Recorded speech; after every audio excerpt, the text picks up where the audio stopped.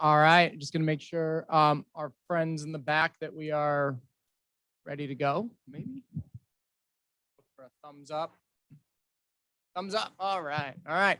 So it is, get organized here, 5:05 p.m. and we're calling the regular meeting, special meeting to order. And all trustees are present, which is great. And that takes us to the pledge. President Sanchez, would you like to lead us in the Pledge of Allegiance?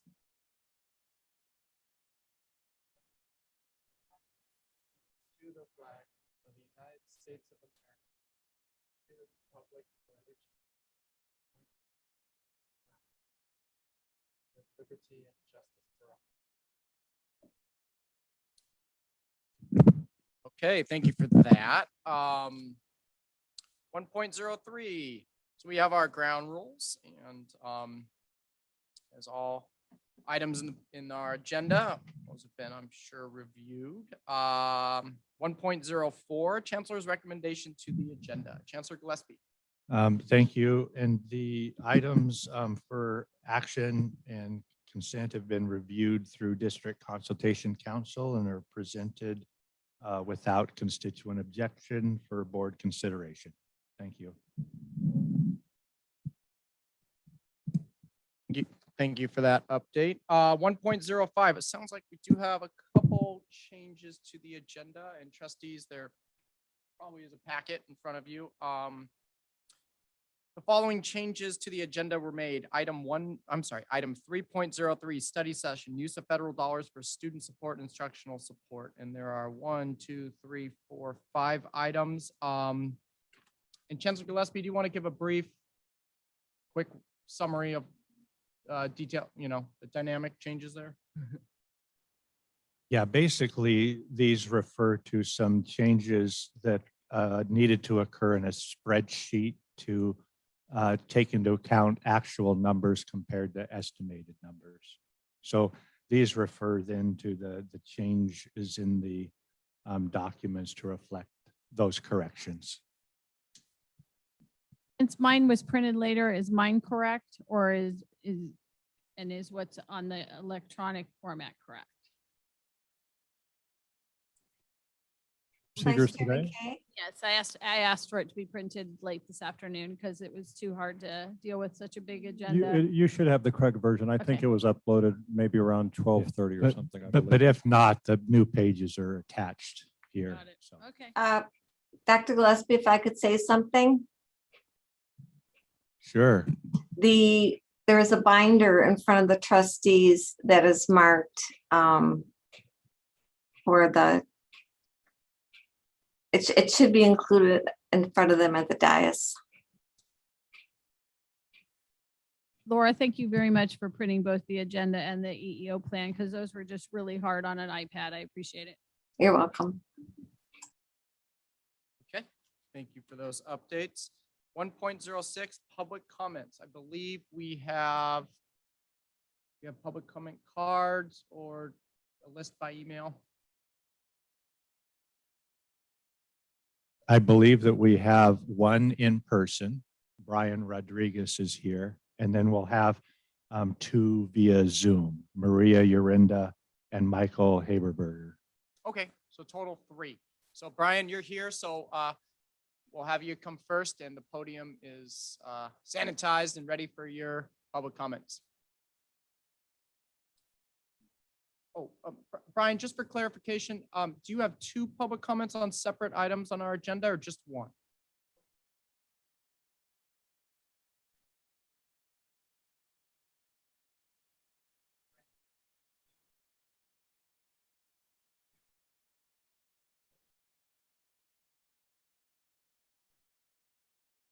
If it's so, I'm gonna actually flip that back to you. Because if you wait for the item, we won't know exactly when it is, and you might have to wait a long period of time. So if you'd like the 6 minutes that you are allowed to use and use those now, we of course can accommodate that. But if you'd like to use your 3 minutes for public comment now and then wait for the item, just if you can flag the item, let me know now, and I'll make it some notes of it, and we'll come back. Okay, excellent.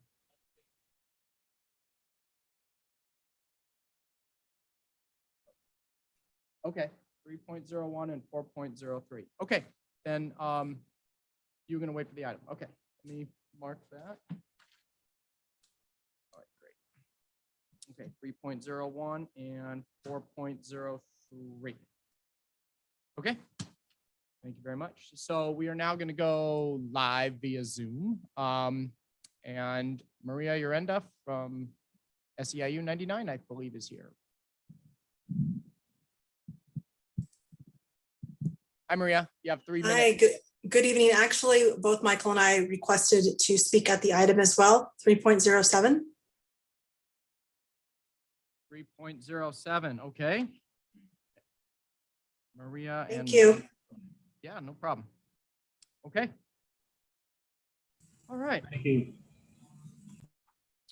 That's going to take us to 2.01 Academic Senate President Consultation. President Reese.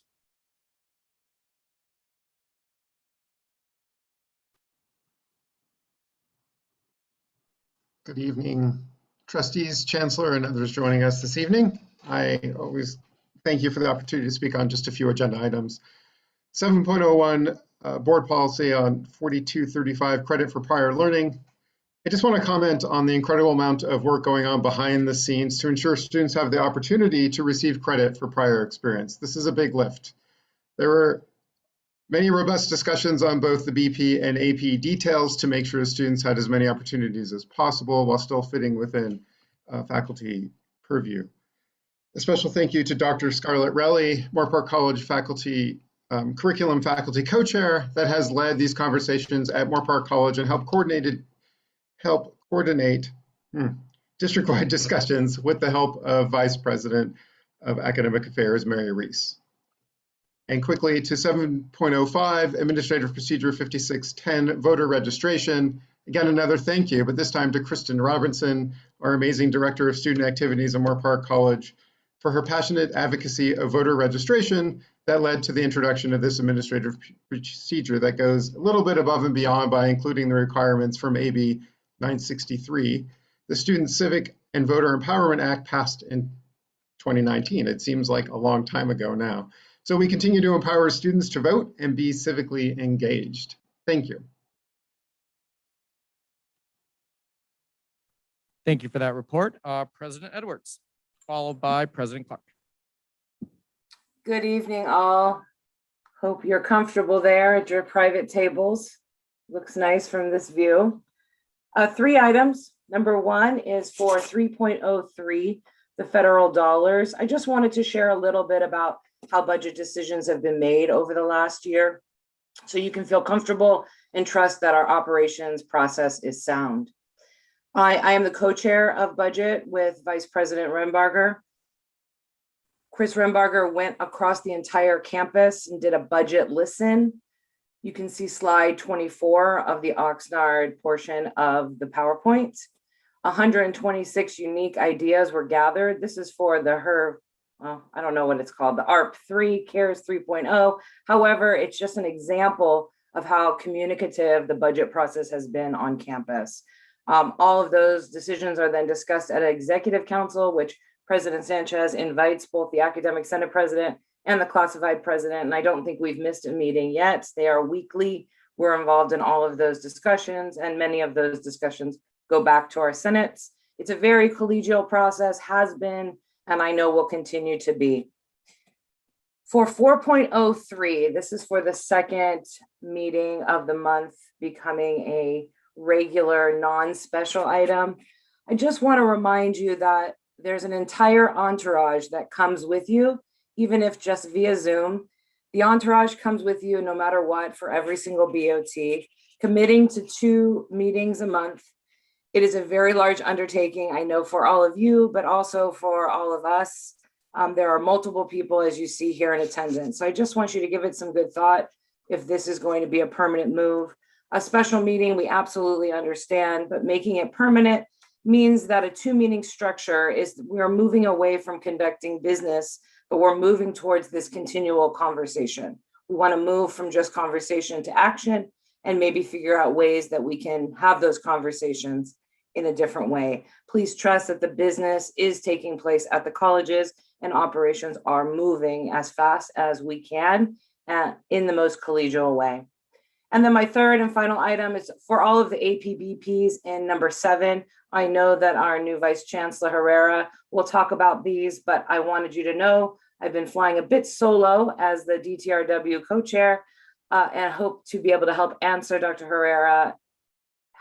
Herrera answer any questions there may be on any of those APs and BPs, but what you see there has been reviewed by DTRWSS. Thank you. I'll pass it to President Clark.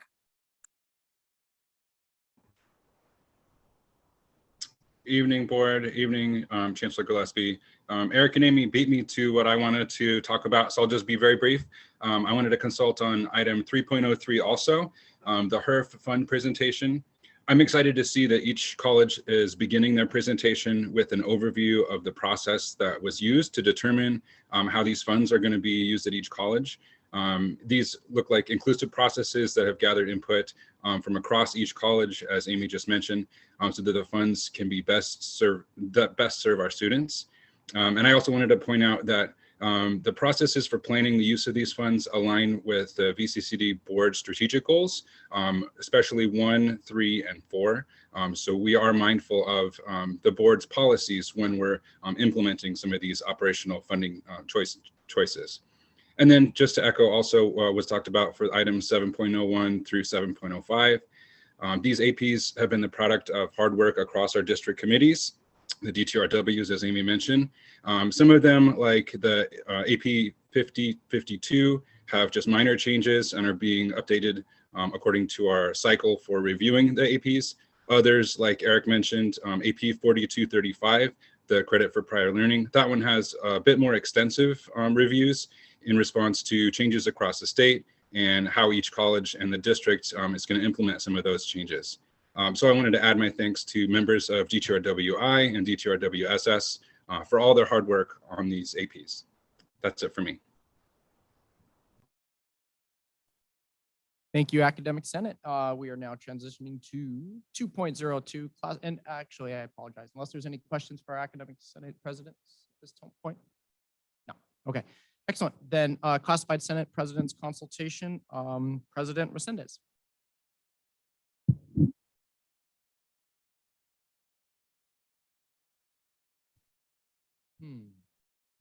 Let's go with President Medina.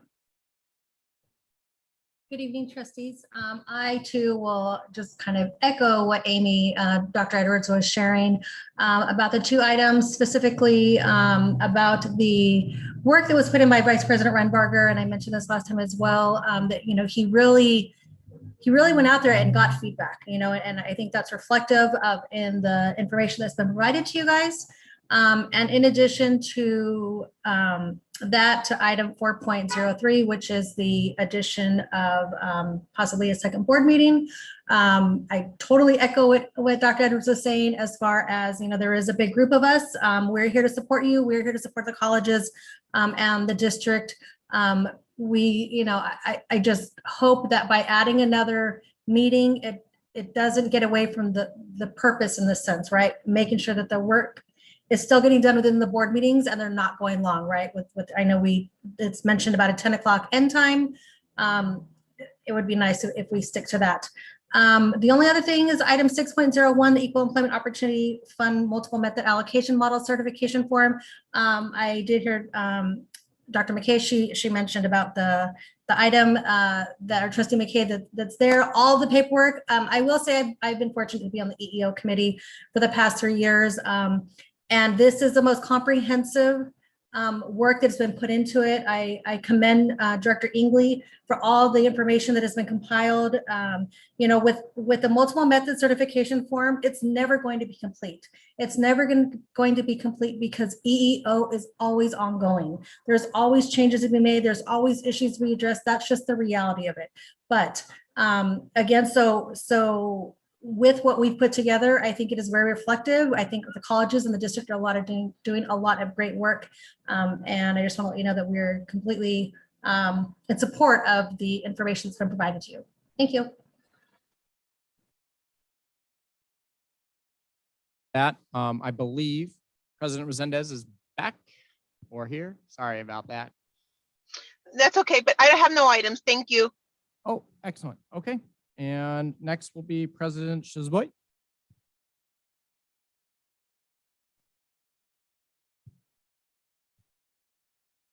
Well, if President Shazboy comes back or joins the meeting, somebody feel free to unmute yourself and join in. Okay. Transitioning once again. 3.01. And this item, just for clarification, was moved up because our student trustee is here. We want to make sure input was given and it was pushed back from our last meeting. So 3.01, action to approve board policy 2015. Student member reaffirmed administrative procedure 2015. Student members provided for information. So Chancellor Gillespie. Annually, the board does look at BP 2015 because this does describe kind of the responsibilities and what the student trustee shall be able to do. So this is the opportunity for the board to consider any changes to this BP. I will mention that, with the elections for the student trustee, we didn't have candidates. However, we will be running elections in the fall, and the board was provided the schedule for that to occur. I think we should open it up for clarifying questions, or should we take a first and a second and then open it up? First and a second first? Okay. Well, actually, we have nothing. I'm sorry, Chair. This is awkward because there's nothing to move on yet because we have to recommend what rights we want to give to the student, and we haven't done that yet. So we can't really do a motion until we've kind of narrowed down what we want to make a motion about. So we're talking, okay, so almost Yeah. like a first reading, but we may be able to come with some agreements. I see Dr. Hopkins is. Oh, and Yep. we have a public Yeah, comment. we We're do. already at 3. Thank you so much for the flag down. Okay, so Brian, I forgot your last name already. Rodriguez. Okay, Mr. Rodriguez, come on up. Thanks for your patience. Thank you. There might be a little switch on the mic to flip up and the light turns green, so everybody at home can hear I you. think it's on. Okay, cool, thanks. Should I start now? Good evening, trustees, chancellor, and staff. My name is Brian Rodriguez, and I'm a student at Ventura College, and I plan to run for the student trustee position. I had the honor to meet with student trustee Gonzalez, and her passion and commitment towards student advocacy for the student voice was truly inspiring. I'm here today to urge you to treat the student trustee position as an equal member of the board. And that means voting on item 3.01 to allow the student trustee to make a motion, second motions, continuing to compensate them for their work, and even allowing them in closed session. I think it's important that students have a seat at the table and that their voice is heard and respected. The board is going to face a lot of difficult decisions in the coming year, and I think that it's important to put student input and student success at the forefront when you're making decisions. I also want to point out that I know there might be some hesitancy with letting students into the closed session and just giving them all these new rights, which have, I believe Vice President McKay mentioned that many of these things, it would be the first time, but the student has a member of the chancellor's office, Patty Blair, who communicates with them. And correct me if I'm wrong, but I believe when they're going through the application process, they actually have to meet with Patty Blair to even be allowed to run. So I just want to throw that out there, that, not everyone is just allowed to run. The person has to be capable and there's requirements. I hope to earn the confidence of my peers and represent the student voice come the fall. And if I'm unsuccessful, I look forward to continuing to be a student leader at Ventura College as the president of METCHAT and vice president of the Political Science Club. Thank you for your time, and I hope you consider my request, and I look forward to hearing your discussion. Thank you. Mr. Rodriguez, thank you for your comments. So I'm gonna open it up for conversation and Sure. I just figured I could give a little history maybe on where we've been. And sure, how we- okay. yeah, that works. When Trustee Perez and I first were on the board, we had probably one of the more conservative student trustees, they did not have the ability to make an advisory vote. They didn't not, or nor the ability to make her second motions or attend closed sessions. They did receive compensation. I think our student trustees have received compensations for a long time. There was even a time when they received benefits. I have a couple of concerns with making big changes this year because of the lateness of the election. They won't have the opportunity to go to the student trustee training in August, which I think is, really important. And then even if they can go to ETW training and it's in person in Sacramento, I would hope we would send our student trustee, but that still isn't until January. I would be glad to, we record the student trustee training and do that as part of an orientation. But it just in making and seconding motions, I struggle with that. Just because we don't know who our student trustee is going to be. It is often, and I've seen this happen in many districts, it is often someone who takes 6 units because they ran for one of our positions and wasn't successful.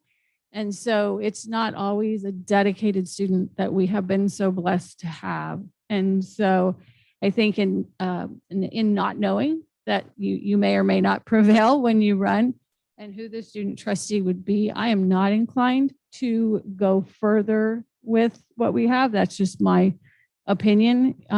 Having watched over the years of what's happened, we have been truly blessed. But I have to go by participating in the student trustee training for several years. I can tell you that not all districts are equally blessed. For the history. If it's okay, we'll start with Trustee Gonzalez. But I think before we do that, Chancellor Gillespie, can you just remind the full board where we currently are? So there's 1, 2, 3, 4. I guess what's the word they use? Abilities that a student trustee would be able to have.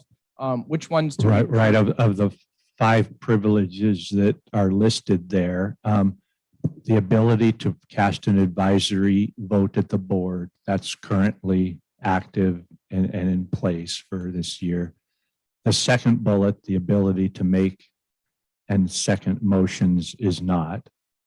The ability to attend closed sessions other than closed sessions on personnel or collective bargaining matters is not.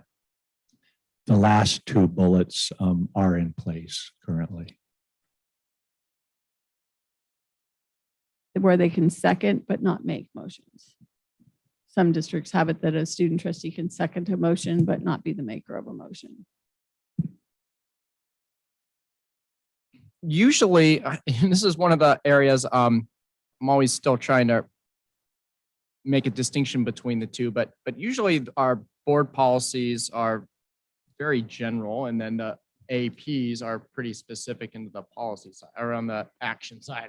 But in this case, there's sort of an overlap. So that might be something we want to look at too. But now that we know where we are, can we go around and kind of get some input and then hopefully come to a consensus? So Trustee Gonzalez. Okay. So a couple things I had little concerns about. Personally, I just feel like the student trustee role is just very narrow. This is a very important role for our students in our district. And I just feel like there's a lot of limitations that we are able to do as a student trustee. I know I read here there's a couple, for starters, I believe that a student trustee should actually have be a voting member. I do also believe that they should motion and second the motions. The closed session, I am a little concerned because I don't know how much that will that could silence the students' voices, because what happens in closed sessions stays in closed sessions, and depending on what the situation is, the student trustee might need to be able to speak up on certain things. So that's just, I'm very torn between that, and I also, because it's never been done in this district, so I don't know the depth of that. I also here, it states that a non-voting student member shall be seated with the members of the governing board and shall be recognized as a full member of the board at the meeting, including receiving materials, etc. I just feel like, when we do our advisory vote, it's like we're being heard but not being heard, so I feel like when we are able to speak up, most of the times what we vote on, it's at the end of the day might not matter because it's still going to go what the board says. And that's just, on certain experiences that I've gone through this year. And I just feel like what has happened in this past pandemic and what's in the future, our district's going to change. And I feel like the next student trustee, and I really do hope somebody runs, now that we'll be on campus, it'll be more presented, and there's going to be a lot of needing to hear from our students. Definitely. And I just feel like the student trustee has to be able to express a lot more and do a lot more action come time the board, for there to be a lot more change, a lot more unity with our district and our campuses of students. And I also believe that the student trustee should meet more often with our board members, so we get a clear understanding of questions about the agenda, where we are, our backgrounds and are coming together to make a successful district. I feel like that would make the connection between our students and our district. So those are just a couple of the concerns and comments that I had. And especially if we're going to be doing the 2 meetings a month, it's to just limit the student trustee and have them be coming just like with everybody else, be present at that time. I just feel like it's currently just very narrow, and I would like to see more of that.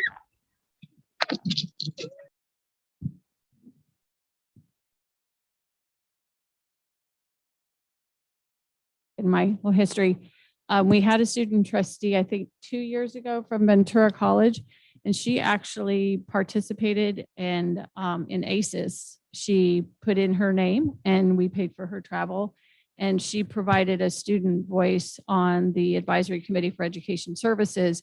And it was actually her voice that turned the student trustee training into much more of a trustee training than kind of a team building.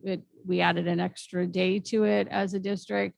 And because when she went to the January training after the student trustee training, she said, we didn't get anything like this. So she actually put in to be appointed, and she filled out the application. She was on ACES for the rest of that year, and she actually served as student trustee for 2 years. And so she brought a lot behind that student trustee voice. And so I think that by meeting with us more often, because there can be 2 student trustees on that committee and probably the ledge committee as well.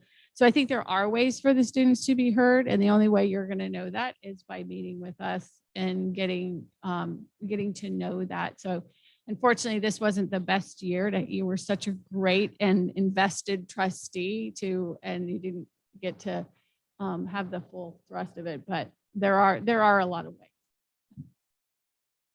Okay, Trustee Torres.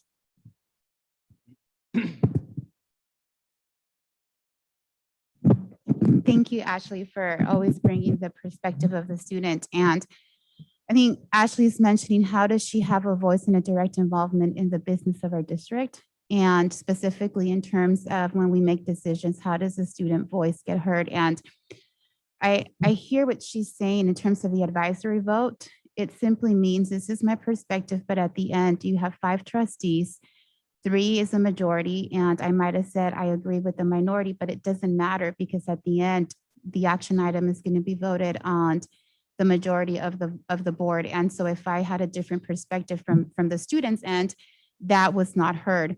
And I think, correct me if I'm wrong, Ashley, I think that's what she's referring in terms of how do we capture the input of the student as we're making decisions as a board. So if we have a student who is, their advisory vote is going to be in a certain direction, how does the student feel that their perspective was heard from the board? Because at this moment, they're bringing in their student perspective, which is really the essence of our business. So everything we do has to do for the welfare of our students. And if we have our student trustee who was elected by her student constituents who are here representing their voice and they're saying, this is what we're recommending. Yet if the majority of the board doesn't hear it, what happens then? And I think I don't know exactly where that fits in for us as a board to be able to capture that advisory vote and be able to really take some time to reflect. I'm not sure if it's going to be during our study sessions. I really like that idea of study sessions where the student trustee comes in with different perspectives. And as a board, we are informed. So when we come to an action items, we have heard the perspective of the student trustee as opposed to just having board meetings with action items where we're hearing for the very first time perspectives of the student, and then we're unable to really make changes because many times the way it typically is if we don't approve it by now, we're going to be late. And so we end up, a decision gets made because we don't want to have anything late. So I think we do need to take some time to reflect of how do we intentionally capture the voice of the student so it does have an influence in the decisions we make as a board, and that we've had time to reflect and we're not having to make a decision that's come in front of us because if we don't make it right now, there's a budget or whatever the situation may be that's due next month. So we need to approve it in this board meeting. So maybe it's finding a place.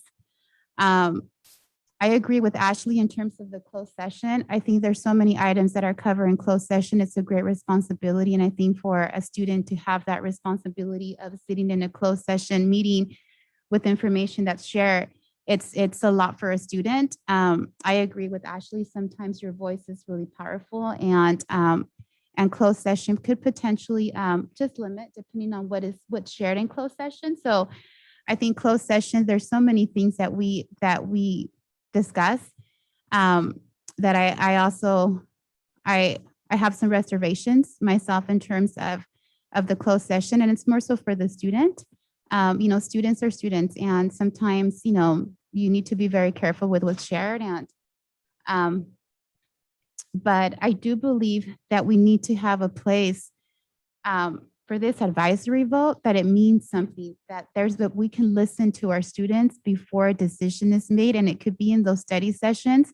I know later we're going to discuss our board meetings, how they're going to look like. But those are a couple of the thoughts I do want to see more active participation of our student trustees on our campuses. I don't know, and maybe that's going to be future questions that I have as the meeting unfolds, because I'm not sure if in our committees, we have our student trustee who's present to be able to also carry the voice, particularly in funds and just different things in the business. And I think there's a place for students. And if it's something we need to include in policy, so it's known that that's the expectation of the board, to have our student trustee involved in these decision-making committees where they're inclusive of our students. That's something maybe we need to look into our policy. Those are just a couple of comments for now. Trustee Mantooth, and then we'll come back this way, kind of like a sandwich here.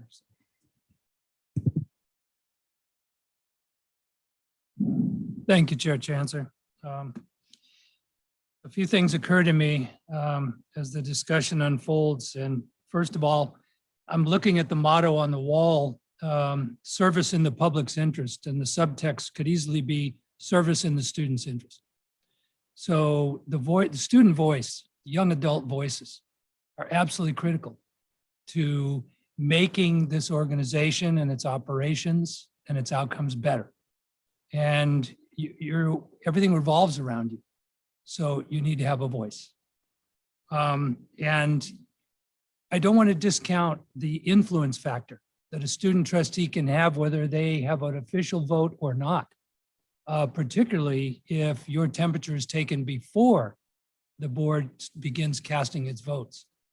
That can be very telling. And I agree with Trustee Torres that in a study session format or in a committee format, that's a great opportunity to expand the dialogue without interrupting the business flow and the efficiency of a meeting. A couple of bumps though. A student board member is not popularly elected by the general public, as we are as trustees. I don't know exactly how to sort out the legality of that if a student trustee were to be given a full board vote. But also, if the vote were other than advisory, you have the potential for deadlock just based on the numbers. So I think there are reasons why we have the particular format that we have right now. And I'm mindful of what Trustee McKay has said about an incoming new student trustee. And I think we need to commit ourselves and hopefully have consensus that what I'm saying is the right way to go, but that to put things in policy much further than what we already have. Because if I'm reading this correctly, student trustees can participate in closed sessions so long as it's not having to do with the evaluation of an employee or collective bargaining, although other items are kind of few and far between. I think we just need to affirm that how important the voice is, but we have to be careful about the degree of formal empowerment.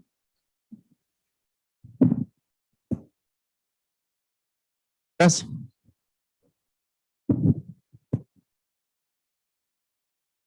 Thank you, Chair. And thank you, Trustee McKay, for that history background. That was helpful. A couple of observations on my part is there's alignment, but not word for word between the legislation and our board policy. So maybe that needs to be better ironed out, straightened out. And Chancellor, maybe when you get a chance to offer any comments, I believe this has been a topic at the Advisory Committee for Legislation as well. And one of the points of contention amongst that group has been what Trustee Mantooth mentioned, and that is the distinction between the student trustees, how they come to this board, and how we as individual trustees are voted in by the general electorate. That's a major discussion point amongst the statewide trustees. And, you know, I too have yet to land on a final resolution of that. Getting back to the history lesson, I think what that proves is that the board here in this district has incrementally taken into account and given the student trustees, and not just you here on this board, but in the various student governments, of an ability to have their voice heard. And I think maybe we can continue to strive to be better and do better in a lot of ways. And on this topic, I don't know what happens exactly at each of the student government meetings, but maybe if it's not happening already, a thorough review of the upcoming board agendas and those items specifically impacting students could be addressed there, just like we heard earlier from the Senate consultation reports. There's a pretty extensive and comprehensive governance process in place. We could just add to it. And so, and before we even try to land on, you know, do we want to invite a study session, we can work with the current process. And I struggled with this as chair, and Chair, you've done a pretty good job of inviting and making sure that students participate. And in fact, we've gone so far as we began to invite the student government presidents or members from the various campuses participate in our discussions and not just in public comments. So we're doing what we can when we can, I believe, in keeping the students' interest in mind, as Trustee Mantooth pointed out very credibly. So, you know, there's not a final conclusion at the state level. I don't know that I'm ready to land on a final recommendation at this point, but I think I don't see need for a lot of change at this point in time. Thank you. Okay, thank you. And I know Lorena Ortiz has a comment to make as well. I'm just going to wrap up. Oh, Vice Chair McKay, and then I'll go, and then we'll end it with Chancellor Gillespie and Lorena Ortiz, if you have any comments. One of the practices that we've talked about at conferences is it is the student advisory vote. It's not an option to make it an official vote, at least not in our board policy as it's currently written, and I believe in ed code. But if it's an advisory vote, I feel like it should be taken first. That's the first vote that we should hear. Not everything has to do with the students, but if it's a habit that we take the student advisory vote first, then we know the voice of the student and perhaps the comments, particularly on those things that affect students. I know, everything affects students, but some are curricular matters and things like that you may or may not have comments on. But I think that going to the student trustee for advisory comments and then voting for the advisory vote comes first, that's how we get our advice from the student. And then we can, whether that, changes how we're thinking of it, it may or may not, because it's happening really quickly, then we're voting. But I think that you can't get the student, it's not an advisory vote if it's not happening first. So that's kind of the one thing that I would really like to, as board chairs, try and help us remember to take that vote first. And then give us the rest of us a minute to hear that. And also inviting the students to the committees. I think that inviting not only the student trustee, but the representative from the ASG to some of our committee meetings, I think their input is important. It's been a little bit easier, I think, this year with Zoom. It's a much bigger commitment when we're meeting here. So I don't know if through technology, we continue to allow some students that, I know the Brown Act is going to go back to a more normal Brown Act and may not allow it in the future to have people participate in a non-public place. But to the degree until it does, that people can participate from not being in the room with us, that's another option for us to hear the student voices as we make these decisions on behalf of the students. And again, we could bifurcate the maker of a motion and seconding motions. I'm not inclined to, not knowing what the training and what the commitment is. I do see in the AP that there's a $2,000 limit for the student trustee. And I know that if they go to the student trustee training, and that happens to be in Northern California, so that's a trip. And then the January effective trustee workshop training, that's another trip that's going to push up against that limit. So I would like to maybe, when the AP is also adjusted, make sure that the student trustee gets to take advantage of those opportunities. Because that's how ILSA knew to put her application in to be a part of the larger state organization. And so they don't get a chance to know these things if they don't have the opportunity. So those are things that we might want to consider in bolstering up the policy, give them their privileges tonight, but then maybe look at the policy and what else can we do to make in the AP that can make their voice stronger. Okay. And I believe Lorena Ortiz has a comment to make representing students. Hello, everyone. How's everyone doing? Hi, Lorena. My name is Lorena Ortiz, and I am the ASG president of Oxnard College. And I do have to say, Ashley, you did a well job representing us and speaking up. We are students, and we like to be heard. And I do want to say that Ventura Community College District is doing a wonderful job compared to other colleges in the state of California. But we still have a lot of work to do. The positions that you guys have and hold as board of trustees are because you guys are overseeing community colleges, which happens to be that there's students there. If it wasn't for our students, there would be no community college and there would be no board of trustees, correct? Now I keep hearing, and I was hearing how you guys need to know more information. Now, I really appreciate the fact that Board Trustee McKay and Trustee Torres came to an ASG meeting. And I'm going to ask, how many of you have gone to Oxnard College ASG meeting this year? How many of you have gone to Moore Park College ASG meeting? How many of you gone to a Ventura College ASG meeting?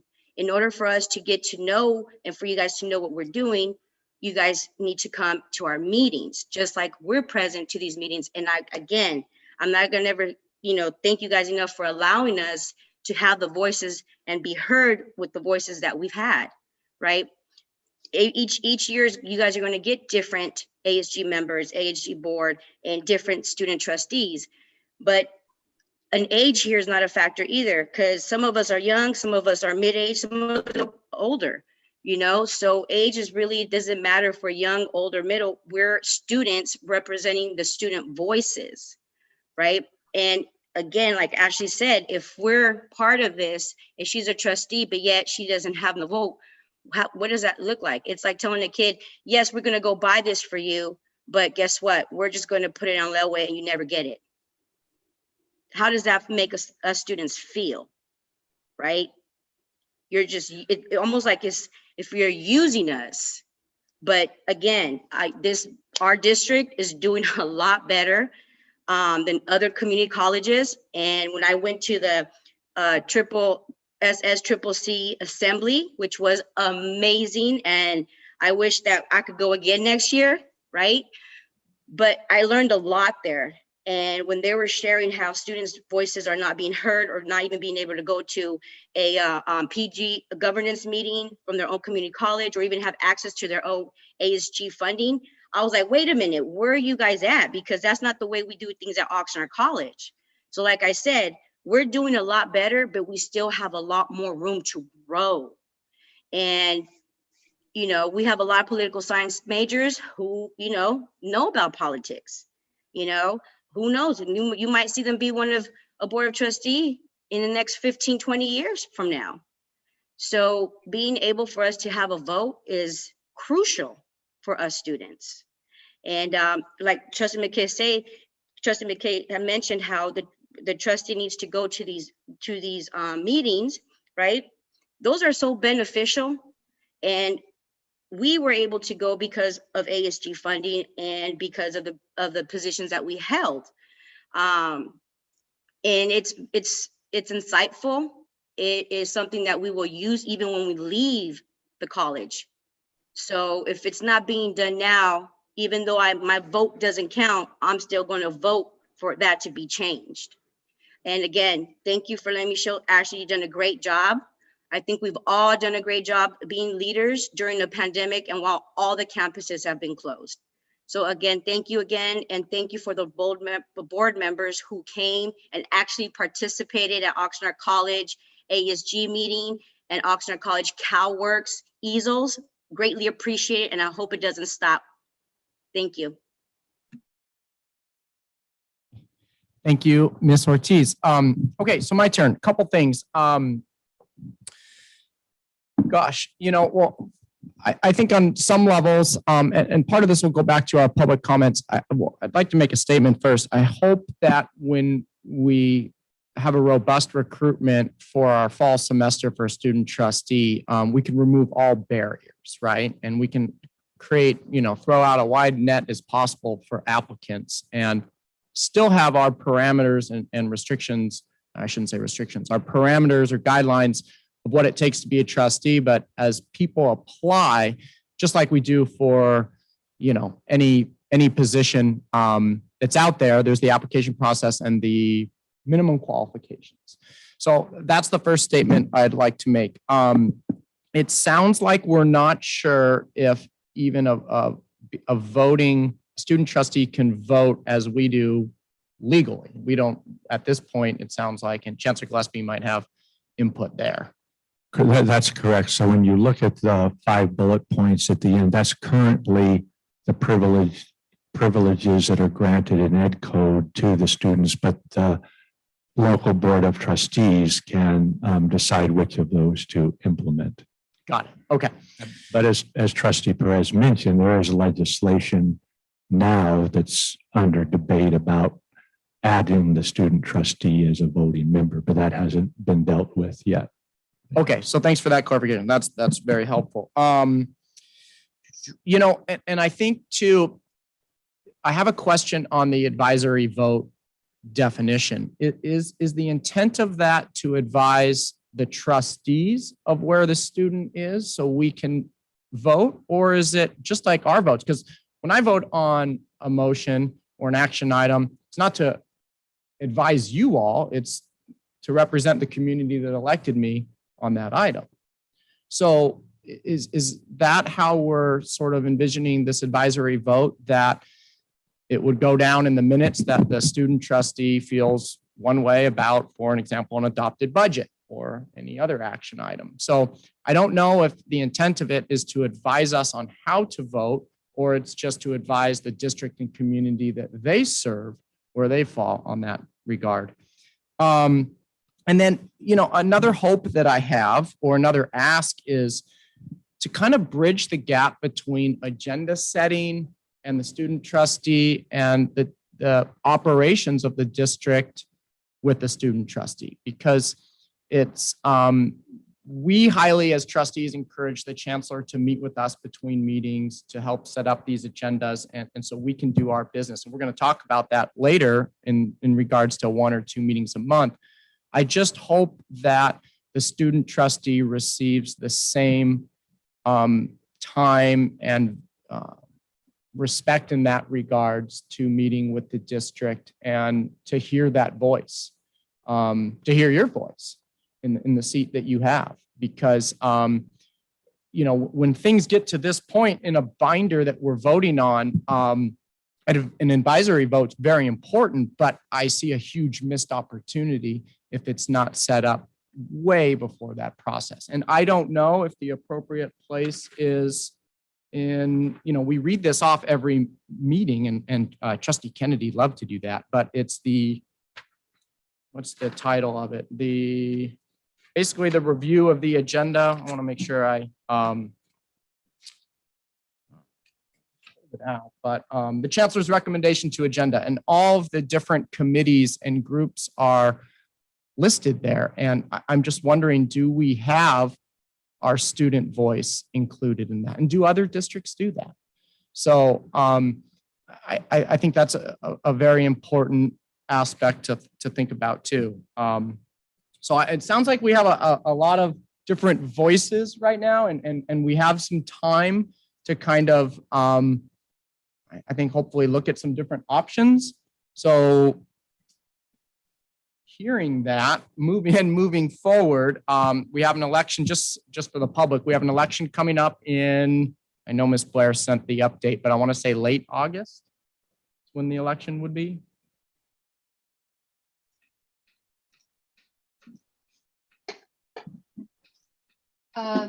Chair Chancellor, would you like me to answer that? That'd be great, yes.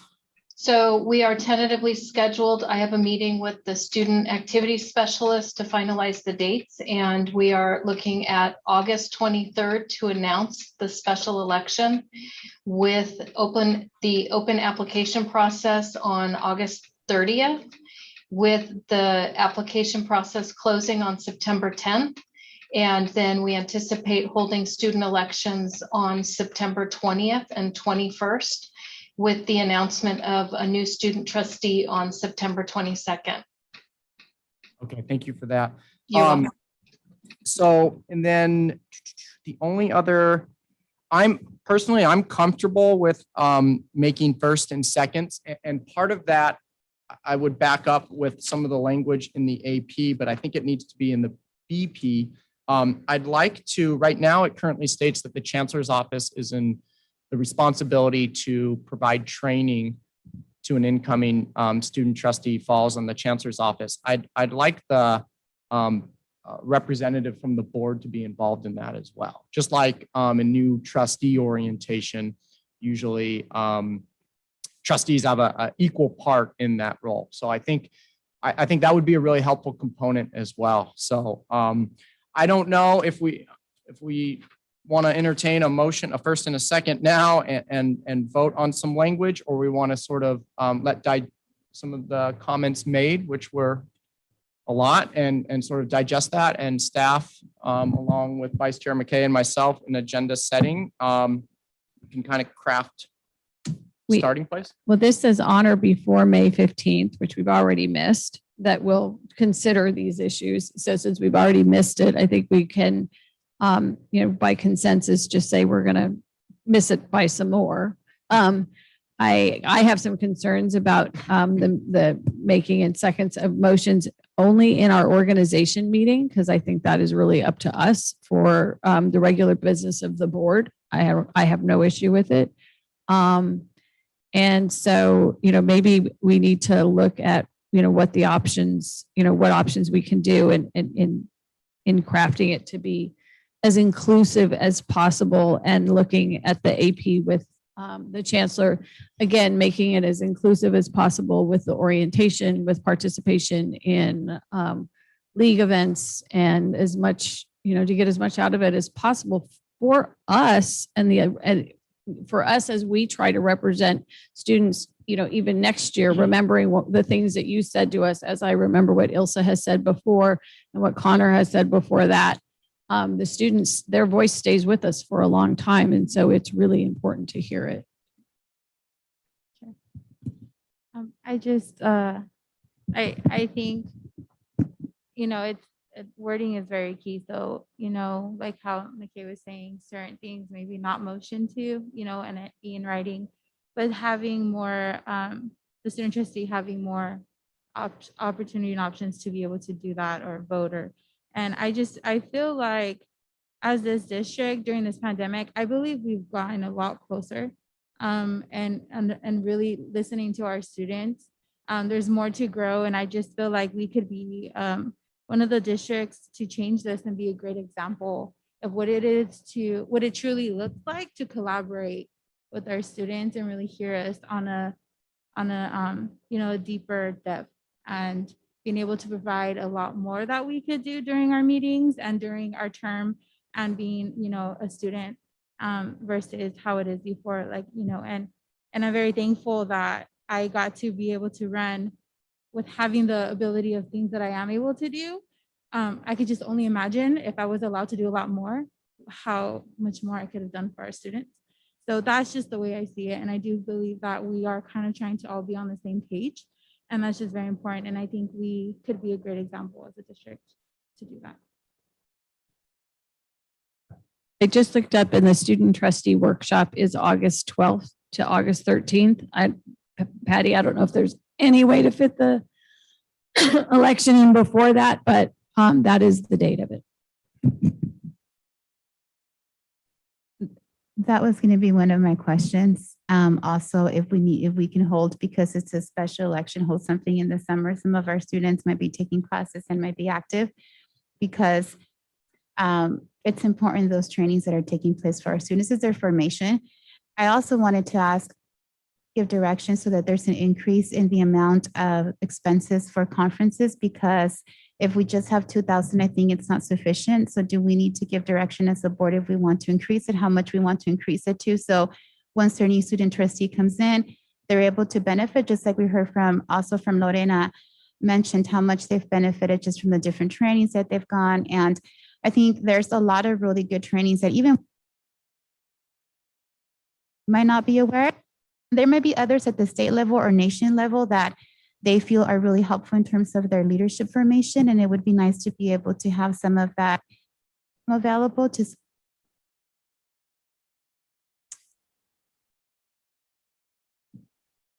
Good question. So is it an option to have a summer election?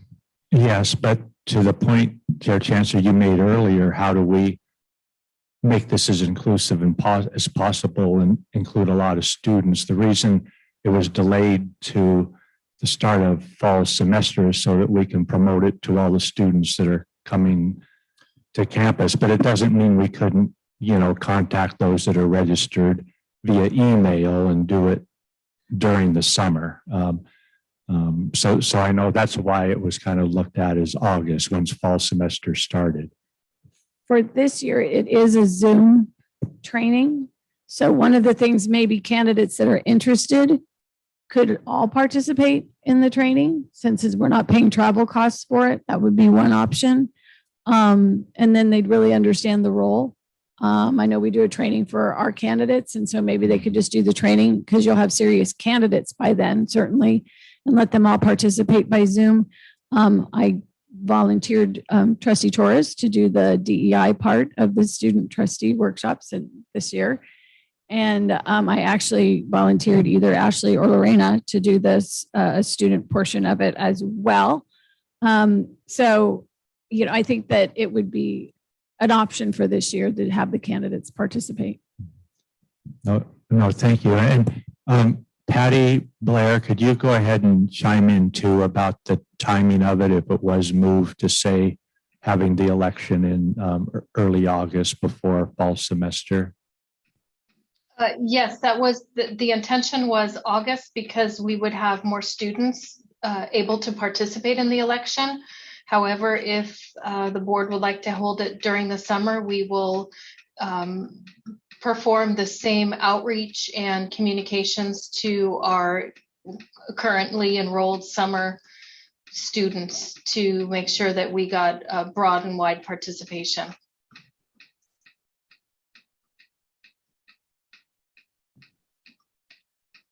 I like the recommendation that Trustee McKay made. So we're going to be able to have a larger number of students who are interested to participate in a fall election. I see the reasoning behind it. But I also would like to extend the invitation to every single student in our college who wants to be part of a leadership training that has that opportunity. And so they'll be exposed. So no matter what, we're building leadership capacity within our students at the district who have expressed an interest. And then those who want to move forward to actually run for office in August are able to do so for a seat, but we have already opened a door. So I think I'm more than happy to be able to allocate funds for leadership formation of any of our students who are interested in running for the student trustee this summer. And then whoever decides in the fall to move forward, they can do so. And I think what we've just done as a board is just build capacity of leadership within our students, within our community, which is what we want to see at the state level. I heard them mention about them one day being a board of trustees sitting here, sitting in another office, being an assembly member, our senator, Congress, our president of the United States. So we can start forming them already. So I want to support what Trustee McKay said about opening up, and any student who wants to attend this conference can do so, and we'll pay for their expenses at Zoom, and then have the elections in the fall where there's more students that can participate.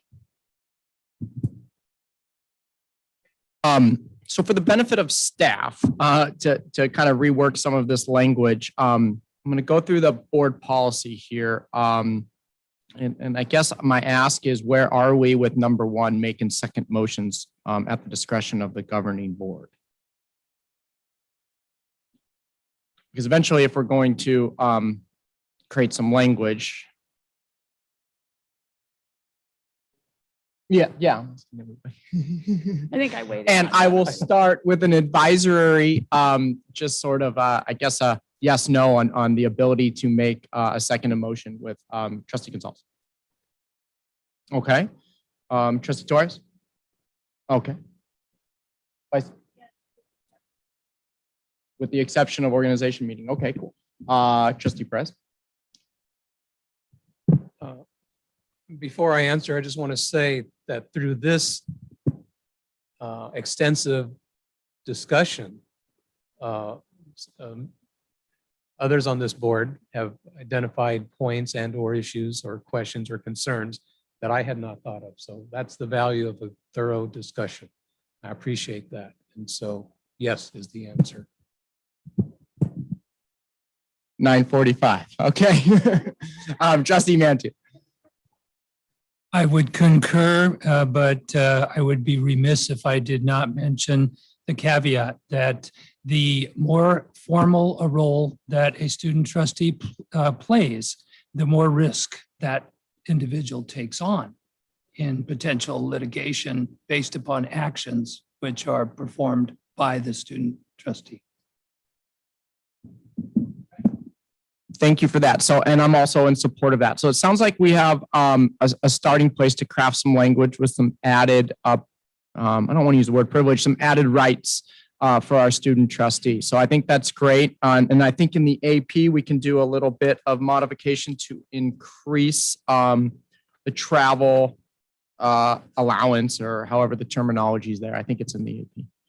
I'd recommend increasing that amount to $5,000. Okay, all right. Well,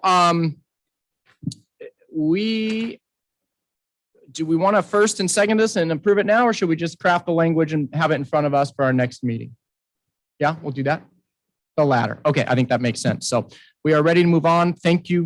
Chair Chancellor, one point there on the attending closed session, the third bullet.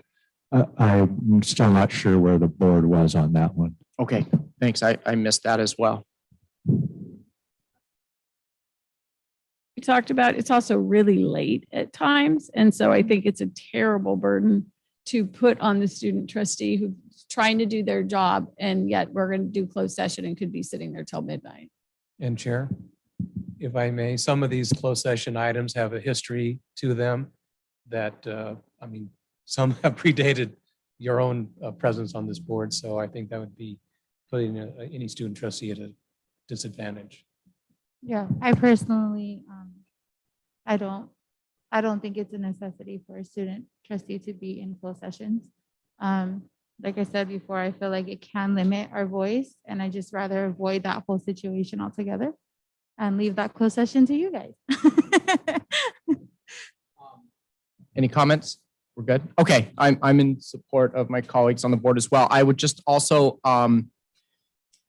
if it's appropriate, somewhere in the board policy or language that solidifies the importance of just as it's mentioned in many places, trustee to chancellor relationship to do the business at hand, to also include that language with the student trustee, just to reaffirm those conversations and that work that I believe should be done.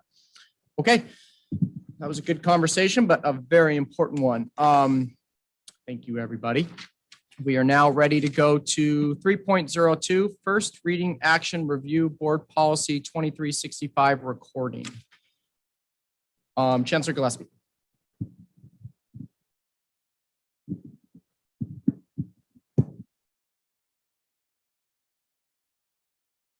For the board to consider if they'd like any changes. In the first paragraph of the BP, the last sentence there states the chancellor is directed to enact administrative procedures to ensure that any such recordings are maintained for at least 30 days following the taping or recording. So the practice has been at the district for a number of years that after 30 days have passed or the minutes have been completed, whichever happens later, then that is what's been occurring. And that's occurred for recordings that are verbal as well as video recordings. So this is for the board to consider any change. Okay, thank you for that background. I would just add that even though we did have this policy, it wasn't implemented. Well, let me go back. We had about 2.5 years of video that for some reason, at some point, it was the district's decision to follow this policy. So it wasn't that this policy was followed for my tenure on this, board. It was sort of on pause and then at a flip of a switch, then implemented. So just a little detailed clarification on the background there of that. So I want to make that clear. But I'll open it up for conversation. This is, I believe, a first read, and then if there are any comments at this point, I have a couple, but Trustee Mantooth, do you have any? None. Okay, Trustee Perez. Yes, in a prior meeting, the reference was made to the video recordings as our record of the meetings, but and I'll ask staff, it's my understanding that the minutes are our actual record of our public meetings. So I just wanted to, maybe it's a distinction without a difference, as a prior interim chancellor used to be fond of saying, but I think we need to remember that.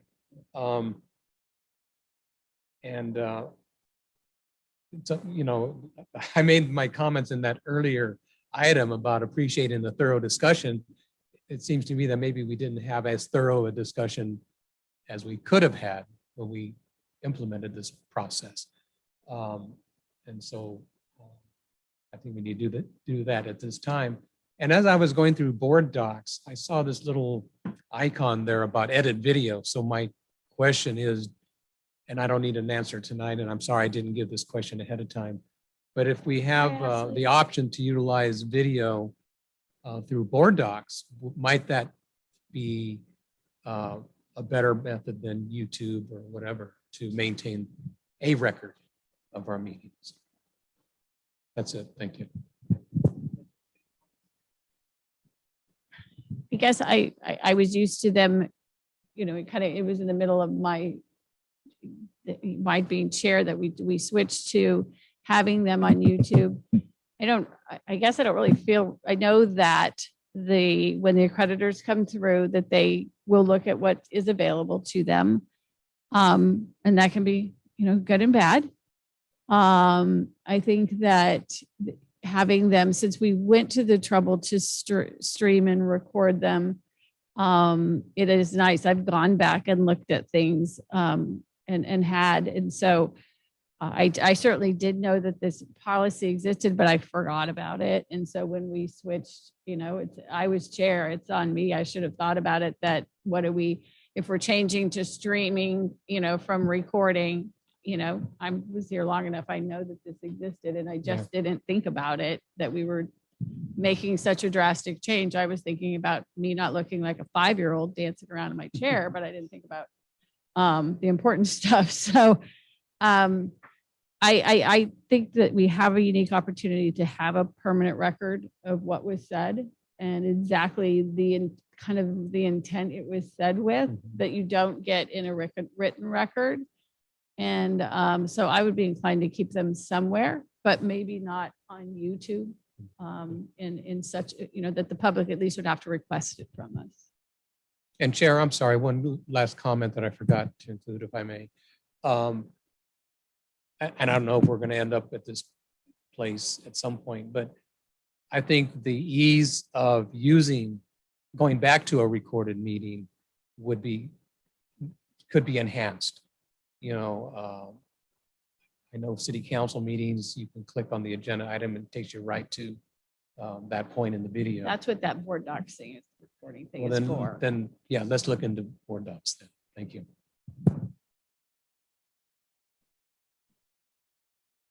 I knew this board policy existed because when we were mentioning about bringing live stream, we knew about this board policy, but I interpret it as a recording, an actual recording, not streamlined. So there's a difference for me regarding a video and a recording. So the recording was the audio. So this policy was specific to the audio recording, and there is a significant difference for me, live stream and video, which this policy and this AP doesn't address. So it was my understanding that if we needed to have anything removed, it was something we would have to decide, because we have no policy or AP to specifically discuss a live stream of video. So this is the recording, which was put in place during that time. So I was surprised to know that that was in there. And so to me, when I heard the comment from the gentleman and in our 2 meetings ago was trying to become educated about what was occurring and to say the meetings are no longer there, I was surprised and I wasn't sure if it was true.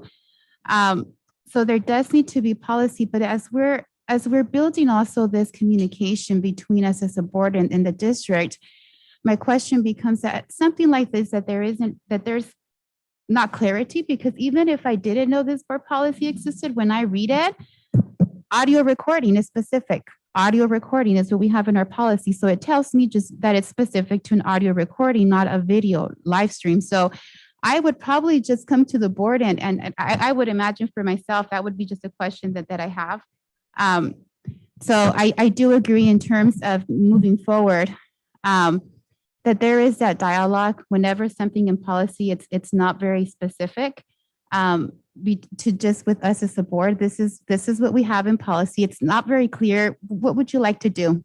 Because we have all of these recordings, for example, that are just here. And maybe what would you like us to do? Or would you want to set policy to have something in place? Because this isn't very clear. I like the idea about having them somewhere where there's able in board docs, so somebody can just reference back to the point, enhancing it. I also don't know. I'm not seeing it here, but do we have something as the meetings are taking place that people who are watching at home are able to also see what we're saying? We talked also about having interpreters in our district. It's something that came up also as a board. We had people come and speak in Spanish over maybe close to 2 months ago. how have we addressed that as a board? Do we have someone here who's been actually, translating? We did have our mayor from the city of Oxnard ask that question. What do we have in place? And so as a board, I just want us to be able to respond when we have community members come and speak to us, have access, particularly during this time. And so we've had many things come our way. And so I'm looking forward, as we're enhancing our board meetings, to make sure that we have those things in place. I'm not sure what directive do we need to give in order to make sure our next board meeting has that, because there's so many priorities that I'm not sure how this works. In my sort of background and research and prep for this meeting, I took the opportunity to reach out to different council members and other school trustees and other public agencies. And one line in particular said, look, when you're going to make a decision about preserving records of meeting, whatever those may be, minutes, and the community and public have gotten real used to videos being available. And a line that I sort of took away from these various meetings was, look, try to be not below or where other public agencies are, but something above. And I think we have the ability to do that. We have the ability to do that and at a very reasonable cost. And I think we owe it to our constituents to do it. And for selfish reasons, I can't tell you how often it was nice to go back to these meetings and look at some of the questions, whether it was 2 years ago at a tentative budget or a formal budget approval or something like that. So, I'm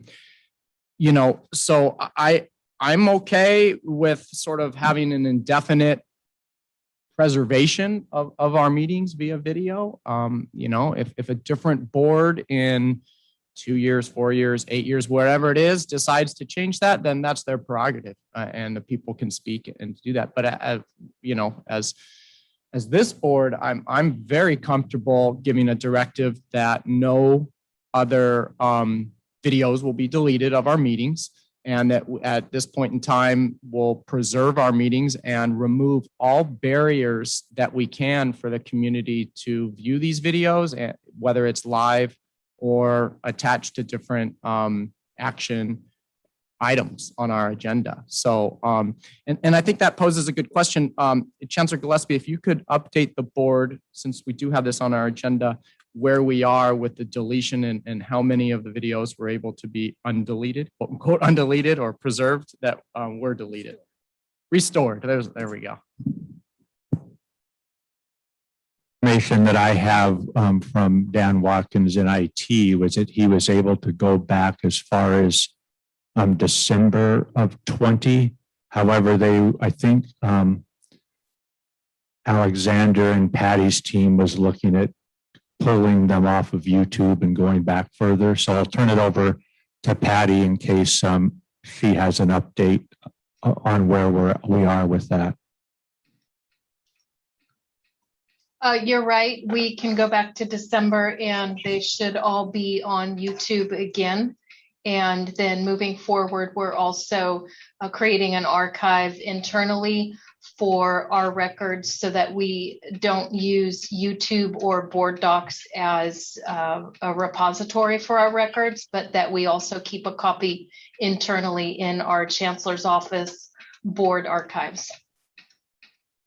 But it sounds like, Patty, is it confirmed that we won't have any prior to December of 20? Correct. Trustee Torres. Do we also want to specify how long we want them to be on YouTube so people from the community can just take a look? Would it be a year, and then anything beyond a year they would need to contact the district if they wanted to see any of our meetings, or because it's going to be stored? Do we want to be that specific so it's also there for viewing, or how far back do we want to go? I mean, for me, I would go back to the model that other public agencies have, and that is every recording is there. It's you go to their website, you go to the governance or government section, and you can go back to when they started. And that's what I always assumed would happen. So for me, I'm comfortable with that, and I'd like to see board policy language capture that. Now, if a new board comes in and decides to implement a different policy, then that's their prerogative. But that's where I am. I don't know. I don't know why. I don't know why we wouldn't want it. I I like the idea of the board docs where you can go to a specific agenda item and make it super easy for the public or anybody to find it. And, we have a YouTube channel. I don't think it's as easy to find on YouTube. I think that having it on board docs is the easiest way, especially, when you're way out in time to go back and find what you're looking for. But I agree that if we're gonna try and be as transparent as possible to make it as easy as possible for them to be, for our meetings to be watched or rewatched, because what entertainment, I can't imagine someone not wanting to watch it. And then, keep it for, until we run out of, I don't know, if there's some point that we run out of data or we have to start paying for it, then there becomes a decision to be made, but not now. Sounds like staff has some direction of where the board is, and we can craft some new board policy to capture that, and we're ready to move on. Or Trustee Manji, do you have anything to add? Well, having said I had no comment, I just think it might be a good idea not, if you recraft language, to mention a particular medium like board docs or YouTube, because technology is always changing. I think simply just recognizing that we want to keep these documents in the public interest and in our interest for the foreseeable future.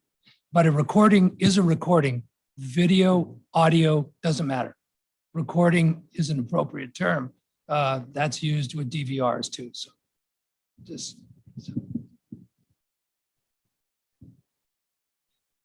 I would just say recording. Yeah, then it covers the entire spectrum.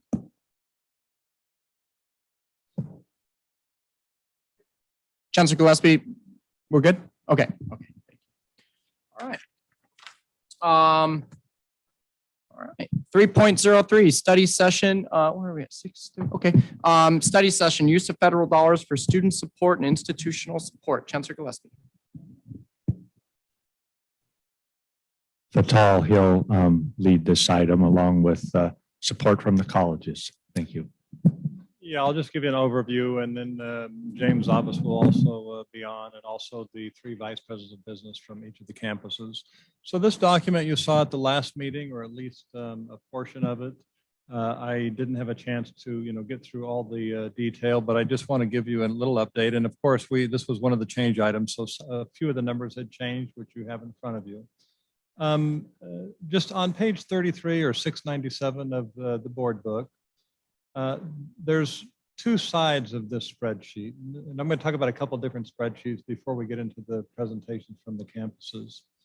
So the left side of the spreadsheet is all of what we would call the federal stimulus money, or the bulk of the federal stimulus money. And I'll talk about that in a second. On the right side, there is the coronavirus relief fund, federal dollars, the first column after that vertical line. And to the right of that is coronavirus relief fund states. And then the next 3 columns are from the emergency action, the early action plan, from the governor that was just released a little bit ago. The left side of this document, we're going to spend most of the time talking about today, not the right side. And the right side, but I wanted to list them there so you saw the total dollar values. This first page that I referenced is district-wide dollars. Let me just go through a little bit more. So on the right side, the coronavirus relief fund, the federal dollars, has already been spent, fully expended, because the deadline to do that was December 30 of 2020. So there's really nothing to discuss at this point. The money has been spent, and those dollars have come to the board before, and so on. On the second column on the right half, the state, that has not been fully spent, but the deadline to spend it is December 22, I believe. So there's still time, and you'll hear more in another process about what plans are being spent. There's been a little bit of money spent on that, but not all of it. And then the final 3 are earmarked very specific to very specific things. And in the scheme of things, it's not a lot of money. It's a total of $1 million, but that's in compared to a bucket of like 97 million or 103, 104 million total. So I just wanted to point that out.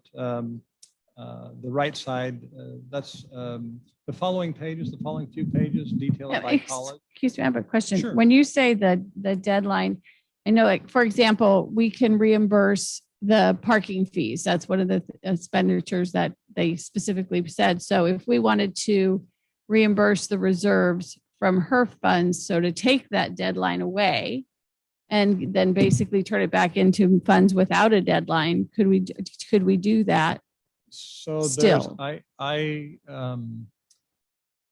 we discussed those kinds of issues. However, to get into the detail of that, of all of those moving parts and deadlines, we have to talk to auditors to make sure what we're doing is okay. Is it prospective? Is it retroactive? So there's a lot of details in there. So I really cannot answer your question right now the way that you're asked. I mean, I don't have the details of how to answer that. Right Okay, it's just one of those, as we're looking at these funds, if we can turn them into longer term funds by doing some of those exchanges, I think it makes sense. So that, yes, and that's a regular conversation amongst the business and administrative folks, because we would like to spend the restricted dollars first and not spend the dollars what we can keep for a longer period of time. So that's a very good point.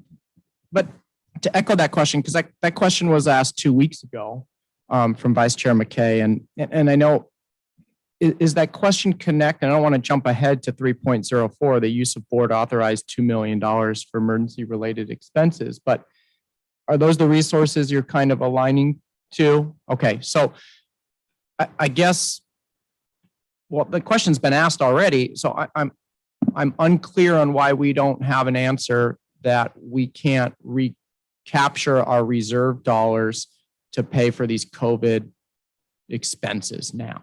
So James, if you're on the call, would you like to weigh in on that? And it depends on when the money was spent. If it was spent in a previous year versus the current year, that's one of the issues. So James, I don't know if you're on or not. Yeah, I'm here.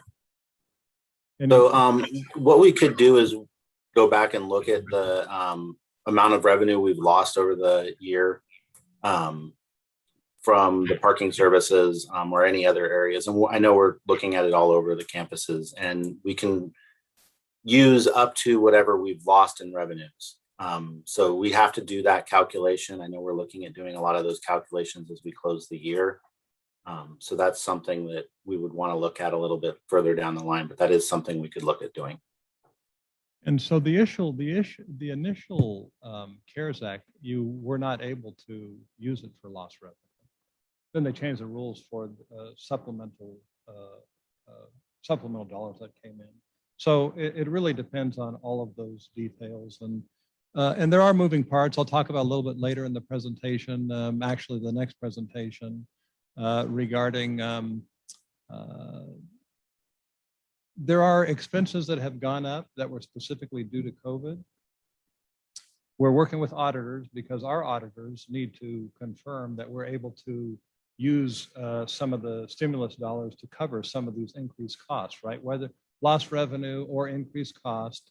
And there's a lot of different auditors in the state. Some auditors take one position, other auditors take another position. And so we have had conflicting information already on some of these issues. And so we just need to be careful about how we move forward and proceed so that we don't make a decision and then have to pay it back later and cause it. So that's really. Okay, but it sounds like we don't have an answer though, because Trustee McKay asked this question, and I know, 2 weeks ago, and I know the police department's concerned about it because that's their main source of revenue, these parking fees and their budget. But I think this board's very concerned about it too, because as we have an item on our tentative budget tonight, these are all connected parts. Like, so these COVID relief dollars to our ongoing costs that we pulled from reserve are very much connected to our adopted budget. So I'm just unclear why we don't have an answer. When can we get an answer to that very specific question on parking fees and our use of the reserves? We'll provide that response in June when we bring the tentative budget forward. But let me respond this way. So for instance, on an item that we're going to be talking about in a minute, there's $350,000 that have been allotted per college.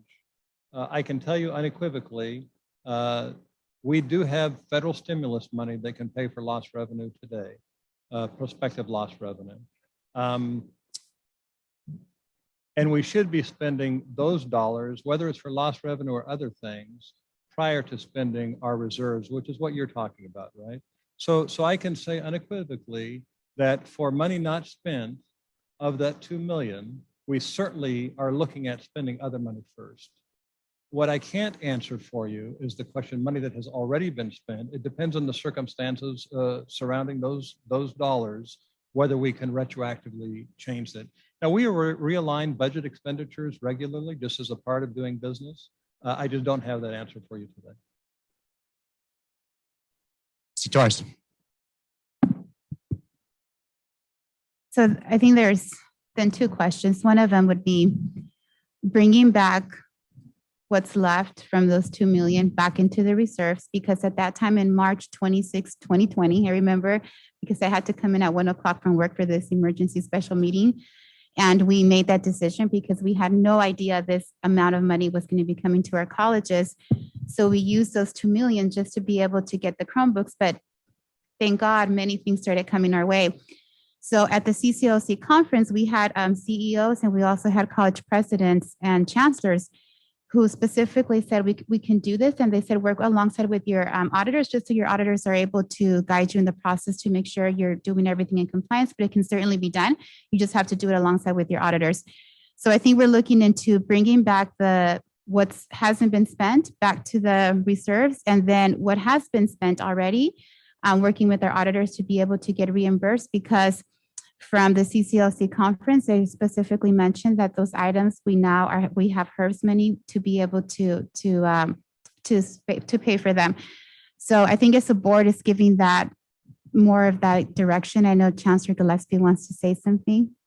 Yeah, just I think in order to move things along, I'd really encourage the board to listen to the study session on how the federal dollars are going to plan to be used at the colleges and provide input. And then when we get to 304, which is the use of the 2 million, that is what you're talking about, is the use of that 2 million. So if you have a conversation at that point stating that you want the district to reimburse that 2 million to the greatest extent we can, fine. I mean, that's what we'd want to do, so because this item's coming forward, that 304, to show you how much of that 2 million's been spent. But if under that item you want to have the board stating that you'd like us to reimburse that to the greatest extent we can, then that's what we can do. Yeah, I think that's a good plan. So, Dr. Al-Fattal, back to you. Yeah, thank you. And Trustee Torres, I think actually you and I are in alignment, and I think we're all in alignment with your comments. Paraphrase what I had said. We have to work with our auditors. We're not going to make a decision without our auditors putting their blessing on it beforehand, because it just has potential negative impact after the fact. So thank you for your comments. On the right side of this particular document, this first page here, and I'm only going to spend some substantial time on this page, and then we'll just quickly go through the other pages. You'll see at the bottom, I don't have a number there. It's the other outgo line. There's a footnote on the far right, which is footnoted as C, which says student aid. So that other outgo is money that went directly to students for the most part. And it was more than just student money. It was also some institutional dollars that went there. And then on the transfers, if you look at the Coronavirus Relief Fund Federal, so the first column on the right side of that vertical line, transfers is $688,381. So $443,452 of that number was the police services dollars that went, and then the rest went to students because there was a little bit more money spent. And again, we've discussed that. The board approved it, many months ago. I just want to let you know that we've detailed it out that way. And then if I may jump to the left side just for a minute, on the revenue, we'll talk about the revenue up top.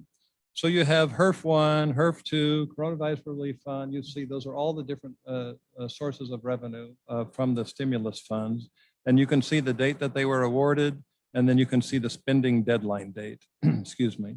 And for instance, we brought forward the student portion because we wanted to get it out to students quickly for HERF 1 and HERF 2. HERF 1 has mostly been distributed, and we're still working on HERF 2. On the expenditures, I just want to let you know that the expenditure line items, and I want to make a distinction between this and a spreadsheet that's coming in a minute. Those are our standard expenditures in our accounting structure. So salary and benefits, and then supplies and materials and operating expenditures and so on. We've tried to provide you with a little bit more detailed information based on federal reporting guidelines in a minute, and I'll come to that. I just want to let you know that these are just our typical standard accounting standards that we use here. And then you can see the notes and what they refer to. In this particular document, when you look at the last row on revenue, HERF 3, or the American Rescue Plan, we did not include the dollars in the spreadsheet, but they are listed in a footnote at the bottom, B. And so all total for the ARP funds, that's going to total 50.3 million. There's going to be another 2.6 million for HSI dollars. And then of course the total without HERF is 44.1 million, which you can see in that subtotal line. So that's a total of $97 million for all of those dollars on the left side of the sheet. That's revenue. It's a lot of money, as you know. And the bulk of this presentation will be about talking about what the plans are for spending that and what has been spent and the process for developing guidelines for spending. And then also, getting input from the board. And then on the right side, those dollars that I had already referenced, that totals almost 5.4 million. So it's a substantial amount of money, as you know. And I just wanted to go over this particular spreadsheet, the first one that I think explains most of the rest of the spreadsheets. Let me just walk you through the next few pages. Cover Moorpark College, Oxnard College, and Ventura College. So that's just a breakdown, right? The first page is a summary page for the district-wide. And then on page 37 of 697, this is district-wide services. So here's the dollars that I mentioned, about 443,000, I'm sorry. Plus there was another 37,000 that was for other operating expenditures. But primarily that was for police. So we just identify it that this was in district-wide services, not at a college budget. And so that's the information there. And then the next few slides. So starting on page 38 or 697, I'm sorry, page 38 of your book. This is the leftmost from the first document I spent a lot of time on. These are the left side columns. We removed the right ones because we're not going to spend time on them. We tried to make this a little larger so you could see it easier. And then also the expenditure breakdown is different than what I mentioned earlier. So here we're following the expenditures based on the federal reporting requirements. So we report regularly, monthly, I believe, to the federal government. And so this is just giving you a little bit more information based on how the money is being reported to the feds. All the numbers are the same. They match up, and it just again, this first page on 38 is district-wide, and then it gets into Moorpark and Oxnard and Ventura. And with that, we can move into the presentation, and then I'll ask if there are any questions from me. We'll pass it on to Jennifer, who Dr. Clark will be presenting on Moorpark. We'll go through each of the campuses. But for the presentation itself, which is this presentation, the first few slides, they're what I just described. These are duplicate from the last few pages I described. So there's no reason to discuss them any further. But I think Dr. Clark, I assume she is on and ready to go, will describe Moorpark College. And We've changed the order of some of these slides to describe for each campus to describe the process that is used. And you heard Academic Senate presidents mention it earlier. So they're originally I don't know which document you have, but originally the description of how the decisions are being made was the last few pages of each campus, but we've moved them to the front to share that information with you up front before we start talking about the numbers. Dr. Clark? Good evening, everybody. Thank you, Dr. El-Fattal. Good evening, board. I'm actually going to invite Mary Reese, our interim vice president of academic affairs, to walk us through the Moore Park College process slides. We do everything together. You know, we're all in this. It's such a team effort. It seems sort of natural to co-op with Mary on this presentation. So take it away, Mary. Thanks, Jennifer, and I appreciate being able to speak to the board, the trustees tonight on this. As Dr. Edwards and Dr. Clark mentioned earlier, the process we're going to be talking about just briefly for Moore Park College is very similar for the other two campuses. We wanted to just start off by talking a little bit about the integrated fiscal planning that's involved in spending this type of level of money. On the next slide, you can see that the first thing we wanted to do is to identify need. Second, we're going to communicate that, try to be as transparent as possible as what the perceived needs are. Make sure that we set up monitoring processes for how the money is being spent, and then redefine future need. On the next slide, this is just some of the things that were done at Moore Park College to help identify the need as to how the money should be spent. And as it was mentioned, very similar things happening at the other campuses. Student surveys, faculty and staff surveys, response directly from students, requests for their need as far as computers, hotspots, program plans, which are part of our official prioritization process for our integrated planning, current expenditures that can be modified and covered under COVID funding, meetings with participatory governance committees, as well as deans, financial aid, M&O student services, our emergency operating group, fiscal, and our equity groups.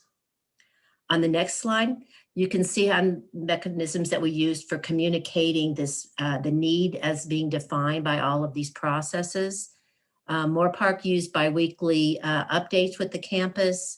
We have standing meetings, participatory governance, dean's meetings, admin councils. The president meets with the academic senate presidents, classified senate presidents, as well as ASMC president. We held town hall at Moore Park College, as did the other campuses. Presentations, information about proposals for expenditures were presented at academic senate, classified senate, student government. We also have an operational committee, which includes community members to reach out. And we are currently presenting to the board to get input as well. On the next page, I'll talk a little bit about the outcomes. We can identify need, make sure we all agree on what the needs are, but we need to monitor outcomes and the impact of these fundings. We need to monitor these following the Vision for Success metrics as defined by the state, by looking at the board goals, by quantitating the impact both of direct and indirect expenditures. Some of the funding goes directly to the EW students. Others are more broad spread around the campus and have more of an indirect impact on the students.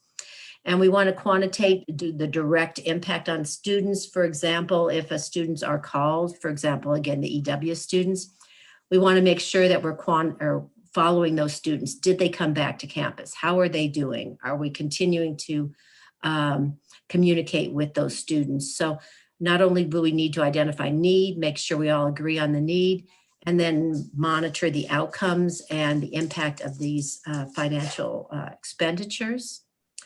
And then on the next slide talks about future need. We need to make sure we have processes in place to define the future needs, continuing to survey our students, faculty, and staff.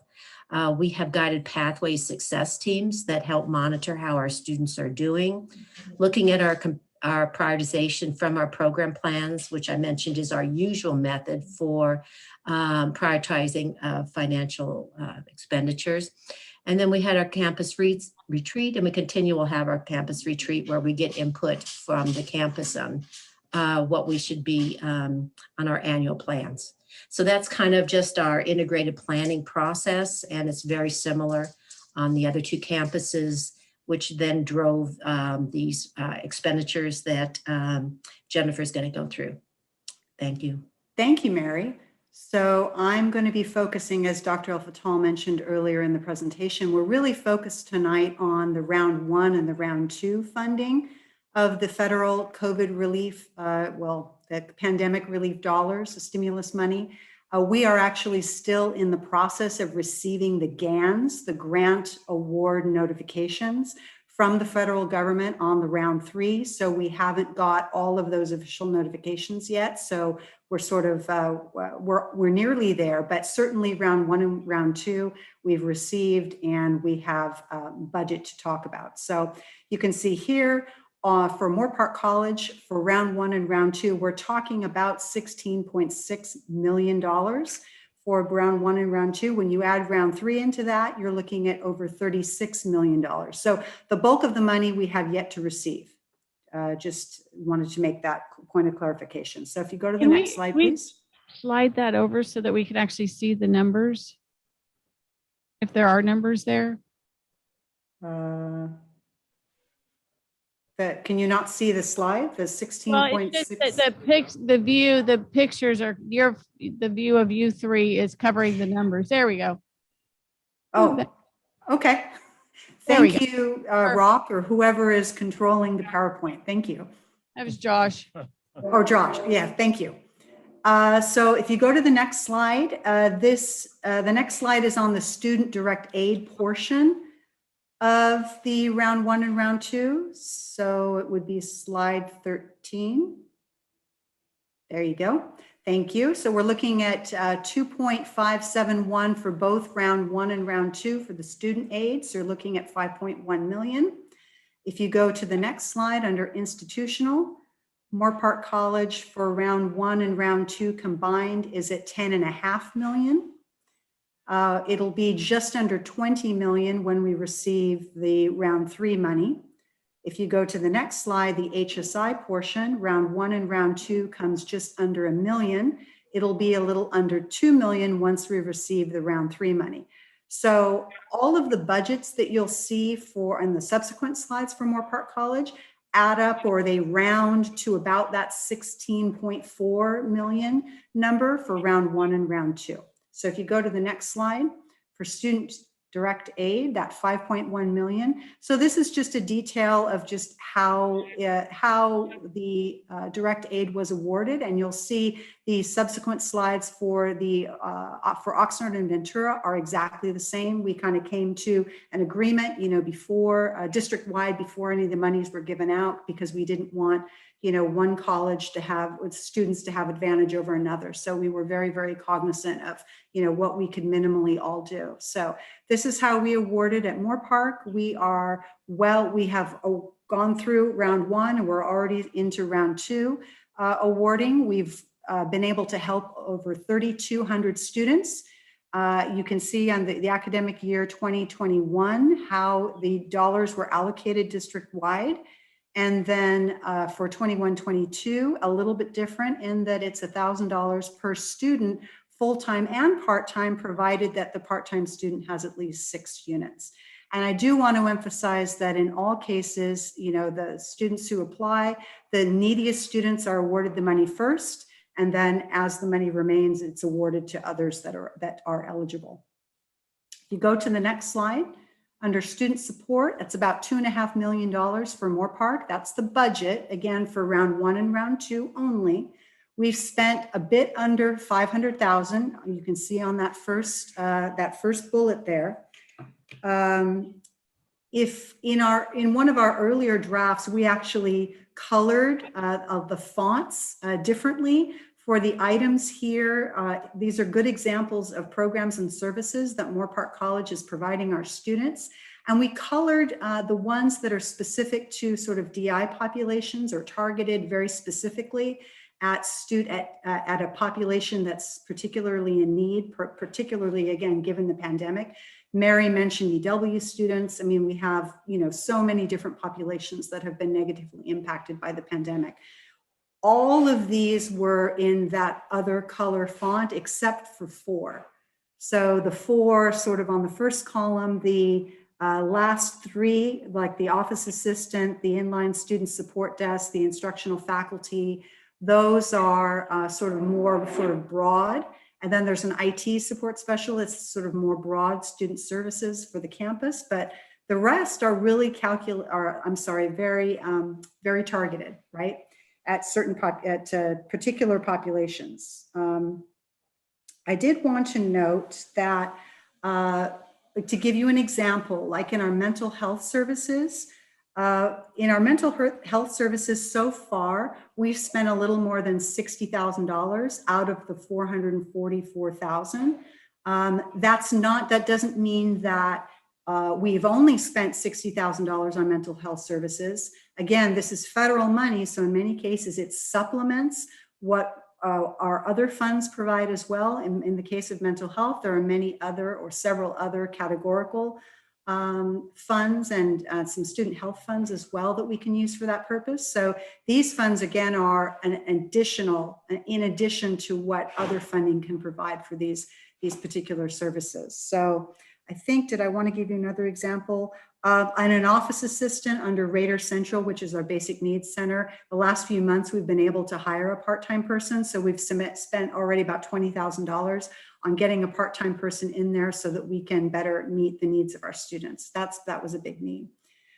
So if you go to the next slide. Chair, a quick question before we move on. Why the question mark next to housing vouchers?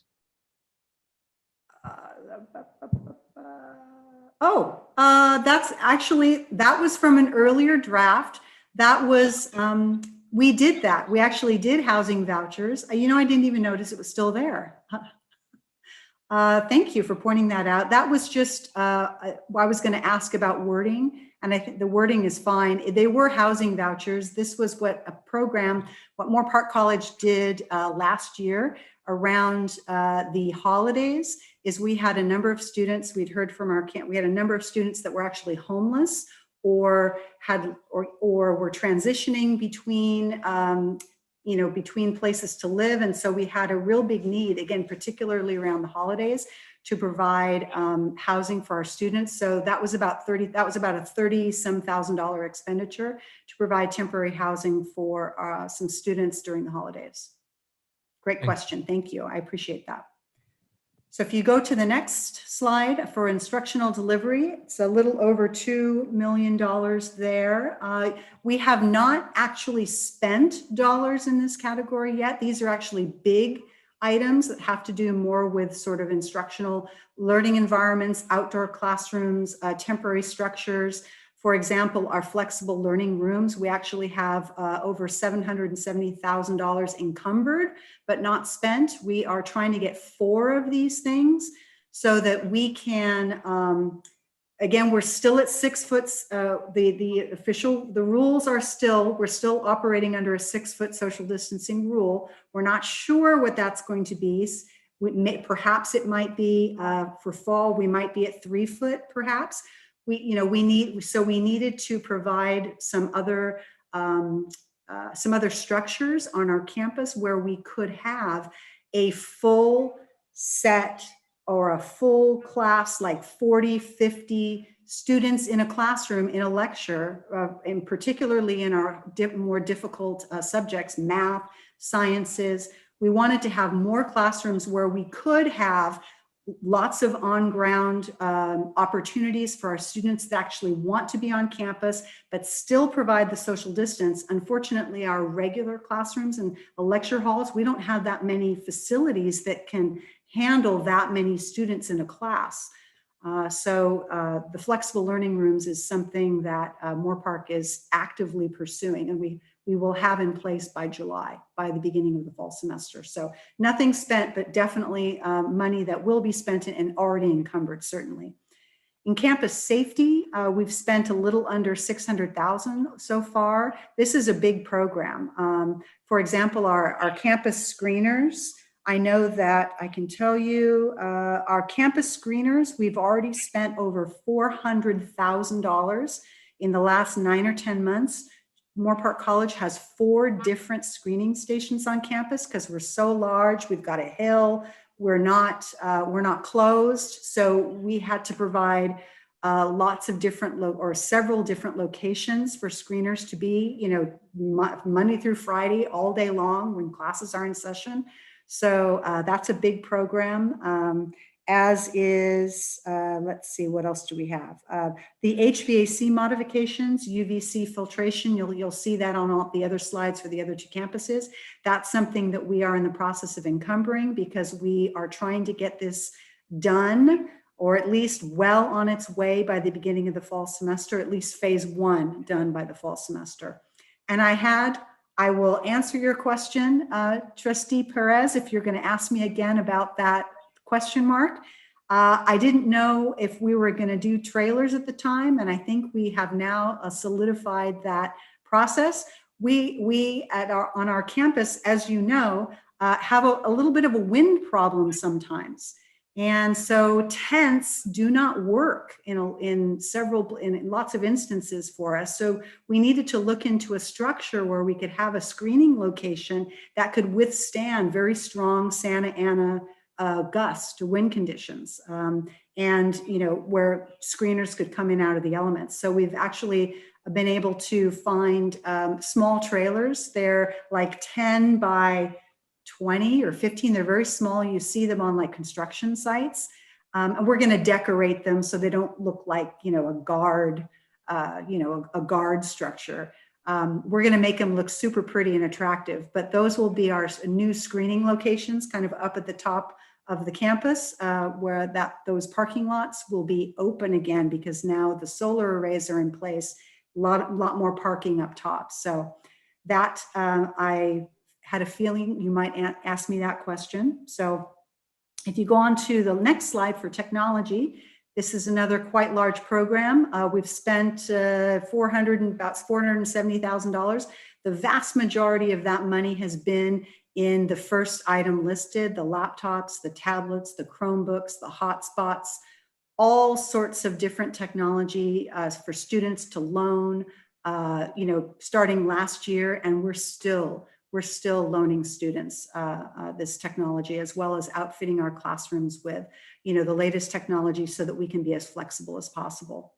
Let's see, professional development. We've spent about $350,000 so far on professional development, and we're going to spend, you know, a bunch more.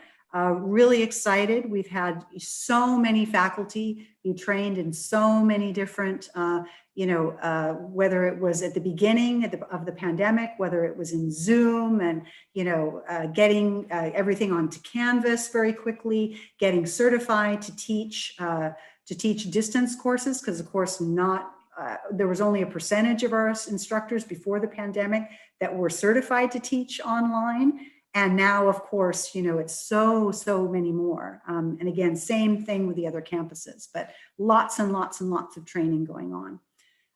And then if you go to the next slide, under other institutional support costs and lost revenue, we have not booked any of this yet.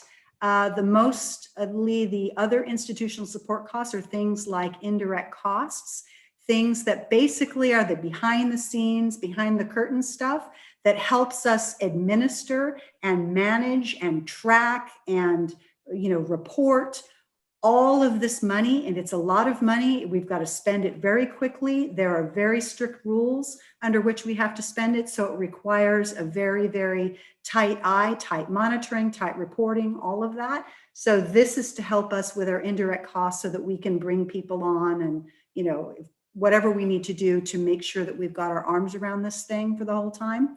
And then lost revenue, just because of the way we have to calculate it, it's much easier if we do this at June 30th, at the end of the year, so that we can basically see how much have we pulled in this year, and then look at what we should have, kind of compare the two, and then sort of book the difference. In a nutshell, that's basically how we're going to be booking lost revenue, compare it to a baseline, and then book the difference.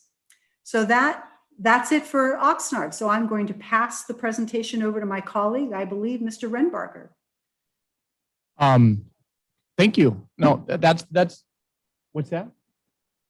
Yeah, we're gonna take a quick like 7-minute break here. And then my only ask is, in preparation for the meeting, there was a lot of, and it makes sense. I think it's actually a very wise thing to have a lot of duplication. And I mean, it shows collaboration between the vice presidents and the presidents and the participatory governance teams to allocate or spend these funds.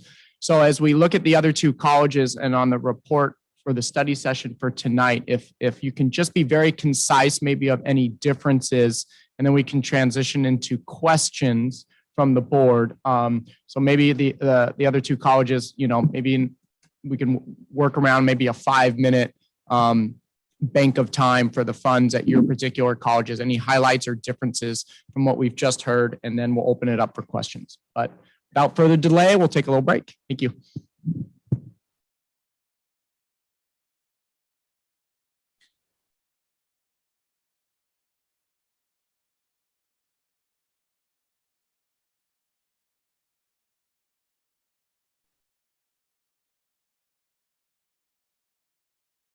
So, believe we were turning it over to Chris Rinbarger, Vice President Rinbarger from Oxnard College. All right, Oxnard College. Thank you, Chair Chancellor, Board of Trustees, Chancellor Gillespie. As has been mentioned, I don't want to repeat the outstanding messaging that Moorpark College has presented to you. So in the information gathering, I'd like to present it in a different format. When Academic Senate President Edwards and Classified Senate President Medina have mentioned that we have executive council meetings every week. And in those meetings, we frame our discussion in terms of our new and forthcoming educational master plan that you will be seeing shortly, I believe. And so when we make these decisions, we gather the input from all of our governance sources, all of those groups, and we ask the question, are we meeting our mission to transform student lives? Is this spending according to our guiding principles? Does it put students first? Do we try to change things in terms of social justice and equity? Are we taking account of safety and wellness? Are we being good fiscal stewards? Are we being collaborative and transparent leaders? And then we look at our goals to enhance student success and strengthen access. And we take special attention to those that this spending, this one-time, once-in-a-lifetime opportunity really allows us to transform the student experience, not just now, but for the future. And how do we use it to advance social justice and equity-minded practices, not just now, but in the future? How do we strengthen the college fiscally for the future to enable us to be successful for students, not just now, but when the pandemic is complete? And those are the kind of conversations, those are the way we frame the conversations about this funding in our executive council on a weekly basis. And President Sanchez is extraordinary in challenging us to make sure that we're meeting the educational master plan, not just in words, but in deeds. If you can go on to the next few slides, please. I'm interested in looking at the slide related to direct aid for students.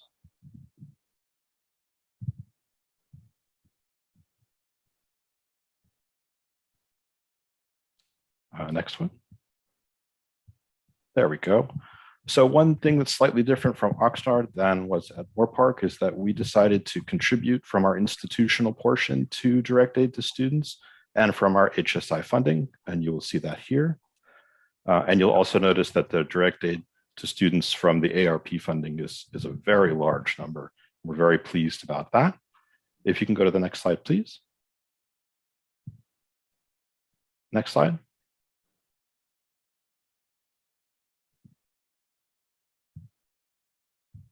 The next, there we go. I'll keep going. So on this slide, one of the things I wanted to point out is our opportunity to expand our service to students through additional course sections. In the first 2 rounds of money, we have set aside approximately $850,000 for this purpose, which would allow us to pay for 80 to 85 additional sections for students related to social distancing. So these are hybrid or high flex or in-person course sections that we can add. And this is an approach we'll be looking at with the ARP funding as well. Next slide, please. I'm going to save majority of my questions for the end, but in those additional sections, was that for the semester that was just completed, or are you looking at fall? We had some spending in the semester that was just completed, mostly related to the fire program, but a lot of it will be spent in the coming year. Okay, so in regards to added sections, the line share will be in fall. Fall and spring, yes. Fall and spring. Okay, cool. Depending on how the spring schedule and our return to in-person classes in spring, which I don't know that we know entirely yet, but yes. Thank you. Certainly. Chris? Sure, yes, and there may be a later, better time to answer and discuss the response to this question, but sure. These additional sections are being supported by these currently available one-time dollars? Correct. At this time, and so there will be consideration on how to sustain those, correct?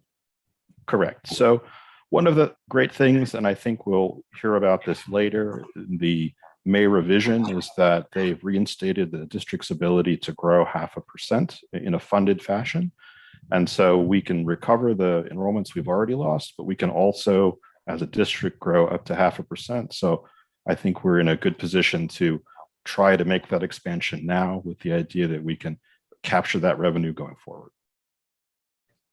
Chair, I was wondering, what are the sections that were increased? What kind of courses are being offered? So I know we have hybrid, in-person, and distance learning. Do you know how many hybrid we have, how many in-person, how many distance learning, and what courses are that Oxnard College added? I would have to refer to my colleague, Vice President Sanford. I don't think he's on the meeting right now, but we can get that information to you at the next meeting. That would be helpful. And then the other question, just following that one particularly, how did you come to the decision of knowing that those would be the courses that you would be offering Oxnard College? Okay, thank you. Okay, next slide, please.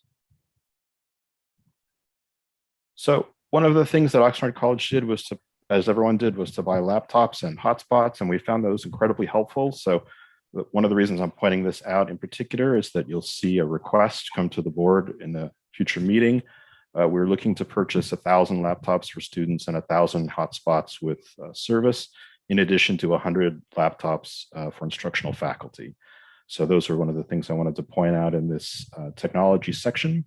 We're experimenting with classroom videography, and one of the things that we are interested in exploring with the new American Rescue Plan funding is how to make that videography, that classroom high flex environment installed in a professional manner that can be easy to use for all faculty. We're doing the quick approach with iPads and webcams and various things now, but how to institutionalize that moving forward so that it's an investment in the future of the college. And you'll notice the professional development. I think this is also an investment in the future of the college, that we're investing a large amount of money in faculty open educational resource material development. And so this is free online course materials, or zero textbook cost is the other term for that. Next slide, please.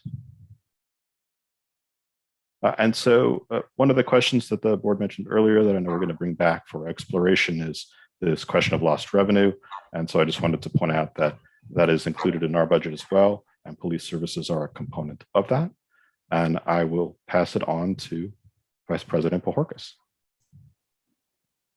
Thank you.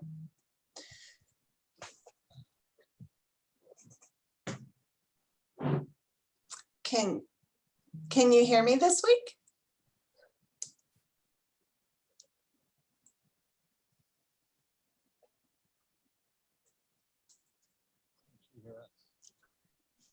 Can you hear me? Yeah, we can actually hear you very well this week. Okay, lovely. Thank you very much. Good evening. I believe, Chair Chancellor, you get the lucky duty of being our slide mover. So if you could please just move it to the next slide.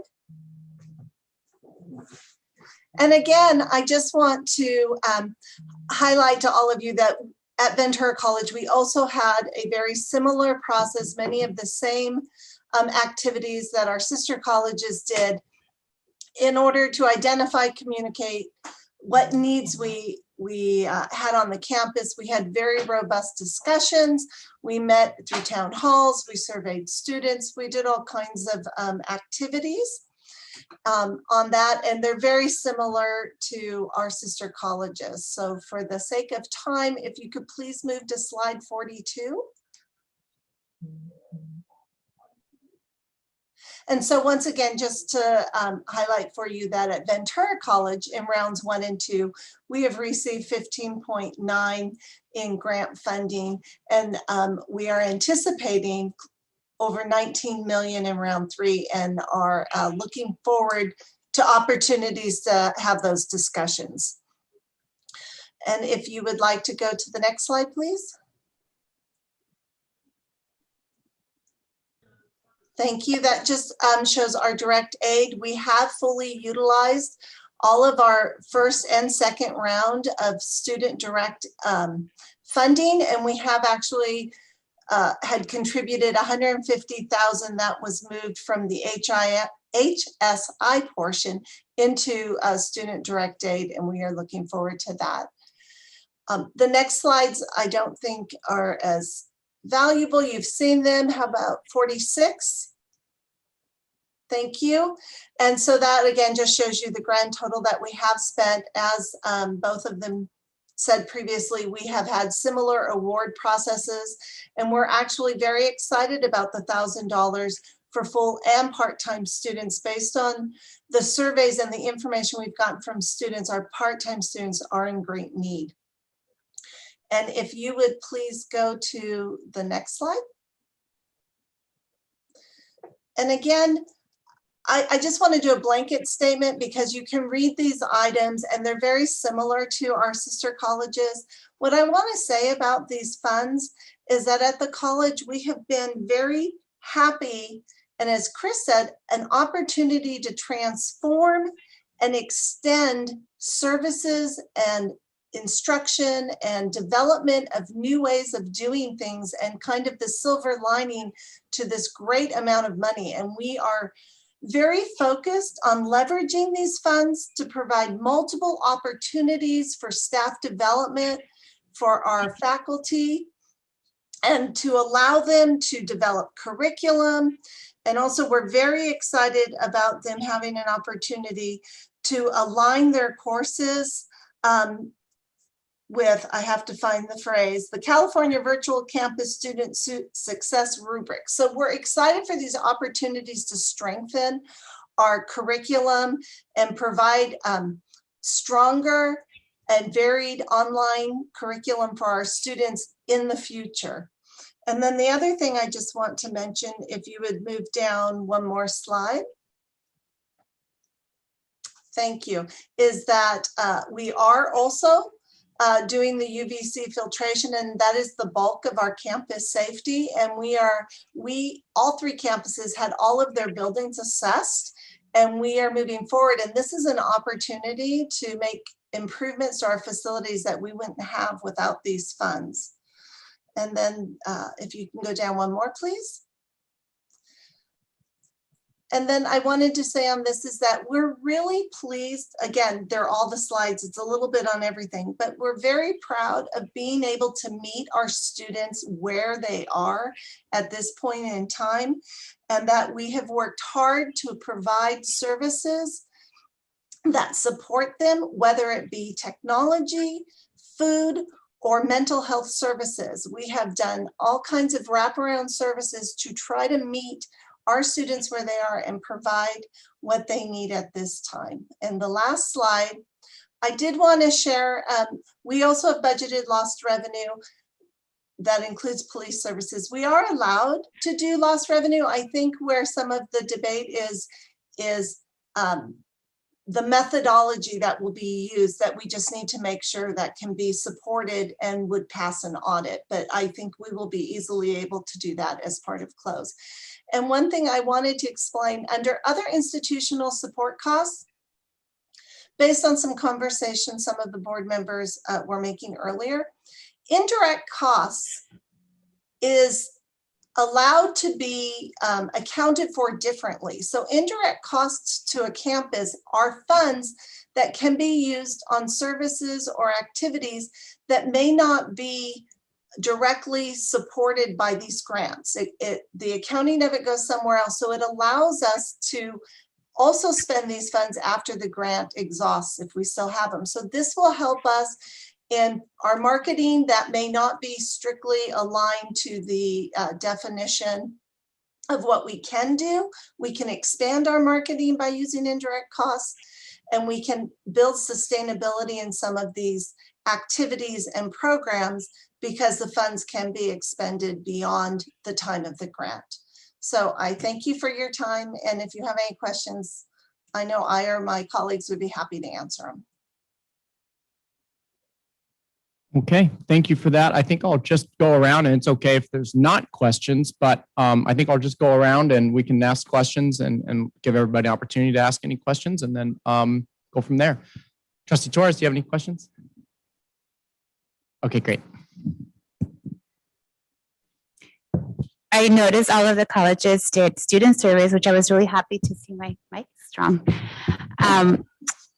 For the student surveys, what was the percentage of students' response that you received, and how recent were they done for your student surveys in terms of collecting information? And I know you also had town hall meetings and staff and faculty, and that's for the 3 colleges.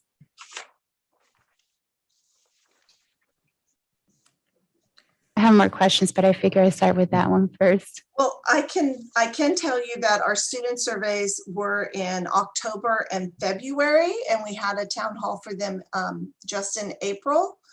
And I believe our survey for our faculty was in October related to technology needs, but I'm not positive on that date. Okay. Do we also have information, and that's for the other, for all 3 colleges, it's just as a question follow-up, for any information of our students that withdrew and knowing their needs, were we able to capture also their voice? Do we happen to have that? I can tell you that for Oxnard College, we had a calling campaign through student services to reach out to those students who withdrew or reduced their units, and to ask them what might have caused that and how we can assist them to come back and take additional units or come back to college in general. Vice President Kobian can speak to that in more detail, but we did definitely make that effort, concerted, intentional effort to contact those students. And our student survey was coordinated through our ASG, our student government, and it was done very recently. And we received a reasonable number of responses. Difficult to get responses to online surveys, but I believe we were satisfied that the number of responses were representative, and President Lorena from ASG was satisfied with the results as well. Okay. Do we happen to have, do you have the percentages of the number of students that responded to the surveys? So at Moore Park, I'm not sure on the percentages. I would have to go back and see if I could get that information for you. I know that the most recent survey that we did of our students was in April. So very, very similar to what my sister colleges just mentioned. But again, April, we did another one much earlier on in the fiscal year, but April was the last one.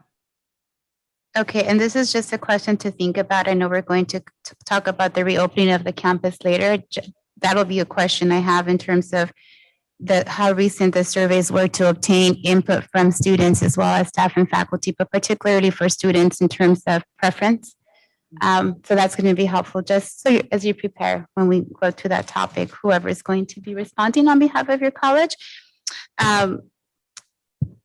The other question I had was, with this money that we have, I know there's marketing efforts to reach out to our students that have withdrawn, but do we also have something set aside for them? So right now we're using the direct student aid for the students that are currently enrolled and to retain them. Are we also prepared, or is there money set aside for those students that have withdrawn and they're going to come back to the campus, that we're able to say, here's the support for you. You're going to be able to have this additional support for the entire year, so you don't have to worry about it. Do we have funds for them as well? Yes, absolutely. We actually, as part of our survey, we actually had a phone bank of students that phoned the EW students to find out, hey, what would it take to bring you back? What do you need? What can we provide you to bring you back? So absolutely, when I referred in my presentation to specific populations, the EW students are one of those very specific populations that we very much are focused on.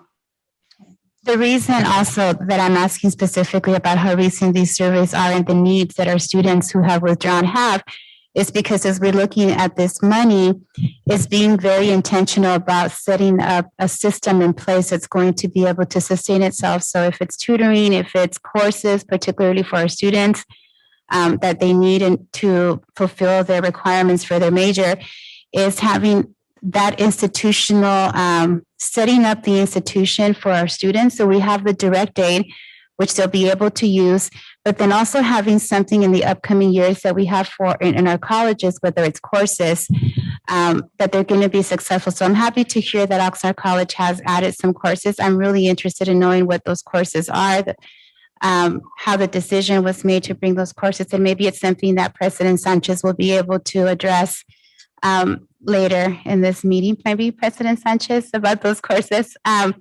That's interesting because I just want, as we're looking into these funds, I'm also looking into our diversity, equity, and inclusion work. It's also an instruction for professional development, the cultural relevance in instruction and curriculum that's being used, and sometimes faculty might need some professional development on how to be able to reach to our students. What are you going to be doing? There might be needs that faculty realize after they go through some type of support, like, okay, I need this type of supplemental material. And do we also are we looking into that and taking into consideration? Because as we're moving forward with this social justice work is the lens and what are the measures that we're using to capture, whether it's the equity, whether it's inclusion, whether it's diversity, because they're three different entities. They're not the same. And so each one has its own measures. And so when we're monitoring, it's being intentional about each one and how does it look in instruction when we're following up on those three or monitoring? How does it look in student support services when we're monitoring?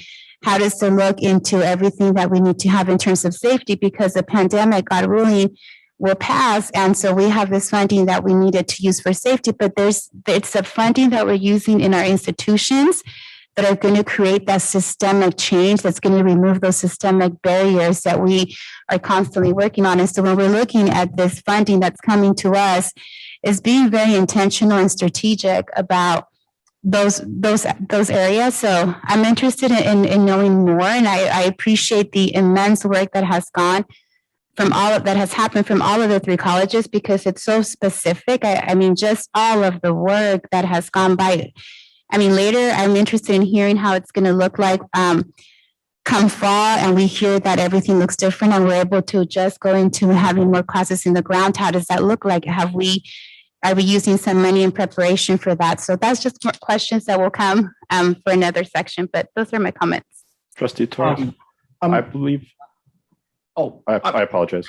No, it's okay. I'm just going to make a statement here. And it's a thank you first, but part of, and I should have prefaced this before I open it up for questions, but in one of the slides, and the huge thank you is it said board input. And you already kind of went in that direction. So I guess as we go around, if there are any questions the board has, to also, if you have input also to provide to staff, this is a culture change, I think, as we're moving through with a new board. And I'm thankful for that. So if there's anything you have to add, I mean, you kind of already did it just by nature. Yeah, you did. So I'm just reminding as we go around, and I don't know if staff is a response to any of that, or we can say the responses for after all the questions. I'm open to either suggestion, but. If you would like a response, I believe Vice President Sanford is on to respond to two of Trustee Torres's questions. And in regards to the third one, in terms of measures, that's one of the things that President Sanchez can confirm this, that we are actively working on through our educational master plan and determining what those measures for the coming year will be and how we will work to attain those. I just wanted to echo also what Trustee Chancellor said. I really am so grateful because I feel like we have the opportunity to dialogue.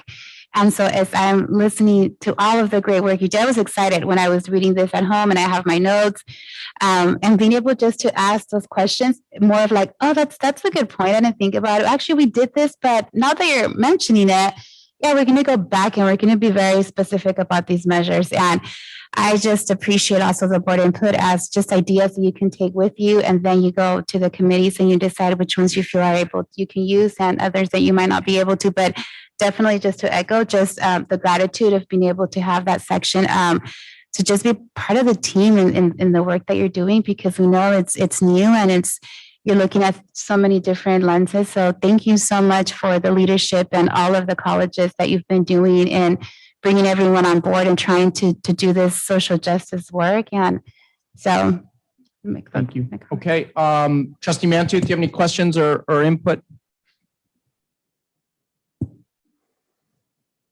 Questions, but just a couple of comments.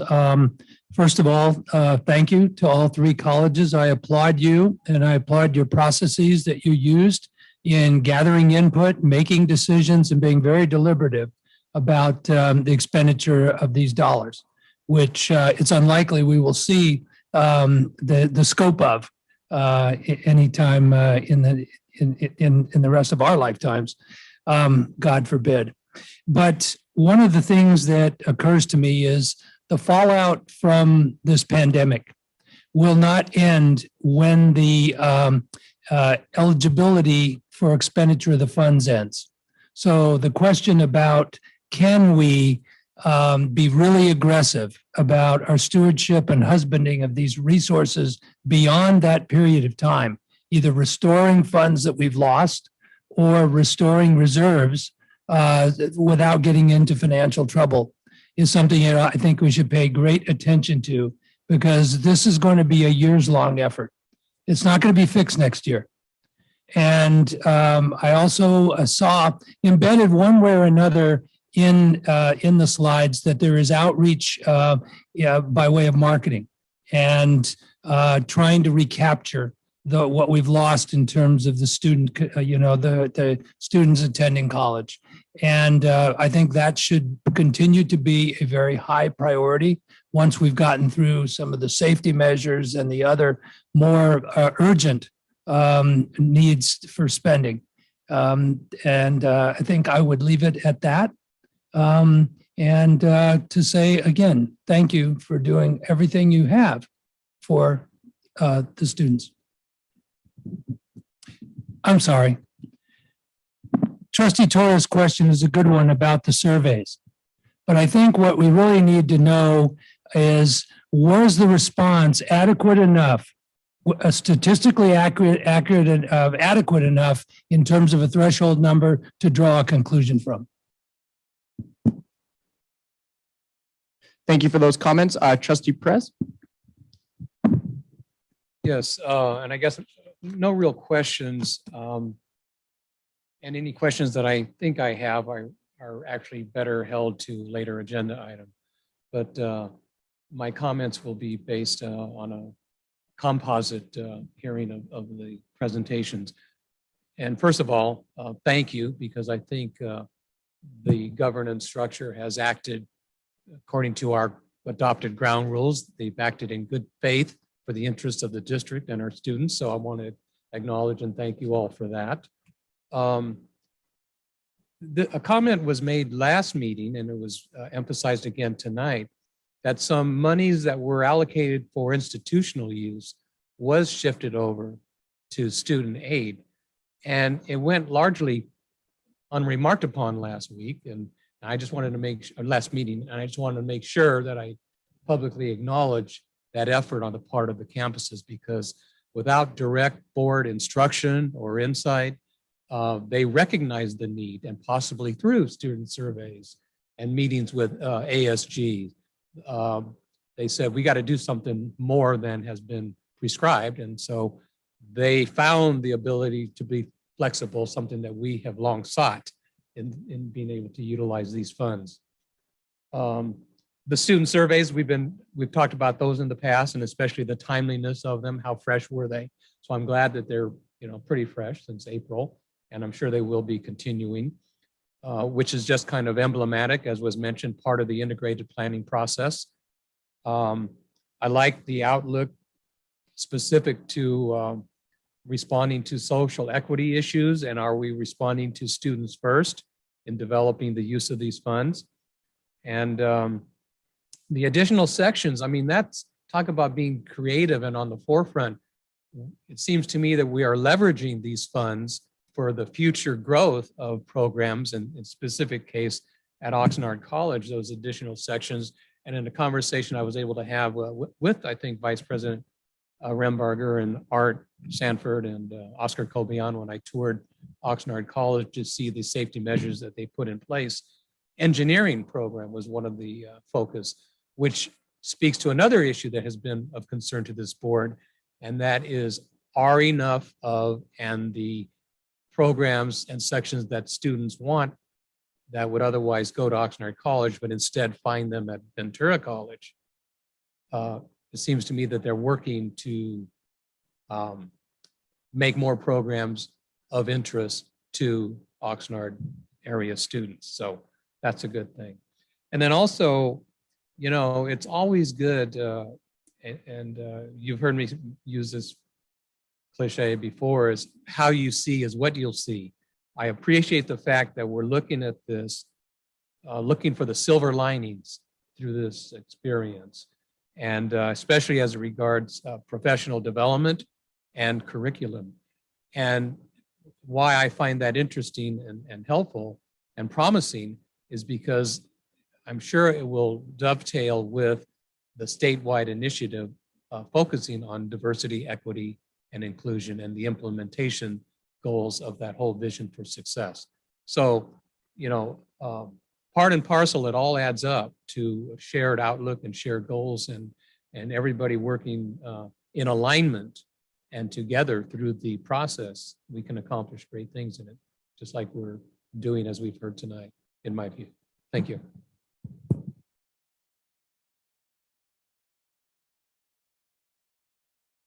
Not a whole lot left to say. I certainly want to echo what Trustee Mantooth had to say about the stretching out the ability to use these funds as long as possible. This is one-time money that we are not going to see again. I don't think in the near term. I think we're really lucky with how the budgets have come out in California. I hope we remain lucky, but I certainly don't think we're going to see this kind of one-time fund. So I think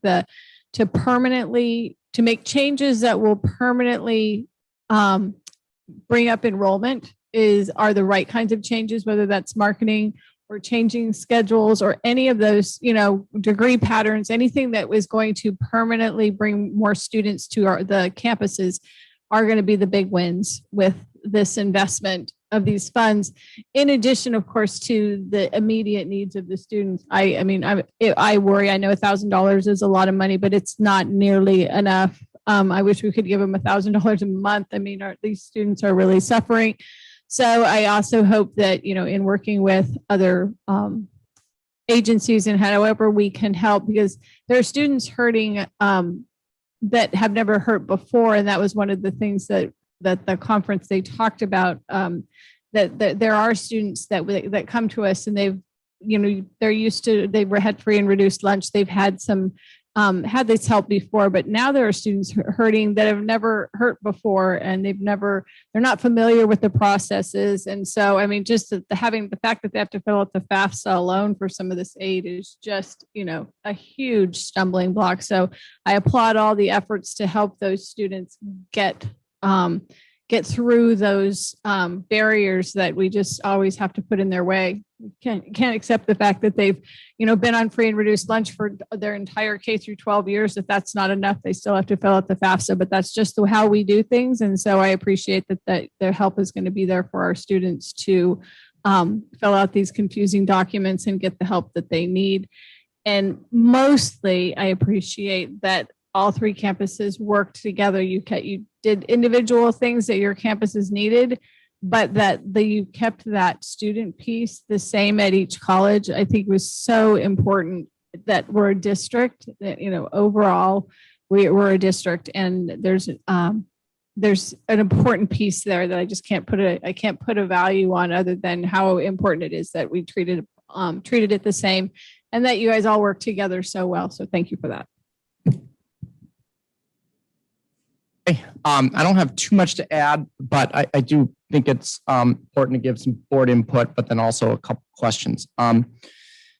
Number one, the question I have is sort of the district's outlook on, obviously there's statutory limitations of when these funds have to be utilized or expended.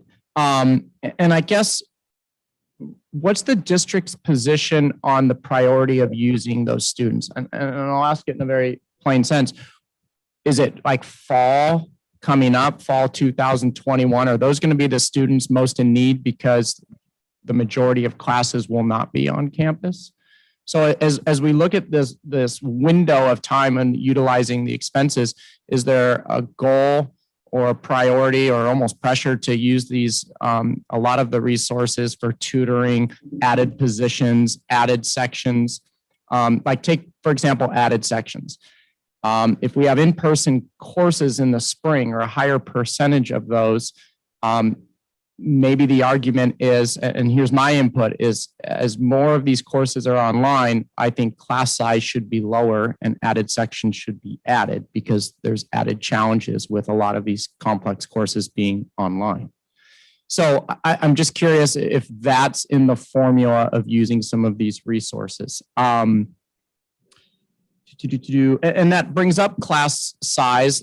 Are there any complications with like CBAs that we have if we're able to lower class size? And with that, I'd like to see some data on, do we have a higher number of part-time adjunct faculty because we've added more sections? So some of the actual data on the numbers, obviously not tonight, but and maybe in our next meeting, or in between meetings, and a report on this many added sections and this increase in part-time faculty. Let's see here. In regards to student voice in the surveys, it sounds like it happened, but I would just echo in the sense of input how important constant or consistent conversations are with our student trustee and associated student governments. I know surveys are really important, but this dialogue and to propose different options to those groups. And, one other thing that really captured, and this will come up for me in our tentative budget, but how important sort of a list of projects and ideas and concepts is that the district just has, that if there is a windfall of one-time money, or even with the added a huge increase in the proposed governor's budget with COLA, that we sort of have a bank of ideas or plans that we could just utilize. And maybe it's there, but I think there's some growth opportunities to make that more public, right? So here's all of these big picture ideas or big cost items that we'd like to do, because we heard about some of them. And I think perfect example is ventilation. That's good for COVID. I think it's great for moving forward for the health of our employees and students permanently. I think that's a great thing, whether it's common flu or common cold. And I'm curious, we've heard a little bit about new positions, but I'm curious beyond just the adjunct or part-time faculty classified positions, how many have currently been hired, and are we using relief dollars for those one-time dollars? And then what's the plan, I guess, once these dollars are spent with some of those part-time?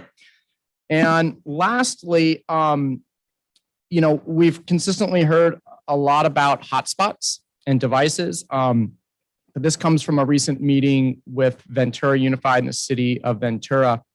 There was a great interest in working with these different agencies sort of universal, I don't know if I have the correct term, but basically Wi-Fi or internet access for the whole community. And I think as we look at our K-12 partners and the city and our community colleges, there may be an opportunity to work together to find some solutions to where we don't have to maybe spend a lot of money on hotspots. We can kind of put some of those resources for a longer term solution. And I think that's it for me on sort of my comments. And I just echo, I think, the full board with the thank you for that. But I want to just be clear on some takeaways. It sounds like the board's interested in knowing the added sections that have been added and that will be added for our next academic year and maybe even summer, because it sounds like enrollment's up. But another one is it sounds like there's an interest for more details on the relief dollars in relation to our reserves and our general fund. So there's still a little bit of uncertainty there of what will be used and what will be paid back and how a lot of these, I mean, it definitely came up, but I think, and maybe I'm jumping ahead, maybe it'll pop up in our tentative budget, but it sounds like on the board, there's an interest in some accountability and oversight on that. And I think that's important. So Chair. Trustee Perez. Yeah, and on that point, I thought I heard Vice Chancellor El Patel say something in agreement, that staff is in the same agreement, that they want to utilize the resources as efficiently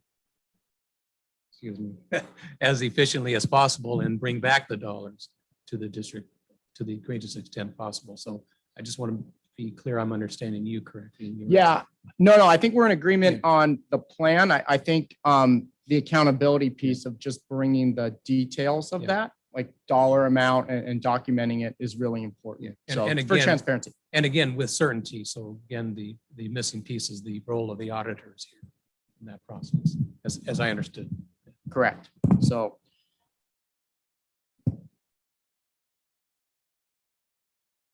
Kathy mentioned that it could most likely be done. I mean, there's the auditors and more things that we need to look in, but I really appreciated that, Kathy, because you said I'm sure it could be done. And it's that sense of hope. And I really wanted to thank you for that, because this is your area of expertise as well. And so, and it takes a little bit more work, but there's that sense of hope that is just looking more into those details that you would know best with the auditors, into looking into being able to just get some of those funds get reimbursed, so then we have more in our reserve so we can use it when we need it for other additional things that we may need in our college. So that's what I gather. And it's just more, I think we need, as a board, I think we just need to give direction. I think we dialogue, and it makes it really hard for the district to know, okay, so they discussed it, what do they want to do?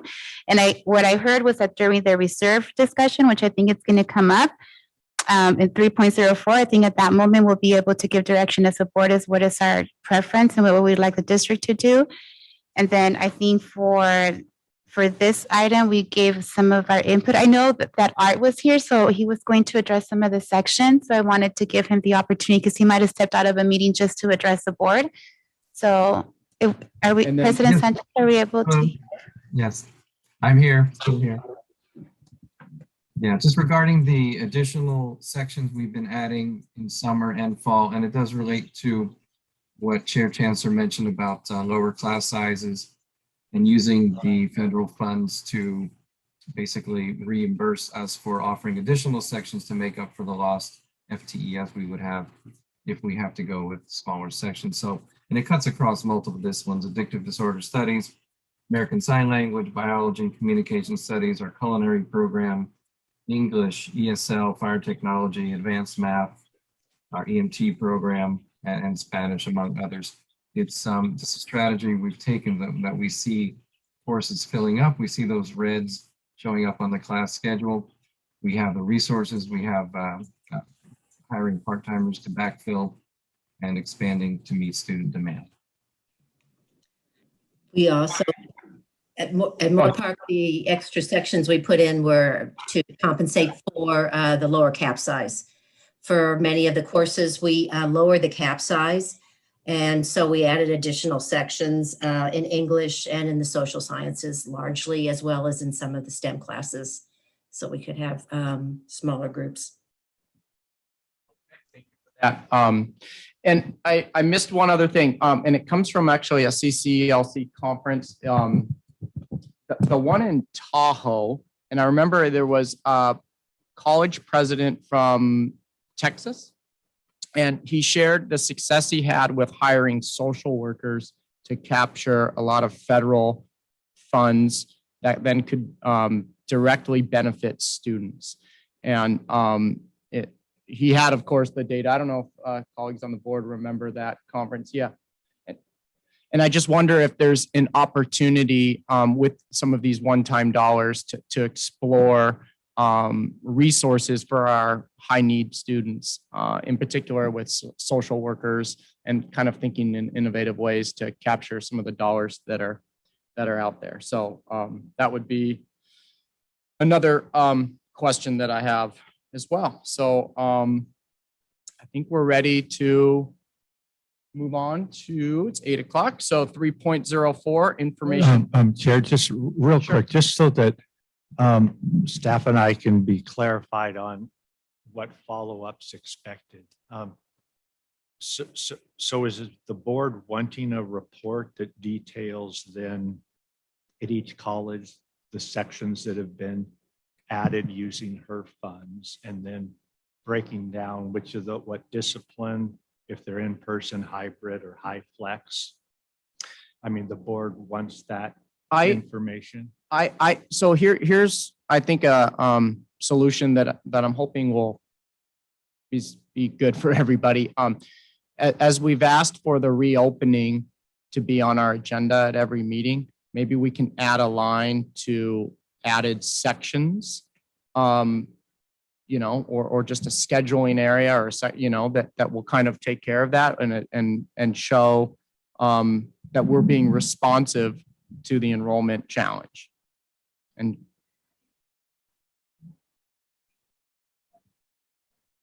one of the things that I took from the CCLC is how are we going to monitor DEI work?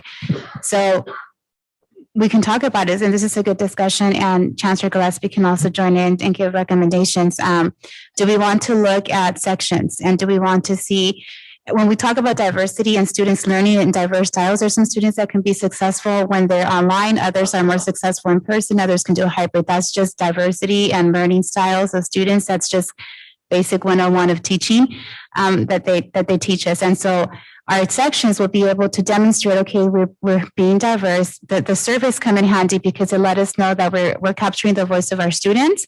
In addition to our student, well, we don't have a student trustee at this moment, so we won't have that voice at this moment from the board's perspective, from the board's area. I think right now we're going also in a moment of transition. I don't know if we have precedents for the Associated Student Governments yet at the respective colleges. So the usual student representation that we would look to might not necessarily be in place. So the student surveys are going to be very crucial.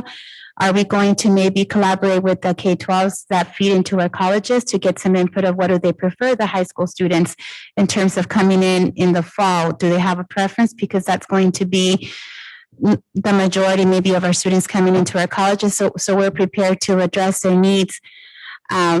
But I think an instructional, that I see the sections letting us know what are we offering. And then another area, I think student support services would be our counseling, our mental health. How does that look like for each one of our campuses as part of the reopening plan? And then if we do make a decision, how did we come across, how did we make that decision? What was it that did we use student surveys? Did we use input from what counselors are seeing, faculty? How did we come about? Dialogues, town hall meetings. And so what we have up to this day is good for the work we have now. I think we need to survey or find out how we do get more input as we continue moving forward now with our programs for the next academic school year. So is that something we want to add, the sections for the instructional, have a section for instruction and then another section for student services? Or what recommendations would you have for us as a board to determine if equity is taking place? Well, for me, I think as we have the item on our agenda, maybe a very brief section. I mean, what I'm curious in is what's occurring different for next year than happened pre-COVID. And I think that's a good starting place to realize that to ensure that our colleges are being responsive to receiving millions and millions of dollars and a changing educational landscape. So bridge those two together. And if there are, I'm hopeful, sounds like there are additional sections being offered in the fall and spring. I think that would be a helpful starting place. Yeah, Chair, I think I agree with what you're saying. Even the response was helpful.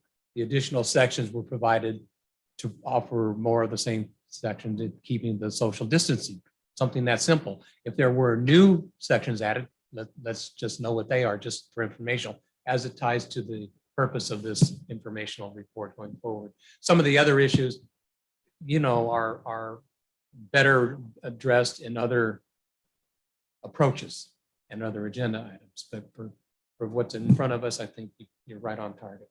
What would be those other issues? Because as we're doing DEI work, is those other issues that sometimes don't get addressed, and so we just have to be intentional. So we're looking at the sections, but when we talk about those other issues, what are they? Because I don't know what are those other issues, so we can define them.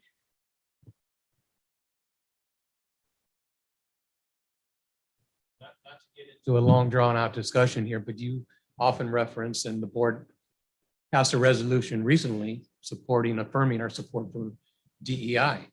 And there's an ad hoc committee report tonight that'll talk about some of those very same issues. So that's what I'm referring to. Okay.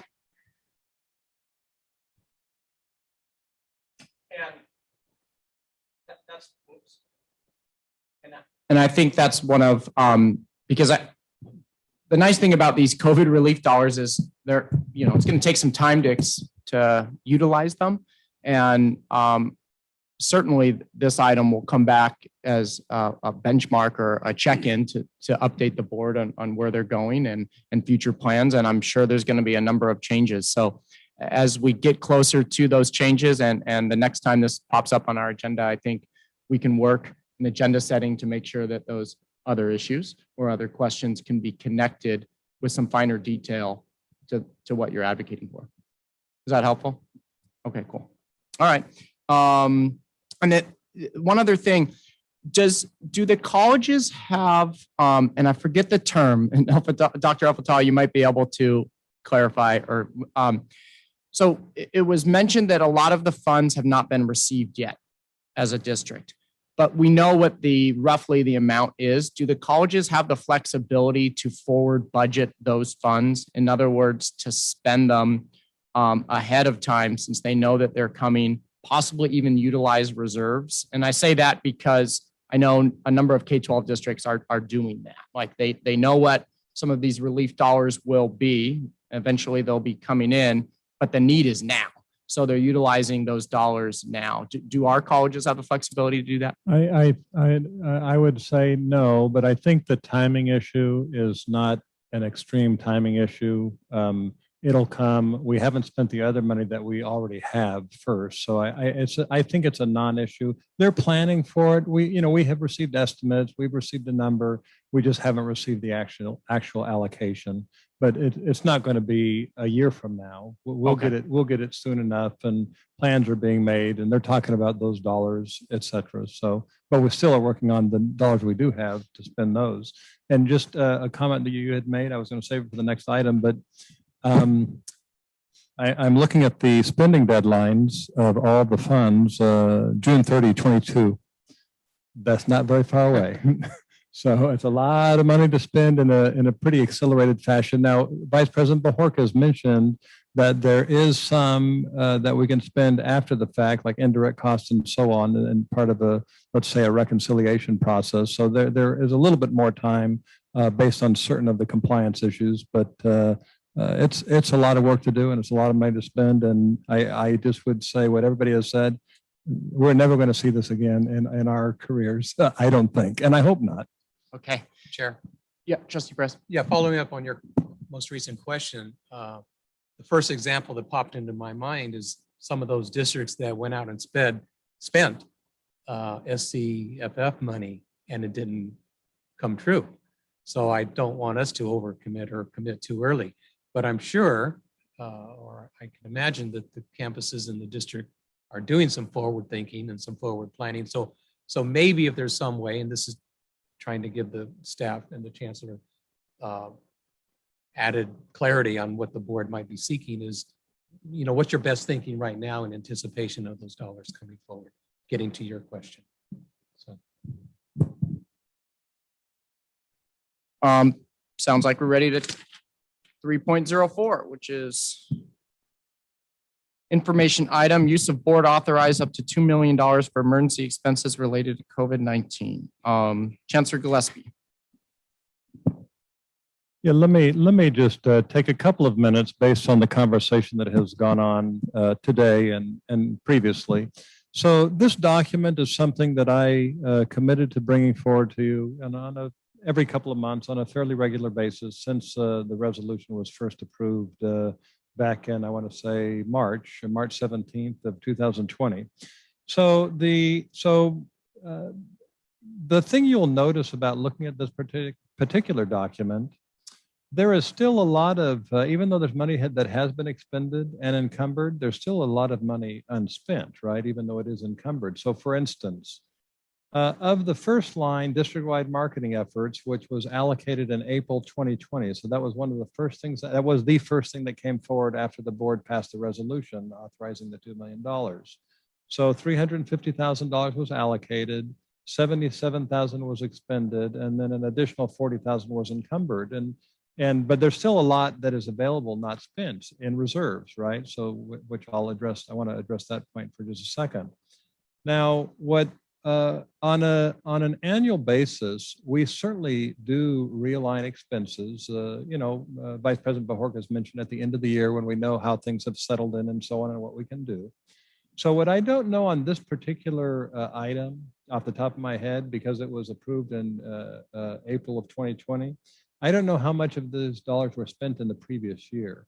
So for this amount of money, this 77,000, even if that was all spent in the previous fiscal year, it's not something that we would go for that amount of money and reopen our books to realign those expenses for that. But all of the other funds here actually are in the current fiscal year, 2021. Now, just as a reminder, for police services, that came forward in September. And this 443,452, just as a reminder, we came for double that amount to the board. We brought something forward for double that amount. This was half of it, which was from this $2 million. The other half was, I mentioned earlier, from the coronavirus federal relief dollars. And I pointed it out on the spreadsheets we had talked about earlier, right? So there were two different components.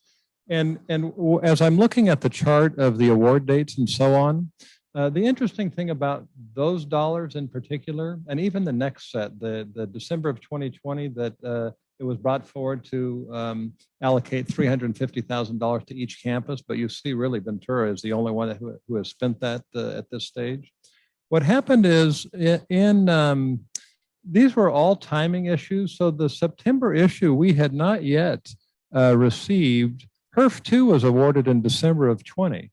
So we didn't know it was coming, even if there were, I mean, I don't remember all the details. I have a vague recollection of some of that. So we were struggling to develop a response to deal with this particular issue, right? So, and then on the December for the college allocations, the 350,000 each, which still haven't, not much of that has been spent. And you see there's a remaining allocation of 156,000. That was in December of 20. December 27th, a couple days after Christmas of 2020, HERF 2 was awarded. So this came to the board before HERF 2, before we knew, what was happening. And again, I don't remember all the details about what we knew before that. But I think it happened pretty quick. We might have been aware that something might be coming, but we didn't know for sure. So I guess to wrap up this topic, unless you have questions for this particular item, everybody who presented on the budget information, so that would be the three vice presidents and the three, myself and James Zavas and Emily Day, the three top fiscal people at the district, all of us, and I'll say unequivocally and unilaterally, our perspective being business and finance folks, is that we would spend restricted money first, period. And we would keep our reserves, our unrestricted dollars to spend on whatever we need to spend and whenever we need to spend it. I would also say this conversation has happened at Chancellor's Cabinet on more than one occasion about these dollars and what has been spent and what has not been spent, considering this huge inflow of money that's coming from the stimulus funds. So I think what I'm hearing from the board earlier, and I certainly would appreciate a direct comment, if the board's interest is in maintaining as much of this $2 million here, which mostly has not been spent yet, and leaving it in reserves, that's a conversation that I'll have with the chancellor again, or the board can, be direct about it. What I don't know on the police services, now Vice President Bojorquez has mentioned it. It may well be we didn't spend it. We didn't spend it out of the federal. We didn't take the whole amount from the federal dollars because we didn't know more was coming, and we wanted to make sure that we didn't take it all for police services and leave short the campuses, right? Which is where all the action is happening with students. So things have changed since then. And so we're certainly going to look at that based on the conversation that I heard from the board, the input I heard from the board earlier, and let you know, and we'll develop that response and just fine tune and be able to definitively give you a response at the next meeting. So that's my presentation on this particular item, and I'd be happy to answer any questions you might have. Yeah, and Chair President Hoffman's had a comment as well. Go ahead. I just wanted to say, I think that it was what was presented to us at the finance session at the CCLC conference on the HER funds was to replace as many funds as you could to extend their lifetime. It's not necessarily to replenish reserves. It's to extend to give a longer life to these funds wherever possible. And so they did, parking fees was something they said specifically because most colleges have, lost parking fee revenue for whatever they use it for. And he specifically used that as an example of lost revenue that could be replenished. Again, I'm not going to get into the specifics of dates, but that was, they were just speaking that lost revenue items should be, replaced again to add to the lifetime of this fund. Anything you can do to extend. But again, it's not the way that sounded like we wanted to replenish the reserves and we wanted our reserves back. That's not the point. The point is we want to extend the life of these funds. So I think that's the point of the board. If I may. Yes, I just have a follow-up question to that maybe will help in the response. So in March 17th, we allowed $2 million to leave our reserves to help with COVID. I guess in response to the CCLC conference and the advice at the state level and Vice Chair McKay's question or comments is, how much of that $2 million, if not all of it, can we see return to our reserves? And if you don't know tonight, when will the board be alerted of that? So I mentioned earlier that we'll bring that to the next, I'll bring this to the next meeting and we'll bring that information to the next meeting. It's still in our ending balance. It's still in our reserves. It hasn't been spent yet, right? We just have designated it to be spent for these things, but it hasn't been spent. It's been encumbered or allocated, but it still hasn't been spent. I think the issue initially, I'm sorry. No, I don't mean to interrupt, but I just want to clarify. Over 500,000 has been expended. Yes, correct. Okay. Yes, correct. But the 3/4 of it has not been. So the lost revenue, the initial grant, you couldn't replace lost revenue. You couldn't.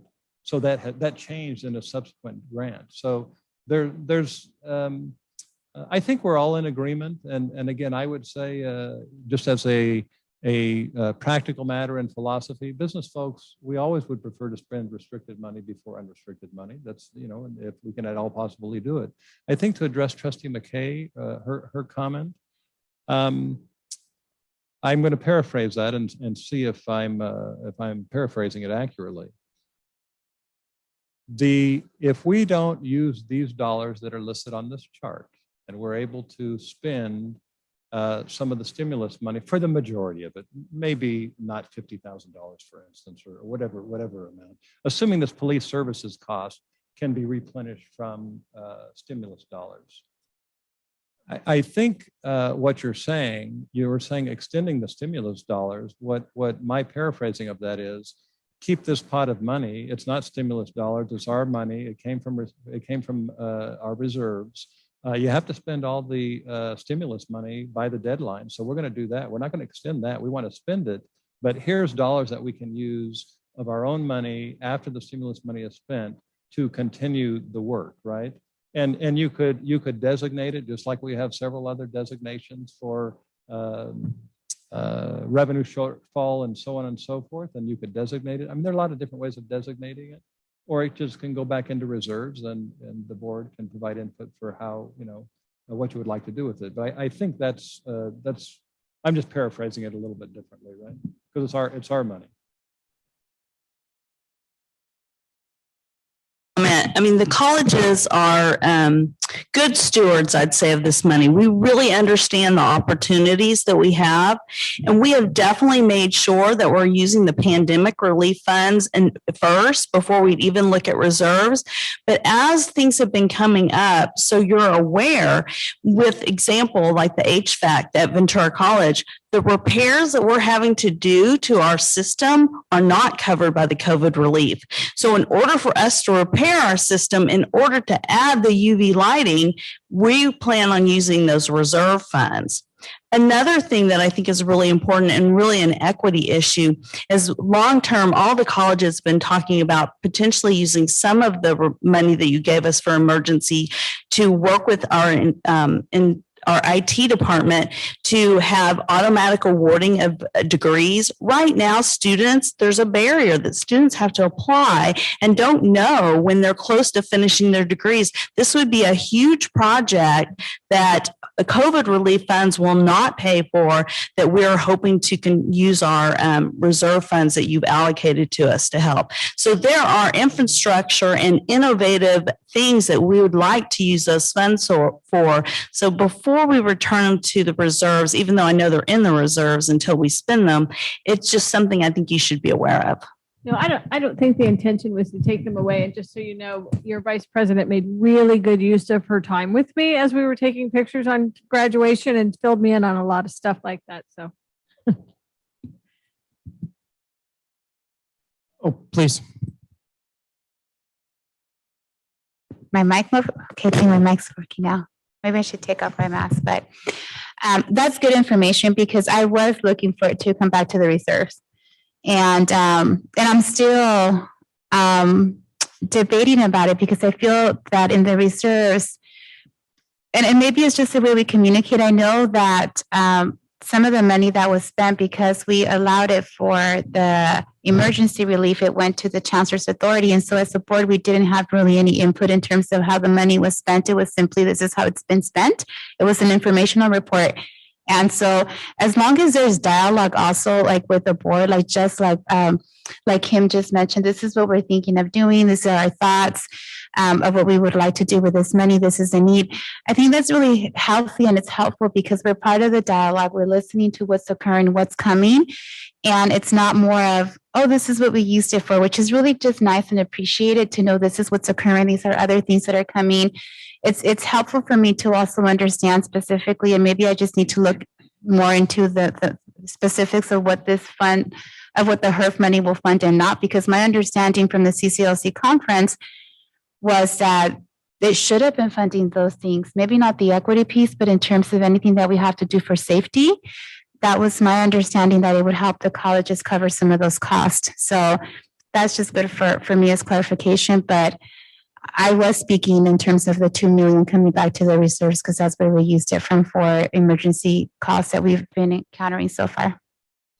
And for me, I appreciate the comments, but I think it demonstrates a little bit on our meeting efficiency, like a gap in communication, right? Because this is the first we've heard about sort of, on one level, we're hearing that the COVID relief dollars can be used to sort of backfill the $2 million that we allocated. And now we're hearing, well, hold on, it sounds like you've encumbered some of the funds or have plans for some of the funds, which I think is great if the work needs to be done and it's going to help with safety for our staff and students, then by all means. But I think on the accountability piece, there's some gaps there. And I would just strongly suggest to my colleagues that we are continually updated.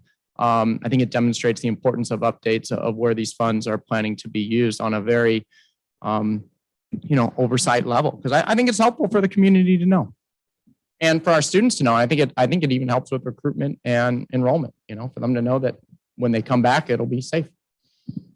Chair?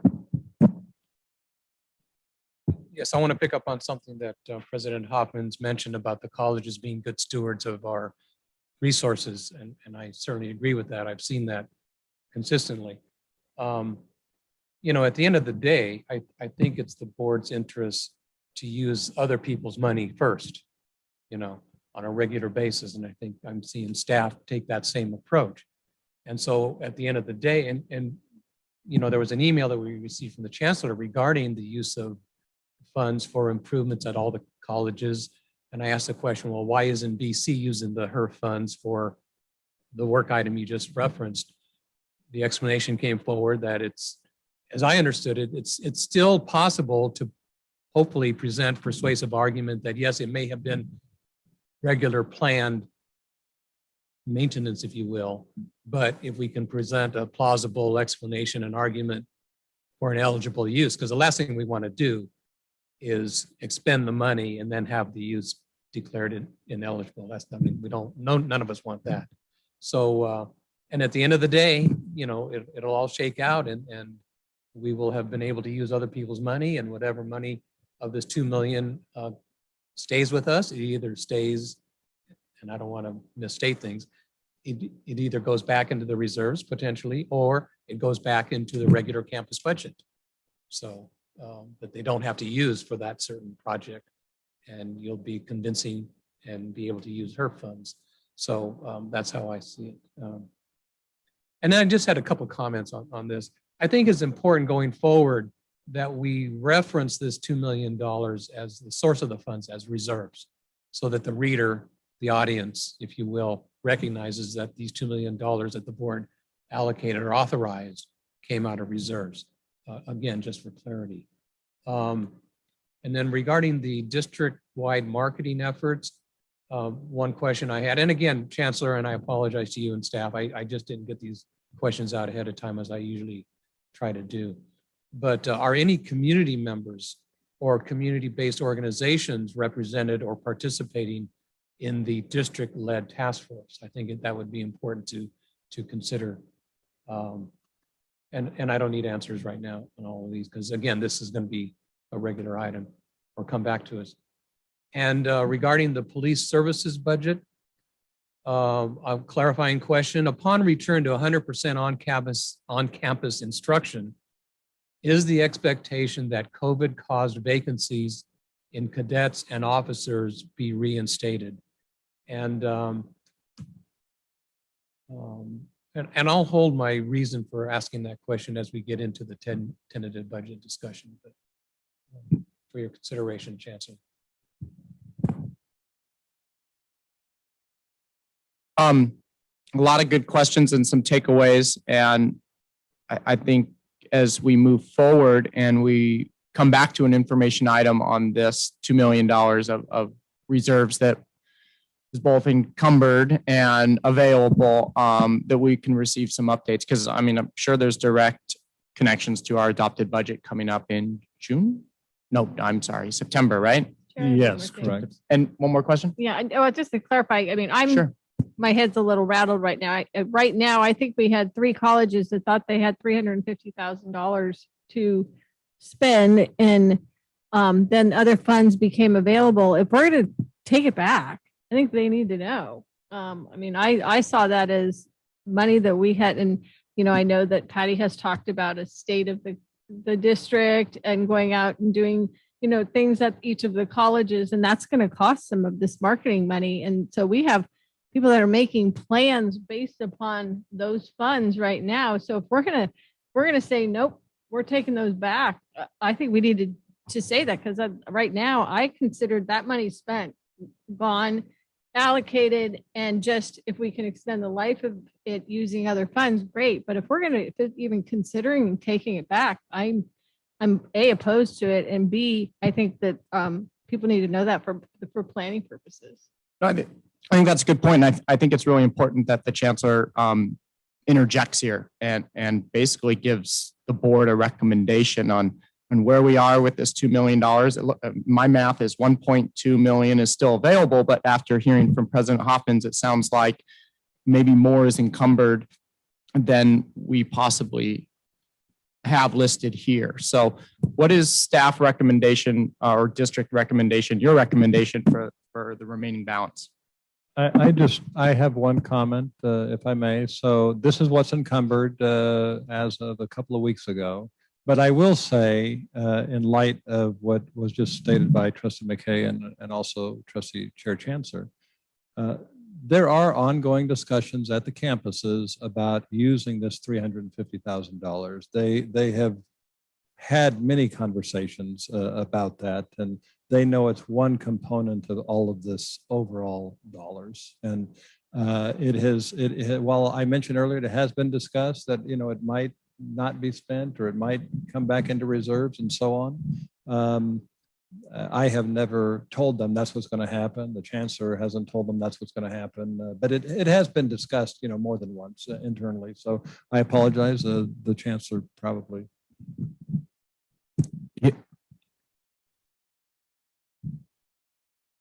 No, go ahead.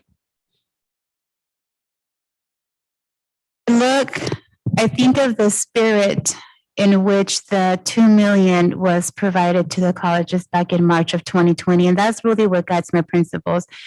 At that time, those 2 million was when we didn't have close to 100 million coming to us to provide support. So there was absolutely nothing.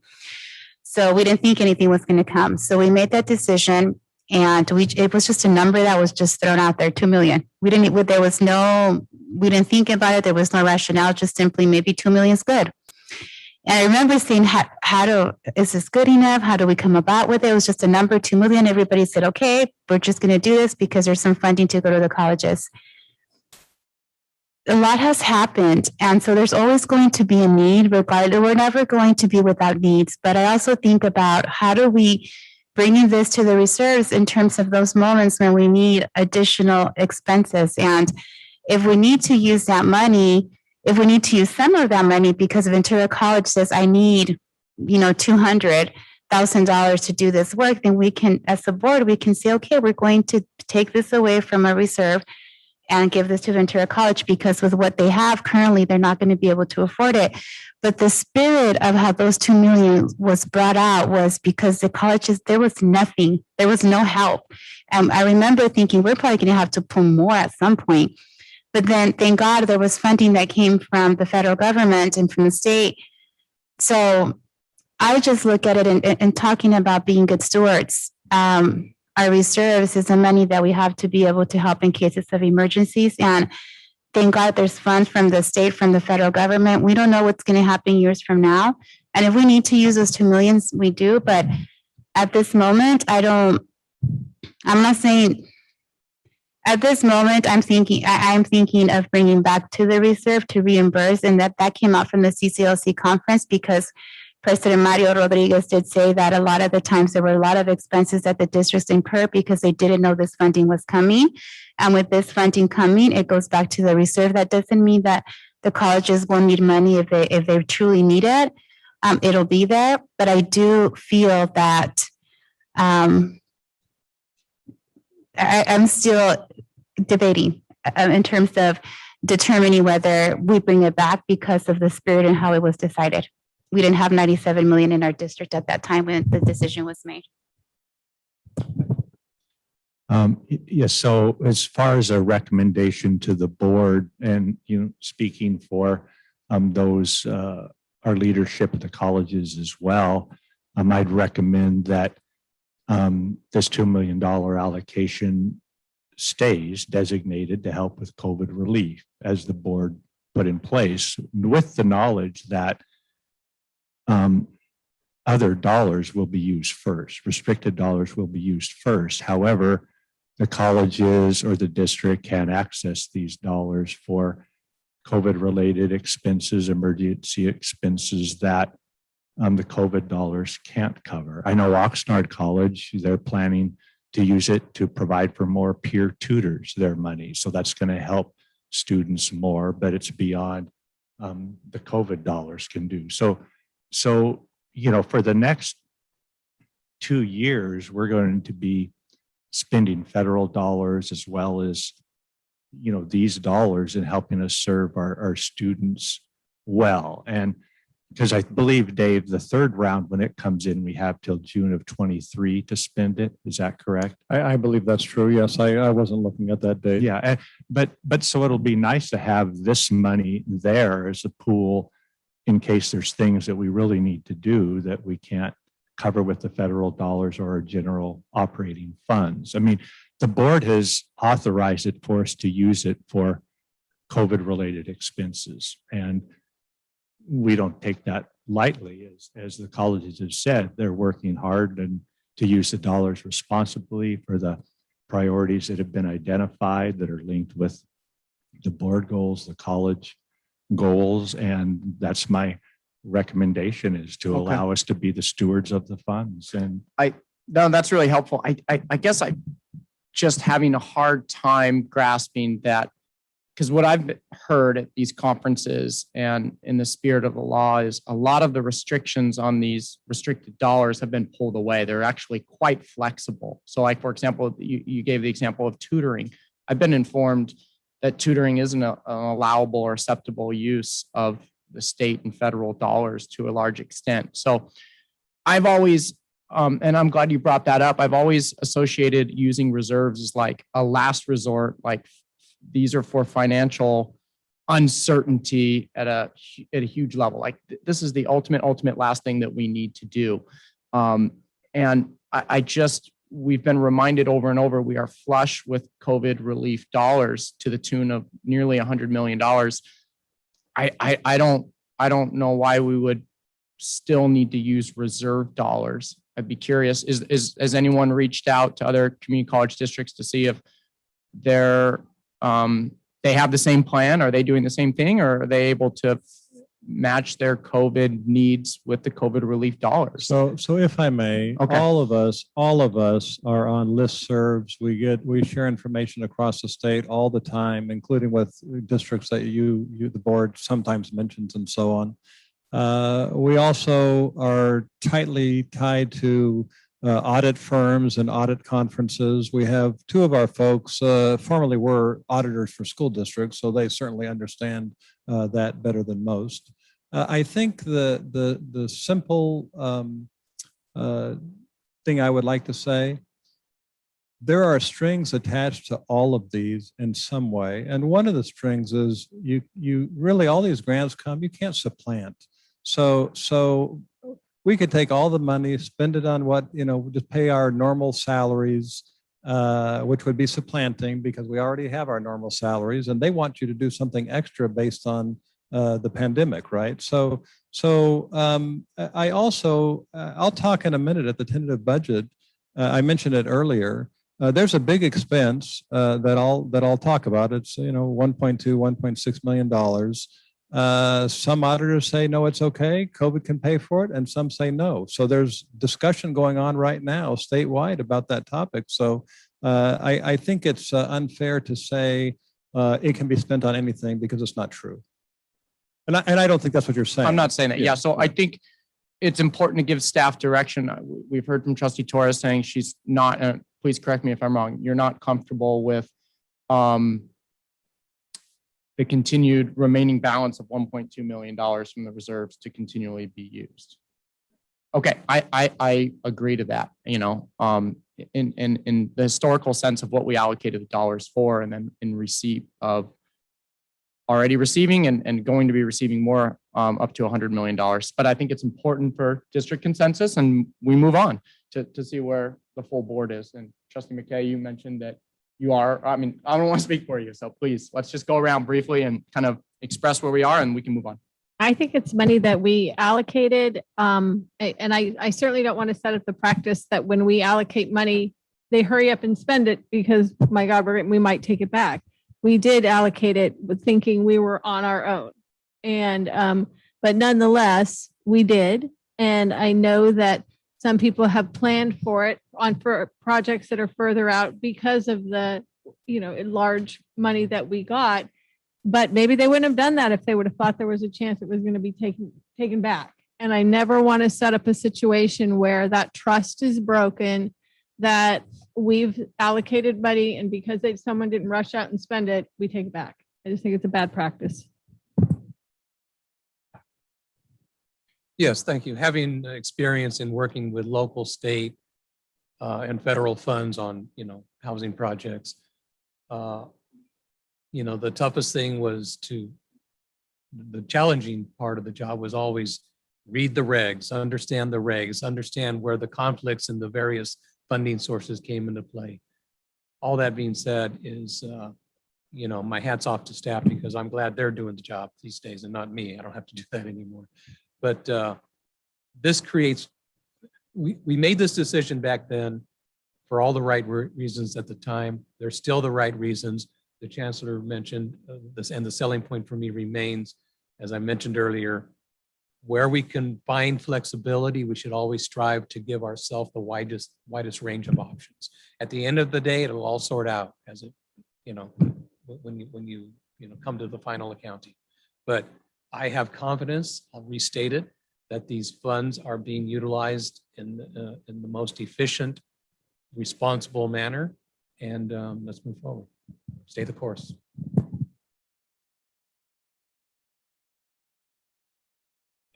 I would agree that this money take a back seat to however we can aggressively spend our federal and state COVID relief dollars. I keep coming back to what it says in the agenda item. It says this money was allocated for emergency expenses related to COVID-19. So with all due respect to President Hoffman's, to consider using this money for automatic notification system for graduation or degree attainment seems like pretty far-fetched from COVID. So I think we need to be careful about that. But I agree with the chancellor and a couple of my colleagues that we don't have to make this decision now, but just hold it in the tank and be aggressive. If there is something that is needed right away, as President Hoffman said, for HVAC, and it looks unlikely that it can't qualify for COVID, then by all means, let's do it in the interest of students right now. Okay? And then look to see whether we can't backfill it. Fair enough? I'm hopeful that district has enough direction there. We're good? Okay. I just in closing, before we transition to the tentative budget, I just want to say in the spirit of what we approved in March 17th to where we are now, I learned a valuable lesson, and that is I will never get behind an open checkbook of $2 million, $4 million, whatever it is again, because the approval process isn't there and the safety net and accountability just isn't there. So, but you have the board direction and we're good. Let's move on. So yeah, Trustee Torres in closing. To make sure we have some policies set in place, because there's going to be many issues coming our way with equity in terms of us being able to fund them and pulling from our reserves in the future. And so I think we need to be conscientious of that. And so I always go back to why decisions were made, and it's never to take back. Maybe it looks like it, but it's one of the money will be there for the colleges if they need anything ever from the reserves. But I would like some policy, some direction, because at this point, you're right. I made a decision. I trusted Board of Trustees when they said 2 million. This is the direction. I said, okay, I feel like I need more, but it's an emergency. I'm going to go ahead and approve it. So it was a unanimous vote for that reason. But as we're deliberating right now, I see the impacts of it, of making a decision in that manner. So I think moving forward, there should be some policy in terms of what occurs. And should a pandemic or some situation come back, we make a decision whether if that money were to come back or how that would look like, to avoid circumstances like this. Appreciate that. Are we good kind of plowing through here and diving into the tentative budget, or do we need a break? Quick break. We good? We're good. All right. The international sign for no break right there. Okay, cool. So with that, Chancellor Gillespie. So the board had requested that we bring the tentative budget forward, if possible, to this meeting, as a first read, basically, and also for input. And so I just want to thank all the team that worked on this to make this happen. And James Office and I, our budget officer, will go through this kind of tag team, and perhaps some of the VPs may jump on later, or maybe they're still on and also comment. But let me go ahead and just start. We're just going to do the executive summary. We'll try to get this through this fairly quickly. I think it's been great conversation already with the stimulus money and the last item that kind of dovetails right into this, right in alignment. So first off, this is a bit sooner than we normally bring this forward for those reasons. So we're happy to do it. We're going to give you in the presentation on the key topics just an overview of the governor's May revise. We're not going to get into great detail because the May revise information is not included in the tentative budget, nor will it be, nor is it at this district, and hasn't been for many years, long before I arrived. And James and I can touch a little bit on why that is. It's really all timing issues. And so just as a reminder, commentary wise, the tentative budget is legislatively needs to be approved by July 1st, or we can't issue checks. So it works a little different than K-12 for those of you that may not be aware. So we want to budget as close as we can to the adopted budget, but sometimes it's just not possible. We're not able to put everything in there from the May revise at this multi-college district with all the governance structure and so on. The budget that you're going to see relies heavily, or that you have read, relies heavily on estimates.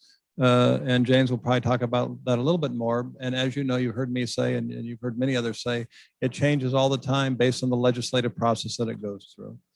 And the tentative budget does not include any proposed new or increased funding for categorical programs. Those will come out later on in the adoption budget.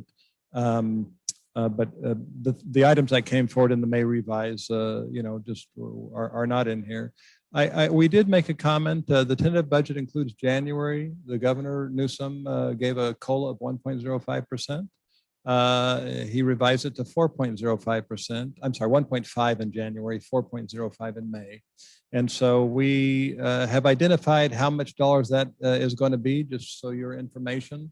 But we could have put that in, except for then we wouldn't have matching expenditures because the campuses really haven't had time to go through that process. And so it really doesn't make sense to do that. But I did want to point out how much dollars that you can expect to see if that COLA holds at 4.05.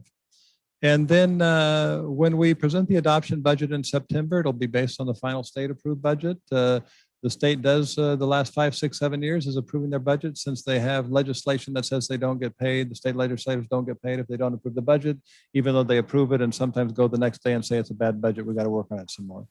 So that's just an overview of the tentative budget, and I'll let James go ahead and take the next few slides. Hey, can we jump down to, I think it's the third slide there? All right, great, thank you. So I'm going to go through just some of the highlights of the May revision. On a high level, it's a very good budget for the community college system. Overall, it's much better than we were looking at a year ago when they were looking at an 8% cut in the May revision. So this is a much improved budget from a year ago, and even much improved from January. So at this point, the state has a pretty strong budget outlook. The surplus at the state level has moved from a $15 billion surplus in January all the way up to about a $75.7 billion surplus. And this is an interesting piece. The state is likely to exceed the GAN limit, which is something that hasn't happened in a very long time. And when the GAN limit is exceeded, what happens is half of that goes back to taxpayers and the other half goes to Prop 98, which means that we'll actually end up seeing somewhere in, as a system, around $880 million. But that won't come until fiscal year 22-23. So something to earmark for next year, but it's kind of good to keep in our minds. The other thing that the state budget's doing is replenishing a lot of the state reserves. This is something that the governor used heavily in the budget in May and June of last year in order to soften the blow of the pandemic when we were looking at record deficits around the state. The fact that we had reserves at the state level was something that really helped cushion the blow. So now that we're looking at a surplus, he's looking to replenish those budgets. Okay, next slide.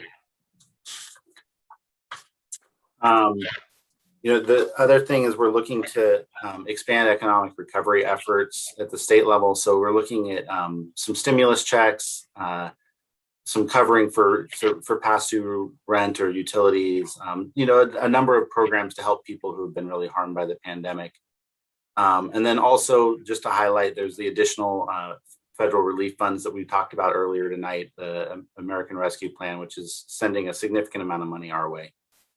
All right, next slide. This slide is really just a chance to look at how much Prop 98 has grown, and then community colleges get their portion of that, and then we kind of get our portion from there. But you can see how much it grew from on the left-hand side, the budget from last year to the January budget, and then it's grown even more since January into May. All right, next. Did we skip a slide, James? Maybe I didn't catch it. The one right? I don't think so. Okay.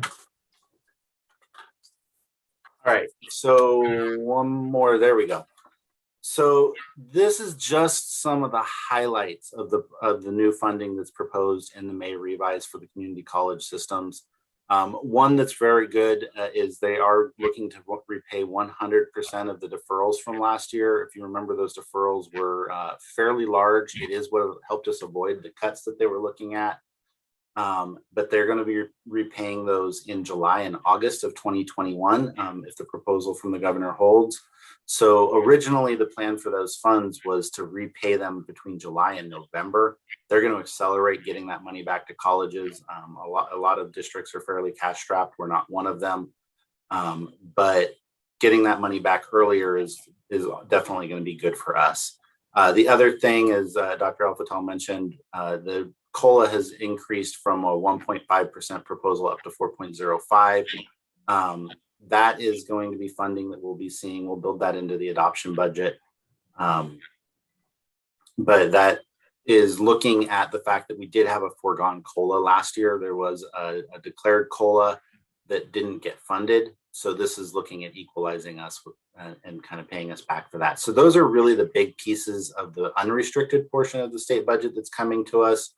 All those numbers down below are looking at either increasing funding for programs that are categorical or restricted, or creating some new programs.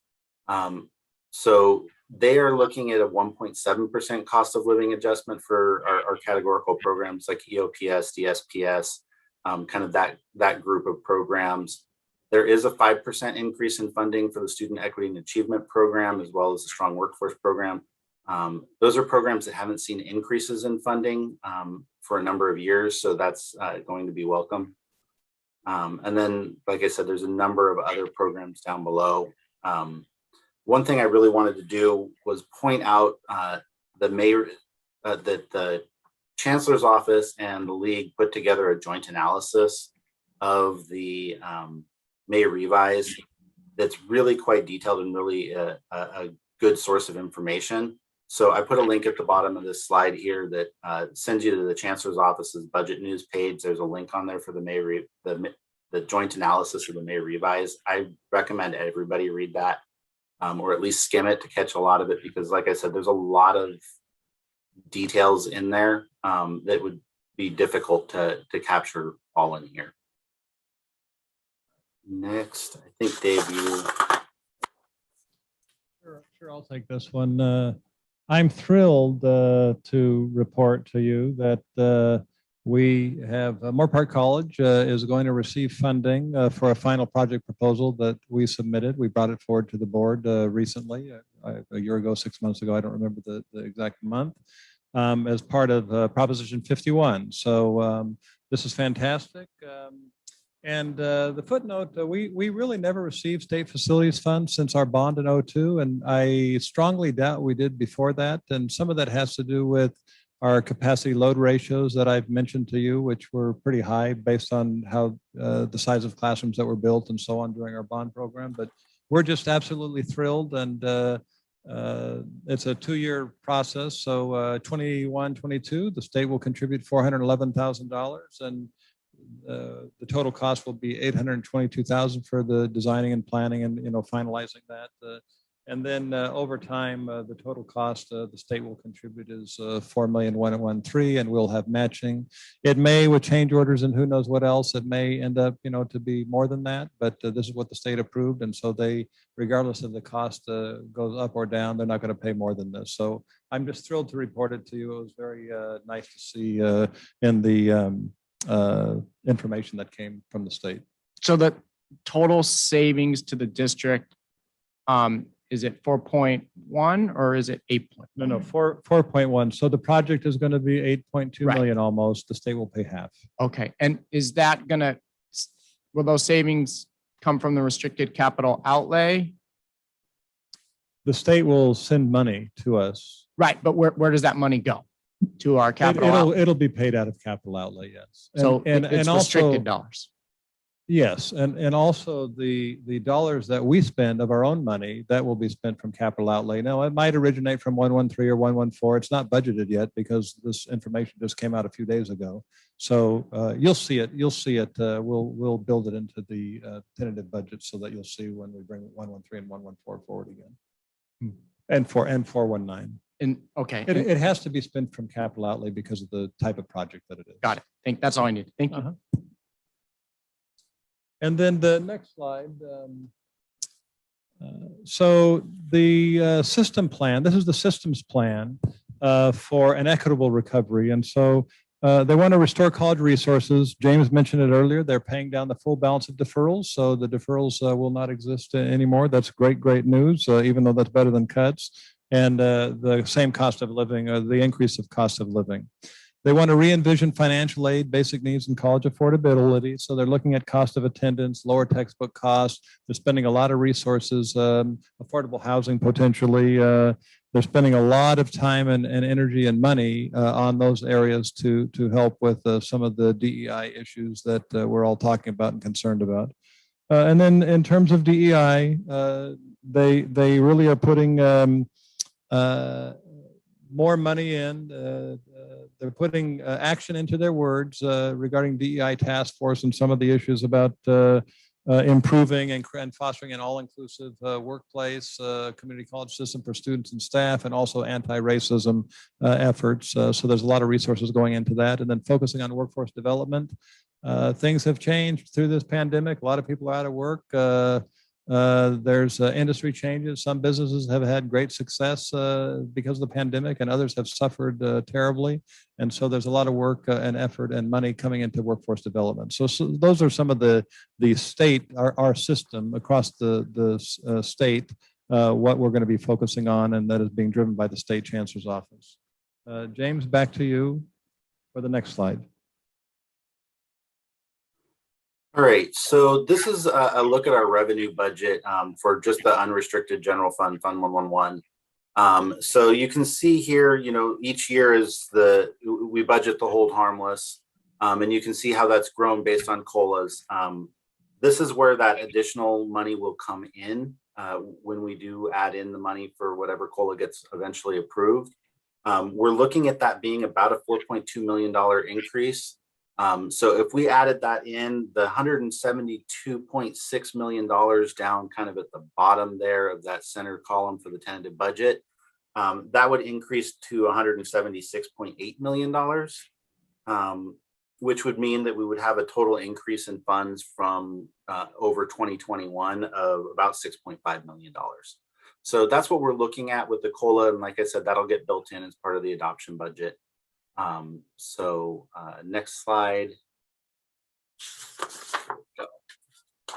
All right, so this is just a look at a rough look at our fund balances right now. So this is looking at where we were last year, where we're at for this year, and then what we look like for next year. Both of these projection columns are looking at our budgets being spent, but assuming the 2% carryover goes into the next year. And it's the projection for 6/30/21 also includes looking at the revenues coming to us from recalc, as well as from P1 that are a little above what was in the adoption budget. So that's just a look at our reserves, where we're at, what our savings are looking like. Let's go ahead and move on to the next slide. So this slide is showing the breakdown of our. Sorry, I'm sorry, James. Can I ask a question on that previous Sure. slide? Okay, so I'm still unclear on our projection for 6/30/22. It has our ending fund balance dropping. We're projecting to drop to 48 million. And this, maybe this is connected to the same concern or questions I have on the quarterly reports. Because if you go back a year, we do this a lot as we project our ending fund balance will be significantly lower. And then if we skip a year in advance, so we're in the end of May now, if we go to the end of May next year, we're going to push this all aside and we'll project for 6/30/23 a very low ending fund balance, but 2021 will be much higher than what we're projecting now. So I know I'm kind of jumbled this. So let me be direct in my question. 6/30/21 is a month away. Are we very, very confident that we are going to be exact or very close to $59 million as our ending fund balance? Or is the reality we'll be closer to $80 million? I'm not sure exactly where we're going to be. Like I said, this is looking at allocating or looking at what we had budgeted to spend in these funds. The 113 and 114 funds, the campuses as part of the budget process have gone through and really analyzed in detail each of their areas in those funds. So those are probably fairly reasonable estimates for where we're going to end in 113, 114. Fund 111 at this point, there's still a month to go. We're not sure at the campus level where all those spends are going to be. So we've just left this as based on our budgeted expenditures.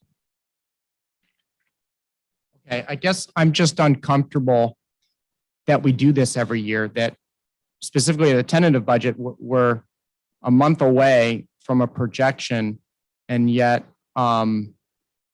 we're so off. Because, I mean, we projected in our adopted budget to end 6/30/21 at $50 million, and now we're saying 59. But the reality is typically our ending fund balance has hovered around $80 million for a long time. And it seems, this seems to be a pattern. And I just, is it intentional? And if it is it an accounting thing? But it just sends, I think, the wrong message to the public that, well, we have a $20 million decline in our ending fund balance. And to me as a trustee, I'm going, oh my gosh, why? And if you further look at it, if we're going to go down to $48 million, I mean, we're bleeding money at a time when we're receiving, on paper, we're bleeding money. I want to make sure I'm clear. On paper, we're telling the community we're bleeding money. Our ending fund balance roughly is, huge percentages of it are going out the door. But the reality is that's not the reality. So I just I've been asking this for years and every year. So, and that's why I always vote no against the budget, because it's not accurate.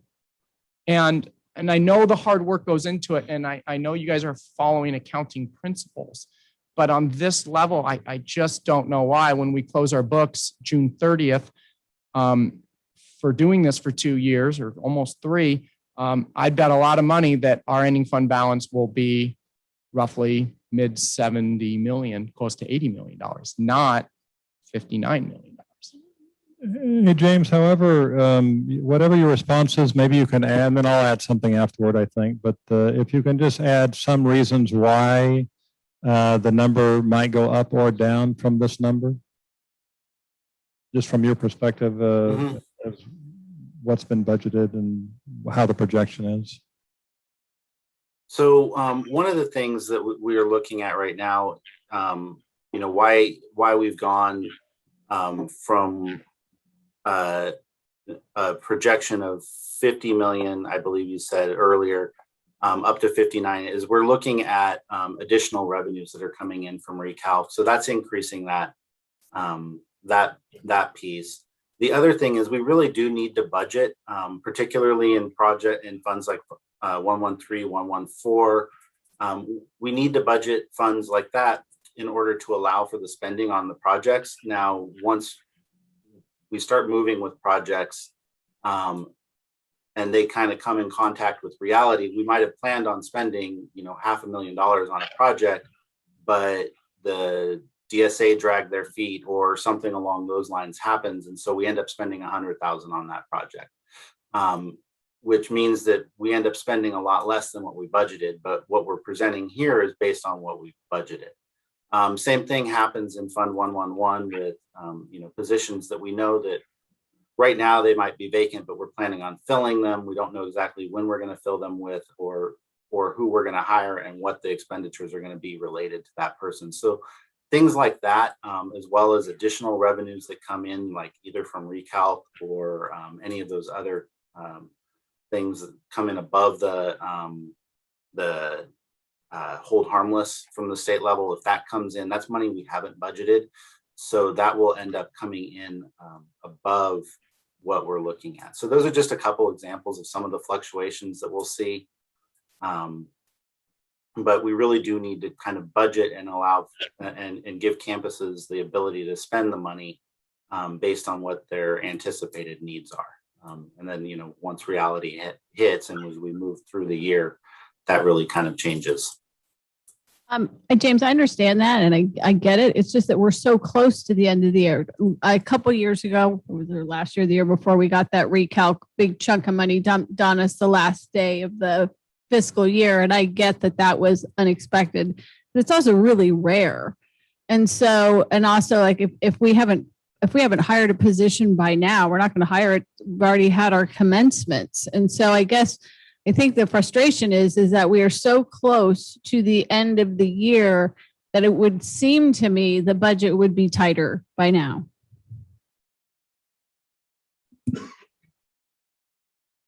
I would just add on a fiscal oversight level, you know, I think it's alarming to see an ending fund balance on paper drop such a significant, I mean, you know, I'm going to do some rough math here, 40 something percent. I mean, almost cut in half. But that's not the reality. So, and we do this every year. I mean, I don't want to repeat myself. I guess, yeah, I don't know. I mean, I get that there are reasons, but they just don't equal 25-ish, $30 million. So you're talking about from 20 to 22, correct?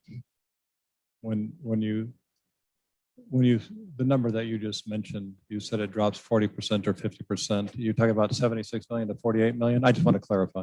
Yes, but also if you look at the tentative budget from last year, I will say, we talked a little bit about this in agenda setting, but this tentative budget was tough to kind of wrap my head around because the format was so different, right? It doesn't have some of the historical couple of years that traditionally you've always placed in a tentative budget. So executive summary. So it was hard to kind of see some of the things we were very used to seeing. But previous, I mean, if you look at the tentative budget from last year, it projects us going from 78 million to 68 million. So it shows us from last year projecting to end 6/30/2020 to $68 million, but the actual was 76. So, So let me, if I may make a couple of comments. When we can, we prefer, if, for instance, if there's vacancy savings, if we know that an employee hasn't been hired, they got hired, but there was a 3 or 4 month of vacancy savings, we're going to do what we can through the budget adjustment process that comes to you monthly, for instance.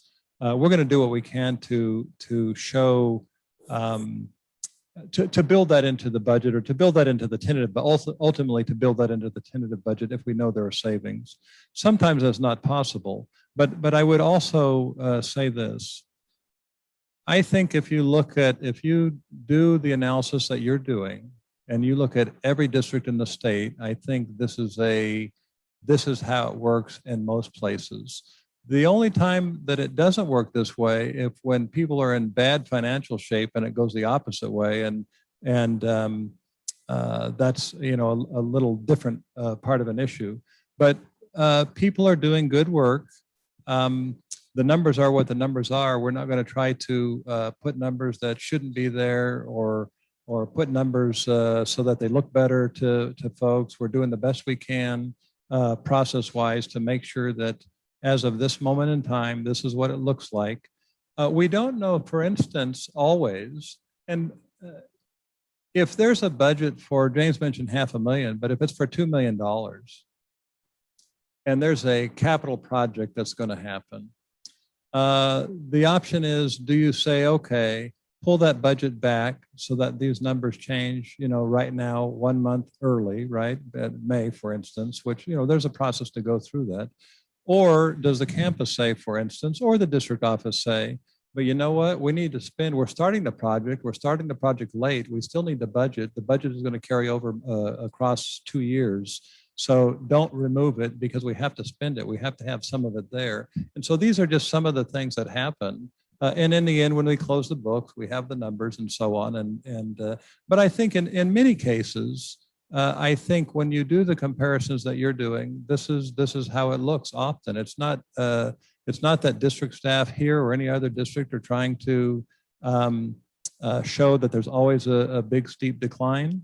It's just the way that the budget process works out according to generally accepted accounting principles. And so that's, I mean, I hate to not be able to answer your question in a way that is satisfactory to you. However, at the same time, we also have presented information to this board in writing about here's what explains what happened, right? And we're happy to do that. I think we commented about that last meeting. I'm just going to say something on efficiency, and then I'll turn it over to my colleagues. So I've been asking the same question. I think this is the third budget I'm doing this, and if you hear the concern, I guess what I'm unclear on is, other districts, for example, they have comparative parts of their budget to similar districts in size.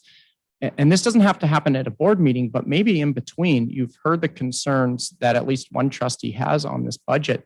And it's not $200,000, $20,000, or a couple vacant positions. It's in the tune of $20-ish million, $25 million. I guess I'm looking for a thorough explanation to, as you said, not just satisfy me, but explain to me the rationale for these swings, and for what we put on paper a month away, which we know the reality is in 30 days when we close our books and the auditors come. I mean, I think it's a fair question to say, or to ask. In 1 month, what do you project our ending fund balance to be? So I'm not doing the budget. There are other staff members that are doing the budget. I'm going to rely on their expertise through going through that process. And I certainly, we've had this discussion. I know you're going to ask the question. I'll also remind you that this particular budget came a month earlier, or at least 2 or 3 weeks earlier. And so that was also part of the issue. Believe me, we were, I think the agenda probably went out a day or two, later than we would prefer, because we were getting this ready to the best degree that we could to at least bring it forward to you. And by the way, on the comparison documents from tentative budget that I presented in the past, my misunderstanding perhaps, or my misunderstanding of direction from the board and chancellor, it was my understanding that that information wasn't needed for this particular go round, and that's why it wasn't included. So I didn't put it there because Okay. it was going to be a high level discussion. I just would echo, and I'll be done, is I think it's a very appropriate, fair question to ask what our June 30th, 2021 ending fund balance will be. And the tentative budget, it's on the agenda, it's here. I think that's a very, very, very fair ask, As do I, by the way. but we don't have it. Well, this is what we're showing right now. This is what we're showing. This is what we're telling you. Now, I don't know how it's going to change. We started off at the beginning of the presentation. It's going to go up or down. I don't know what's going to happen. We're going to bring this back. We're going to bring this back. I don't know that the numbers are going to be exactly the same. That's something that James and I will have a discussion with, and we'll talk to the college VPs about some issues and so on. Okay, so other trustees have been waiting patiently, and Chancellor Gillespie. If I could interject here, and James, if you could maybe shed some light on it to Trustee McKay's question, and it's valid when, we're a month out to be the end of June, and why don't we have just an estimate as to what that grand total of our unrestricted reserve would be? And I think part of that is yeah, we could spend a lot of time to come up with that estimate, yet what is the time that it takes for the closing of books to occur, and when do we actually have what the 6/30/21 unrestricted reserve total will be? I'm just to help the board understand the time process there and what occurs during the closeout period. So we closed the books in the month of July, and it's a pretty heavy hit for fiscal offices at all 3 colleges as well as the district office. So the month of July is kind of when we wrap up everything, make the adjustments we know we need to make. In this year, we're going to be looking at all of the lost revenues as we've closed out the books. We know what we really lost. Things along those lines. So all of that will be happening in the month of July, and that's when we'll really know exactly where we're going to land. As far as putting together estimates for 6/30, that would be something that to get a much more detailed estimate would be something we'd have to work with all 3 campuses in order to understand what their plans are. It's probably a process that would take at least a week or 2 weeks just to put together an estimate of where we would be ending exactly if we wanted to do it with any sort of accuracy. And that's kind of coming as we're in the middle of running towards the end of the year, closing out the books, as well as pulling together the budget and going through a real detailed process at each campus there. So I think that might have answered your question, but it would take some time in order to pull together a really accurate projection. Thank you for that, Trustee Manson, James, because that did, and I think that'd be an important thing for the board as we prioritize our work. If you want a tentative budget time, the most accurate estimate rather than our projection, staff has to plan to do that. And right now they're working on a different schedule where they have it by the end of July. And that's all true. And I think that's a good point to make, Chancellor Gillespie. I know in the K-12 world, we don't close the books till sometime in August. But I think your instructional year closes a little earlier, so you might have some lead time on us. But I want to ask a question a little bit differently.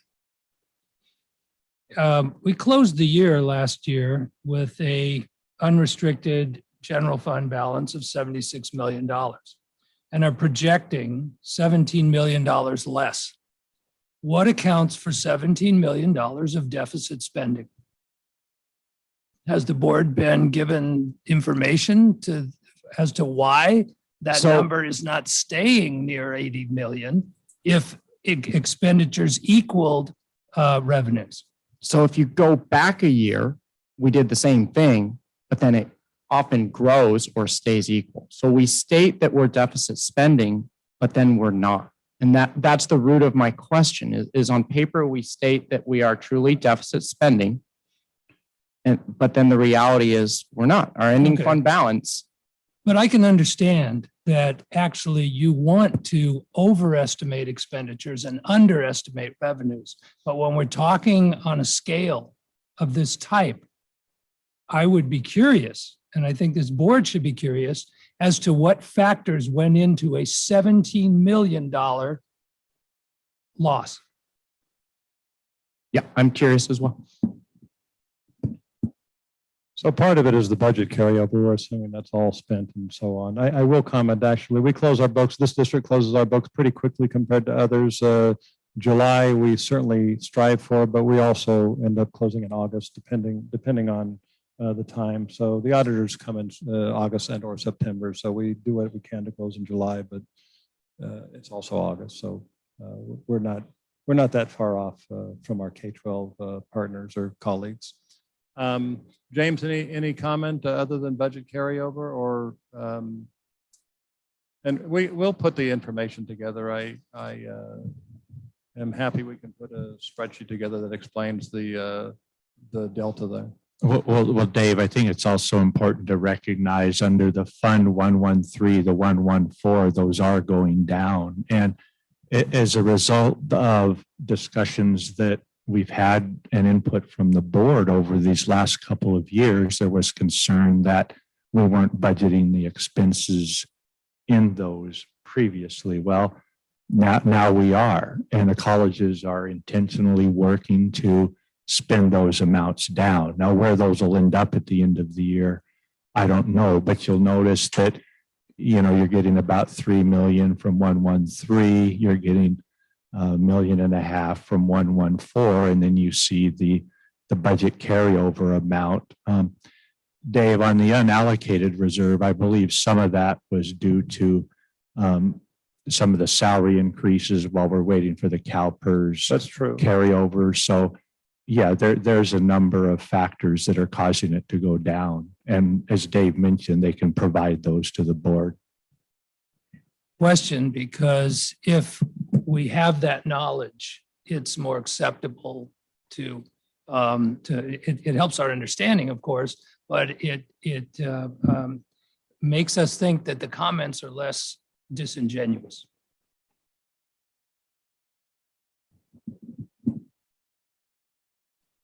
Chair? Yes. I've heard a couple of things. One, Vice Chancellor El Fattal said the numbers are what the numbers are. And I think we should all be able to stipulate that that's a true statement. The numbers are what the numbers are. The Chancellor acknowledges that your questions are legitimate questions and deserve to be answered, as we all up here, I think, agree. And nothing would please me more than for you to have your questions answered sufficiently so that we won't hear them next year. Okay, because that does everyone good. All right.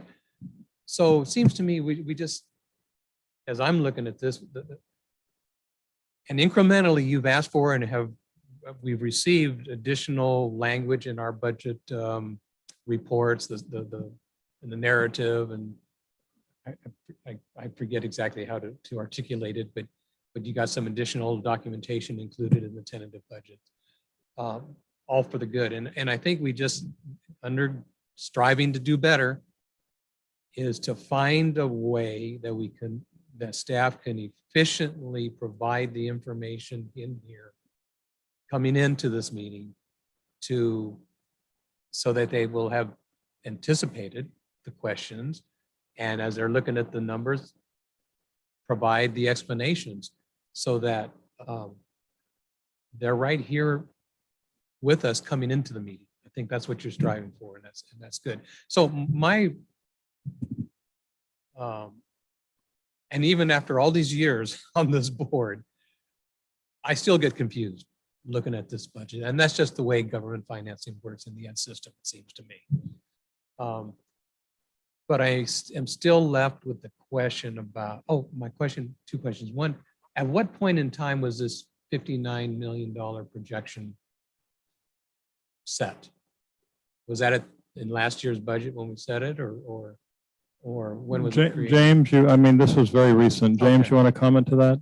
What the Yeah, projection? this is looking at, like I said, our budgeted revenues and expenditures, and adding in for revenues that we know are coming from recalc, and kind of leaving it at about like that level. But So when as did it of 2 be? As weeks of ago, April 30th or? Well, fairly recent enough. fairly recent. So recent enough, does that kind of get to Trustee McKay's question about, well, why can't the numbers be tighter since we're this close to the end of the fiscal year? And if that's true, then yes, I really think some clear, succinct, easy to understand information to accompany this chart would be most helpful.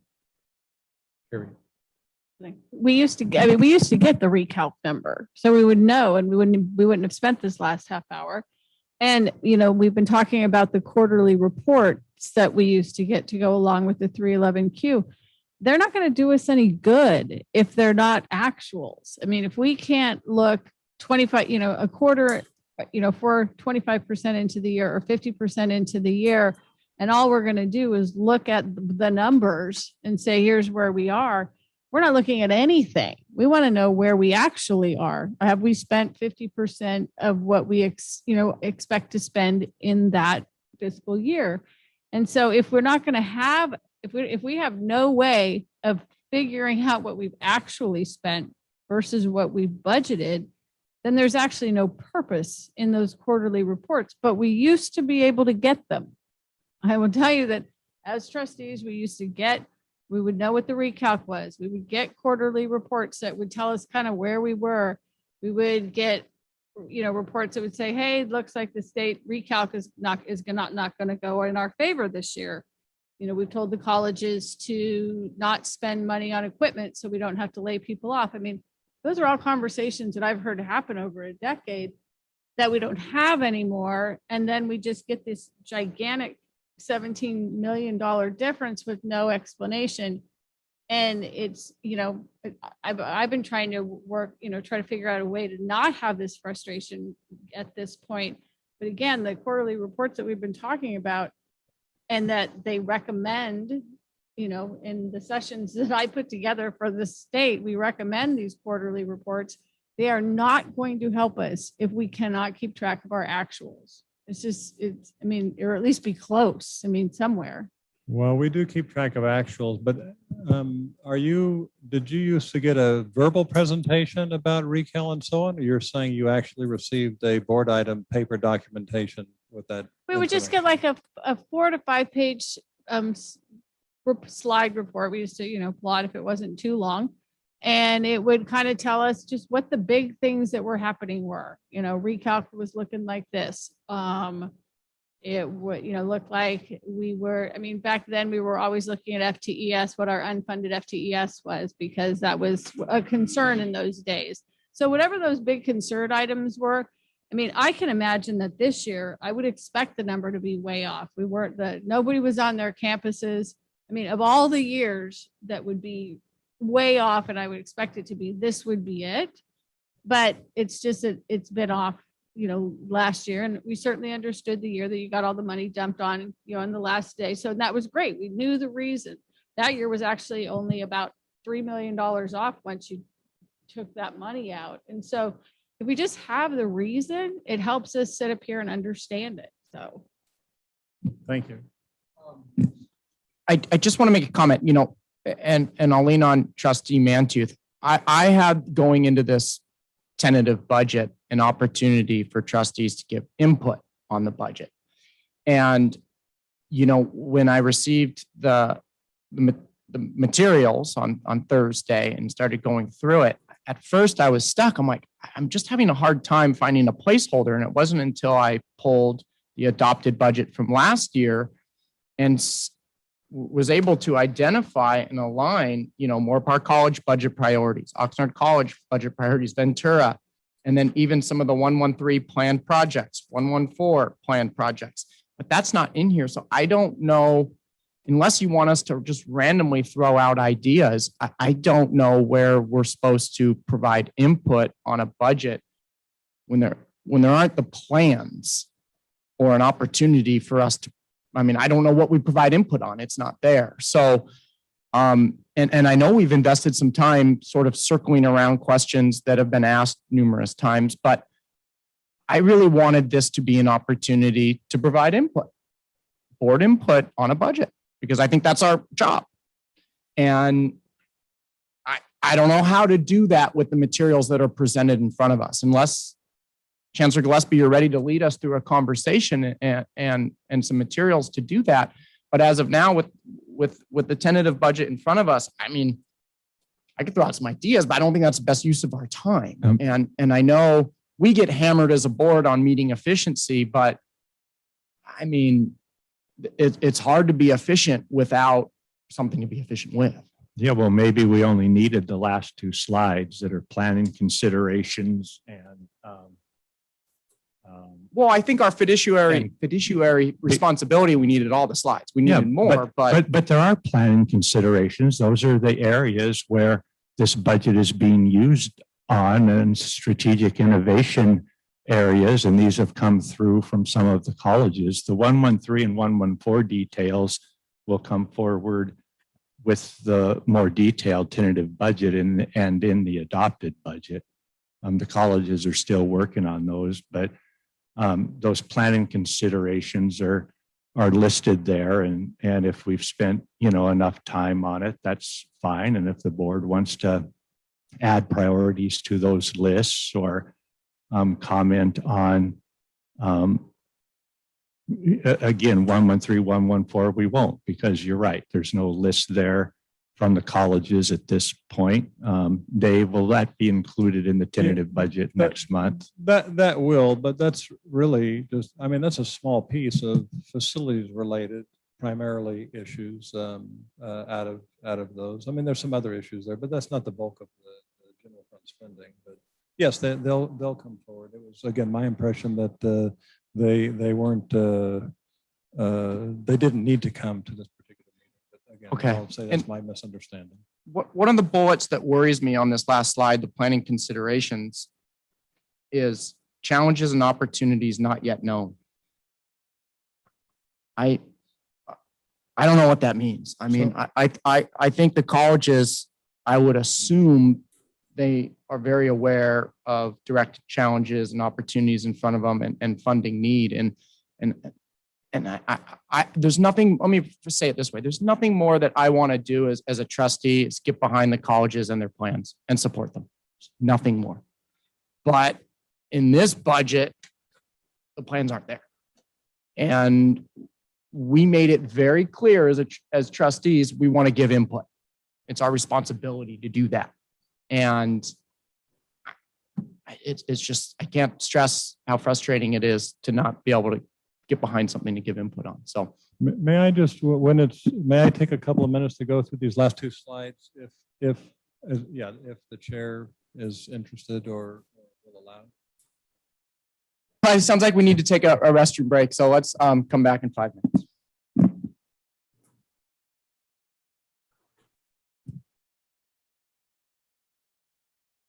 So we're back. Oh, snack time. So look, before I hand it off to my colleagues for any closing remarks, I just want to center this. There's a couple realizations that we know that May revise was when it was. We asked for a budget study really quickly after that, and we recognized that. And as I mentioned before the break, there's nothing more than this board wants to get. There's nothing more than we'd like to do is get behind the budget. And there's just some questions there that we have that I think are fair, and we'll get there. And I think it's important to keep the communication open to get there. So Chancellor Gillespie and then any of the colleagues would like any closing remarks before we continue in the tentative budget, but we do have a pretty full agenda after this, so we have some other work to do. Yeah, Chair Chancellor, I appreciate you saying what you did because that was going to be my point. I mean, when you look at this study session, there's a lot of things in here that staff has spent a lot of time on across all three colleges. Just think of that presentation on the federal dollars and all the work that's gone into that. And that's Dave's area and the VPs getting that presentation ready. They work to pull together this tentative budget one. I think the best they could. And it's good that we now know where some of the unanswered questions are. You're going to be having a student enrollment and marketing presentation. And that again has taken a lot of time. So we have staff working a lot of hours to really pull together information to help the board in your decision making. And however we can refine that, we want to do it. So thanks for your support and understanding there. Trustee Torres. To give some input. And I know that the intention of the study session was to be able to, with this budget coming in, seeing where are some of the shortfalls and how can we be able to support. And so I'm assuming, and maybe Chancellor Gillespie can help me, the money that comes in, or maybe Dave, the money that gets allocated from the HERF, that's based on FTE. So that comes directly from the state or federal government to the colleges directly, or does it come to our district and then it goes directly to them? And they decide that based on FTEs, right? That's why for income? Different, yeah, Head count. Yeah. Okay. So that explains why, for example, Oxnard College would have less than the other two colleges.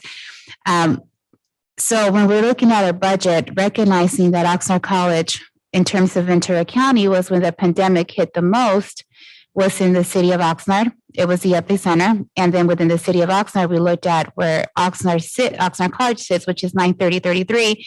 That was the epicenter within the epicenter. So there's a lot of challenges that our students face. And because of the head count, it's natural that Oxnard College received less than our other colleges. So with this budget, I remember we talked about in our last meeting that we would look at our tentative budget, have this discussion from that equity lens of seeing, okay, how can we support Oxnard College, because we recognize that due to the head count, they receive less, but their students have a lot of needs. And so how can we as a board for this particular year and this particular budget support one of our colleges that they just have a lot of needs and where they were, and taking all of those equity pieces of it that involve that community where our students live, that, Oxnard College had many deaths, not Oxnard College, but just the city of Oxnard. And I'm sure many students were impacted. And I can say that myself living in Oxnard and also working in that zip code with our community. So how would this budget and as a board, how do we give direction to provide additional funding for Oxnard College if it's more courses that they need for students? I don't know what the needs would look like, because they need it. They receive the less from the federal government. So in terms of input, I believe that this would give the district the opportunity to say, okay, here's board input. We can look at our budget and this is where we can pull, this is how it'll look. So when it comes to us in June, a tentative budget, the district had the opportunity to listen to our input, help explore, maybe they know what funds or how we can work with it.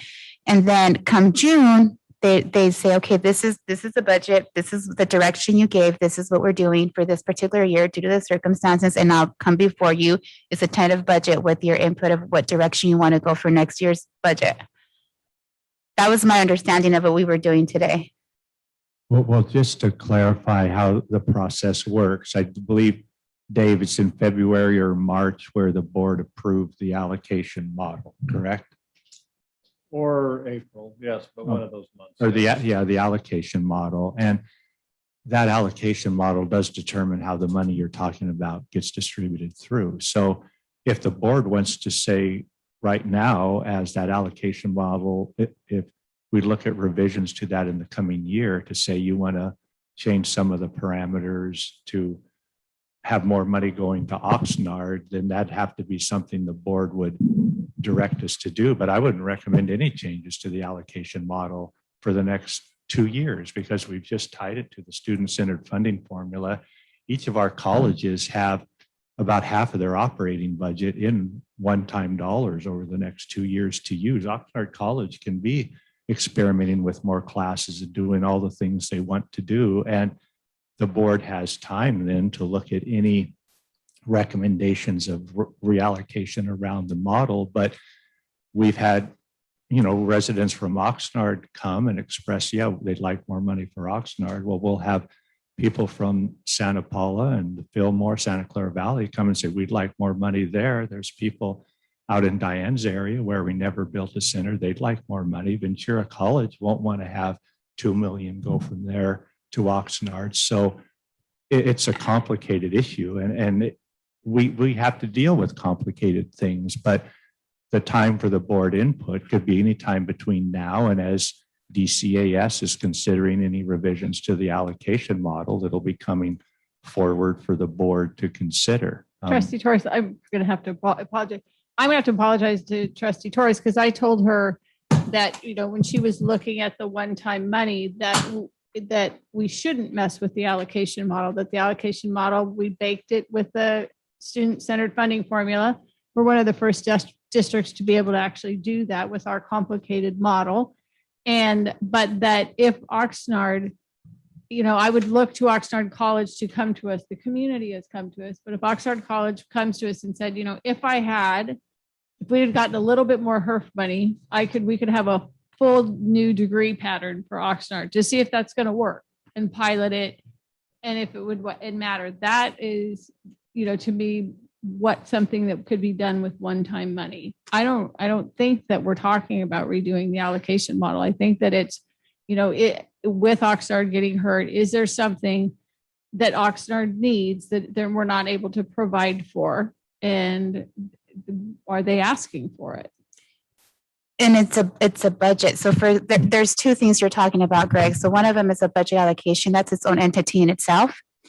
This is our budget for the year. And so recognizing we have a pandemic, we have Oxnard College, and it's not about taking from any other college. It's about, we recognize we have a pandemic. Our college, one of our colleges was the epicenter. And they were impacted where everything was occurring.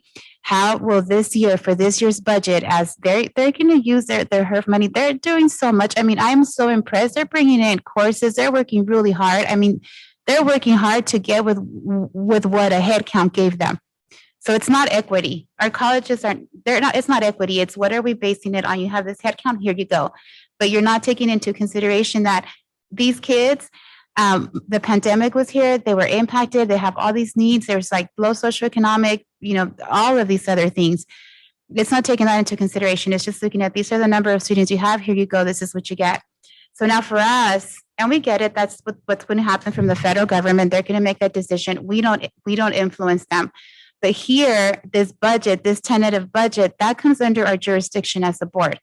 So here, for this 1 year coming up, we're not saying it's going to be all the time, but this specific year, just like we pulled 2 million from the reserves to allocate to our colleges that one time if they needed it, at this point is with our budget, our tentative budget, aligned with our values. How can this budget help Oxnard College with additional funding? So if they choose that, they say, we'd like to get more courses, we're recruiting, we're bringing in our students, this is our need, or we'd like to be able to give more direct aid.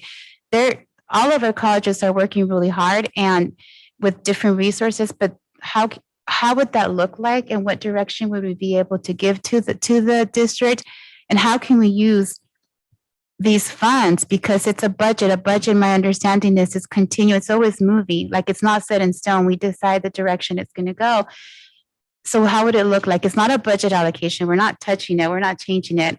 We're just wanting to provide additional funds to one of our colleges. So where would it be? What direction do we give? How does this look like? Or maybe Dave can help. I don't know, but if I need budget, I would be able to say we can pull here, we can do this. This is a fund. Trustees, this is your option. I just don't know. First is for Oxnard to ask for it. They may not have, they may have enough right now on their plates that they're doing all that they can. So that would be my first answer. And I just have to say that head count was a big deal. It was such a big deal that we got federal money by head count instead of FTES. That was letter writing. That was so much work by the state of California for legislation. So I just want to say in this room right now that the letters we wrote and all the work that we put into to get the money by head count versus FTES was such a big win for community colleges versus the CSUs and UCs that we finally got the federal money kind of proportionally that we deserve. I don't ever want to forget that. Just so I'm sorry to. No, I'm glad you did. And I didn't know, I'm glad because I don't want it to come off like I don't appreciate it. Like Yeah, no, I value it, but then within that, now it comes to us. So I appreciate what was done at the state level and what's occurring. And then now it's our jurisdiction. So now as trustees, this is our budget. And so now how do we distribute it equitable? And what I knew is that our budget, we decided, and it's constantly moving. So just because something was introduced this day, we approve it, but then we can make changes to it based on dialogue. And there's a reason for the study session was to be able to discuss it and to say, how do we help this college based on where it sits? So we have information from a pandemic. And to be honest, I don't know what the culture is. I don't know if our presidents can say, yes, I need more money. What I mean by that is, can you say that? You know, do you feel comfortable? It's a big responsibility. And sometimes they might not be able to say, yes, I do need more money because it might not be appropriate. I don't know. And so I feel like it's something that we see ourselves as a board. We recognize our colleges. We recognize what's occurring. If this was Moore-Park, if it was Moore-Park where we saw the numbers, the pandemic hit really bad, I would be saying, let's give more money to Moore-Park because the statistics of where the epicenter, what took place, what happened within Moore-Park, I would be saying here, Moore-Park needs more money. It's in Oxnard. It's a pandemic. We've been making decisions left and right in terms of what our students need. And so it's more at this point in the budget, where do we give this direction? Because I don't want it to get lost of our college and what it needs for this 1 year. I'm not saying it's going to be always. I'm just saying for this next year. Taurus, I really want to support you in why you should be saying this now, because we framed this as a study session. Study session is to learn, to get information, and to express our opinions on that information. This is exactly what I've envisioned a study session to be. So you were not misunderstanding why we were coming here tonight. But I think sometimes you have to plant seeds, and sometimes they don't grow as fast as we want. And I just want us to recognize that just because we have a tentative budget and maybe we start finalizing the budget within the next month or so, doesn't mean that we can't have a major initiative. I believe that's a budget category that hasn't been accessed or used for a long time, if ever. But I remember it being in our literature. But that can happen at any time. Just like in March of 2020, $2 million can be set aside. And that was off budget cycle because the budget's a living document. But I tend to agree with Trustee McKay that we need to hear from Oxnard College. And as to how sufficient they think their resources are now, what it may look like in the future so that a plan can be developed before and then once you develop a plan, then you begin to cost it out. Because I could say the same thing about the Santa Clara Valley. And you will probably hear me say so at some future point. And I think it would be why if they need it, then it goes there. And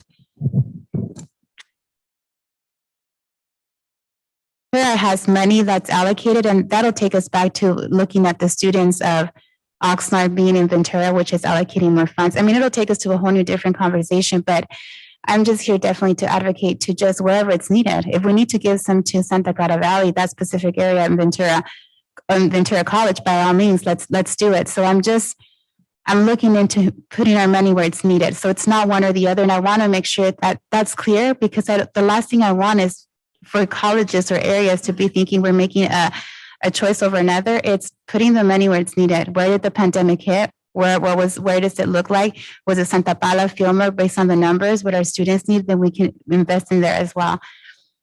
I'm going to attempt here to bridge Trustee Mantooth, Trustee McKay, and Trustee Torres's comments here, because it's something that I've really been thinking about a lot lately too, and it connects to the allocation model. It's the plan, right? And I think there's short-term plans, recovery from the pandemic that we heard some detail tonight about, but it's also the long-term 5, 10, 20-year plan, for example, Oxnard College. And, Trustee Torres and I and the Chancellor were asked to meet with some, very engaged members of the public in different groups. And they posed that question, and it really reminded me how important it is to have a plan. We do have the largest city in the county, Oxnard, and the smallest college. And are we content with that? Or are we looking at growing that to be a much bigger college with the realization, where's that growth going to come? Is it going to come from Moore Park and Ventura? But I guess I echo the idea that we need a plan, but I don't just want to say we need a plan. I think we really need to get behind some deadlines or some guarantees of when these plans, and they may be in existence. They might not just be hidden, maybe it's there that there's a 10-year plan for Oxnard College. But I think that the board needs to, be engaged in that plan and have some input in that plan. And that's one question I think we can answer tonight is, when can we get a timeline on some of these longer term and short term planning needs for our 3 colleges?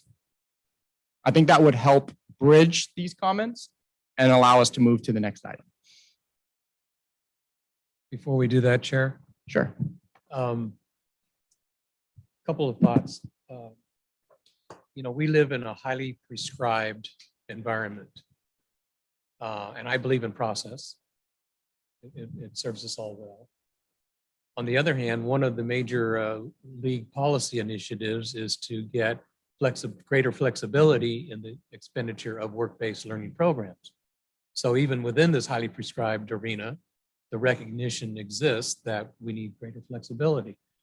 And, Trustee McKay and I have been on here for over 10 years now, and the system has worked generally well like I said earlier, we always look for ways to get better and smarter about conducting our business.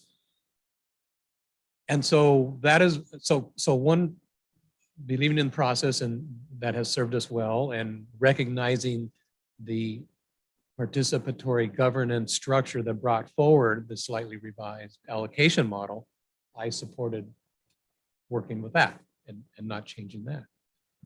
But I too have met with some highly engaged community members from Oxnard, and community is in our name. And we are here to be responsive to the broader community in their interest in our shared constituency, the students.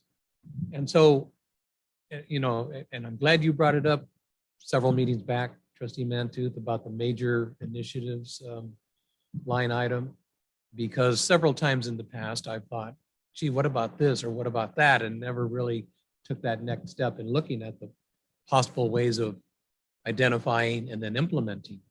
But I think Trustee Torres, those with the greatest need deserve the greatest response. And the reality is, in our county, Oxnard, the socio-demographic data indicates, business as usual is not fully serving the students from that area. So I think, you planted the seed for the board to consider. Are we going to be willing to look at different ways of looking at how we're setting policy, how we're interested in allocating resources? Oxnard College is here. They're here in our discussion. So, and I know they're having meetings also. I mean, it was mentioned in the prior reports, and I'm sure we'll hear more about it in the marketing and outreach reports. Hopefully we'll get to it tonight. But, maybe it's now on Oxnard College. They're hearing this discussion and say, maybe they'll have some more focused or in-depth conversations. And hey, there's an opportunity here potentially coming from the board. And so we'll see where it leads.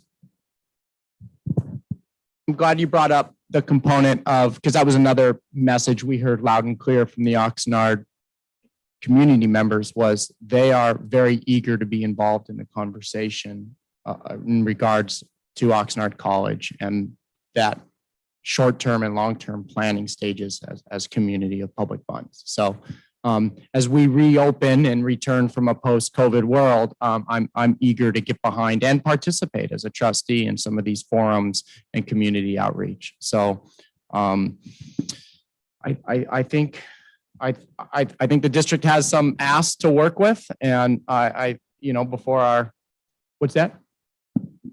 Do you? Who was it that said, "I'm not a potted plant"? I don't remember who the politician was that said it, but I would feel a little remiss if I didn't speak. You'll hear about our enrollment plans. They are crystal clear, specific, aggressive. They address, I think, all the concerns you've shared. But I would say that an allocation of one-time money is not going to help Oxnard College. We are swimming in federal resources at the moment. We're trying to make the most of those federal resources. A substantial structural change in Oxnard College's enrollments would require a really painful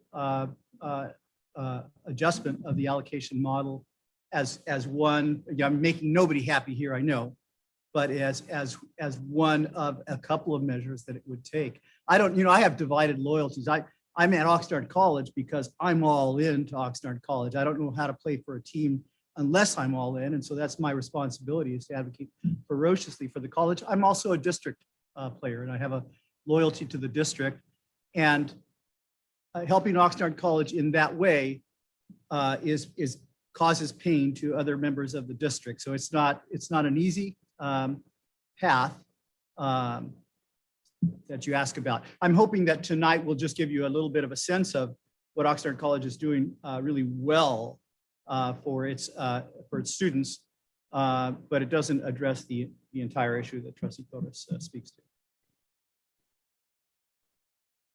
Thank you for that. So we're past 10, and yes, so we are at 3.06. I do want to, if it's okay, can we jump to 3.07? And the reason why I make that recommendation is we have two community members that have asked to public speak, and I hope they're still with us. And then we also have, I definitely tonight would like to do 4.03, which is a first read on proposed board policy of our regular meetings, because I believe 4.03. That was another reason. Yeah, that's all good. So how are we doing as a board on that plan? We okay with that? Enrollment marketing plans again? I'm not suggesting that. I'm just saying we go ahead right now with 3.07 so we can hear from our public comments, and then take care of our first read on regular meetings and see where we're at. Okay. Okay, that work for you, everybody? Be interested, Chair, in hearing 306 prior to 403. Okay, that's fine with me as well. Okay. In sense of our time, can we do 3.07 first, at least hear from the public comment? And then I would imagine that item, there was a lot of it wrapped into some of the items, so maybe that'll be a fast one. So 3.07, we do have Maria Llorenda and Michael Haberberger. Okay, I hope I did that right. So I'm going to think positively and hope Maria and Michael are still here. Are they? Drum roll. It is after 10. Yes, can you hear me? Yes, thank you for hanging with us here. So Maria, it's all yours. Thank you so much. Good evening, members of the board and Chancellor Gillespie. I am Maria Odenda, SEIU Chief Steward, and I'll be making a public comment on item 307, Fall and Summer Update. As has been the situation with this pandemic, guidelines have been constantly changing, and we have learned to pivot along with them to ensure that we are advocating for the safety of our members. As we have stated from the beginning, it has never been about following or complying with just the minimum of set guidelines.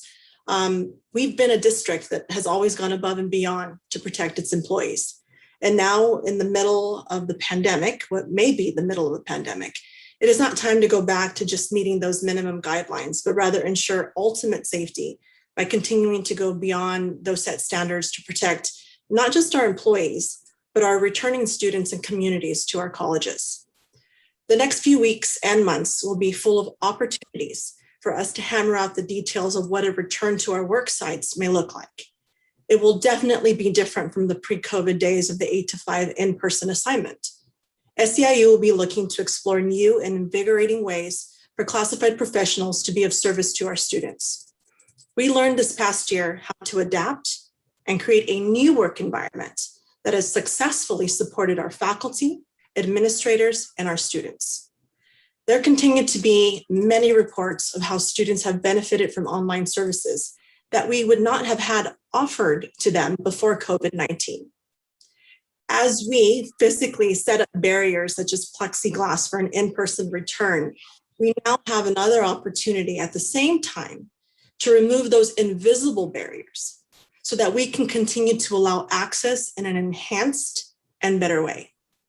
We now have the experience and the know-how to allow students access to complete registration, secure financial aid, and get meaningful outreach and counseling services via remote support. We would be foolish not continue these positive aspects of our pandemic work, such as virtual meetings with a broader and deeper reach as we move forward into this new normal. Many of our students have not only adapted, but have also utilized these remote services and have thrived, as exemplified by our beautiful and inspirational commencement services last week. We are confident that we will be able to move forward and continue to work in partnership with Chancellor Gillespie and the campus administrations to continue to support the success of our students. We thank the board in advance for their trust and commitment to the Chancellor, Cabinet, and administration to be able to continue to do so. Thank you so much for your time. Great. Thank you for your comments. Next, I believe, is Michael. Good evening, Chair Chancellor, Trustees, and Chancellor Gillespie. I shall endeavor to be brief and stay even within my 3 minutes. First, let me say that I'm primarily here to repeat what Maria said, but to amplify what our Chief Steward said. She clearly speaking on behalf of our 500 members, unit members at VCCCD, but also on behalf of the 50,000 members of Local 99, the 700,000 members of SEIU in California, and the over 2 million members that SEIU has across the country. What she spelled out for you right now and what we've been doing with you is what we're about. It's about making sure that we keep those employees that we represent that work for you and anybody else safe first, and that we do what we can do to make sure that the services that our members deliver get delivered, whatever, whether we're in the midst of a pandemic surge or whether we're coming back. To that end, we fully support the phased-in approach that this district is doing over the next few weeks and months. We look forward to continuing to participate in that. And I must say, and I'm not going to name names on this, but I hope that all of us can be careful with our language, because we're not about to reopen. We've been open. We've been open this whole time. And many of our members have been there physically on our campuses since last March 17th, 15th, 16th, 17th. So here we are, here we're staying, and here we want to move forward into a different, better future, not back to where we were. So again, thank you for your time. Thank you for moving us up, although I think that you'll see that we're going to stick around for the rest of the conversation moving forward. Thanks, board. Thank you for those comments, and so that's to Chancellor Gillespie. Yes, I think, keep this fairly brief and then see if the trustees have any questions. But with the summer and fall update, really, the presentations from the colleges on the use of the HERF fund show a lot of the specific activities that are occurring in preparation for fall, both in the short and long term, really for the whole academic year. One thing that has come out recently has been just more information regarding the vaccine and possible vaccine mandate. So that's something that we will be looking at closely. We've received additional guidance from the state council with regards to mandating vaccines, and we'll get more information from the chancellor's office and legal counsel once one or more vaccines come off emergency use. We are going to be doing a survey of employees and students just to ask about, have you been vaccinated or not, and also getting their thoughts on mandatory vaccination with several scenarios. In other words, we could have all employees coming back and students vaccinated, and depending upon the guidelines, that may require no mask, no social distancing by the time we're to fall. It's hard to say, but we're going to have some scenarios and just, it's on, but it's not as loud as it had been. Maybe they turned my mic down, but anyway, we do want to get employee and student input around a vaccine mandate, because there again, that is a tool that can be used to help people feel safe when they're coming to our colleges. However, we also, don't want it to be a barrier either. And we know that we need to accommodate those who have a medical or other reason to not get vaccinated. But we'll be doing that survey, and really probably by the June 15th meeting, have a recommendation at this update to the board around what we'd be thinking regarding a mandate on the vaccine. And so we still encourage, all employees and students to please get vaccinated to help protect yourself and others. And that concludes, this update. Be glad to answer any questions. I just have a quick question. It came from a number of parents of incoming community college students. And the question is, right now, can a student register to take all their courses in person? Yeah, I'd let one of the colleges probably answer that. They're a lot more familiar with the actual schedules. And it was for Ventura College, so I should say that. Oh, okay. Kim?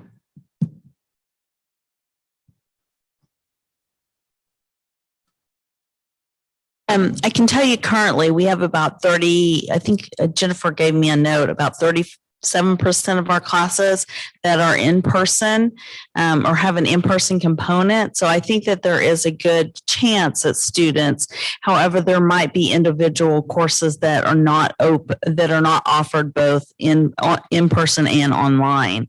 Okay. So I couldn't completely answer that, but as we're having smaller classes, we're opening more, and as they're filling, we're opening more in-person classes. So tell them to keep watching the schedule.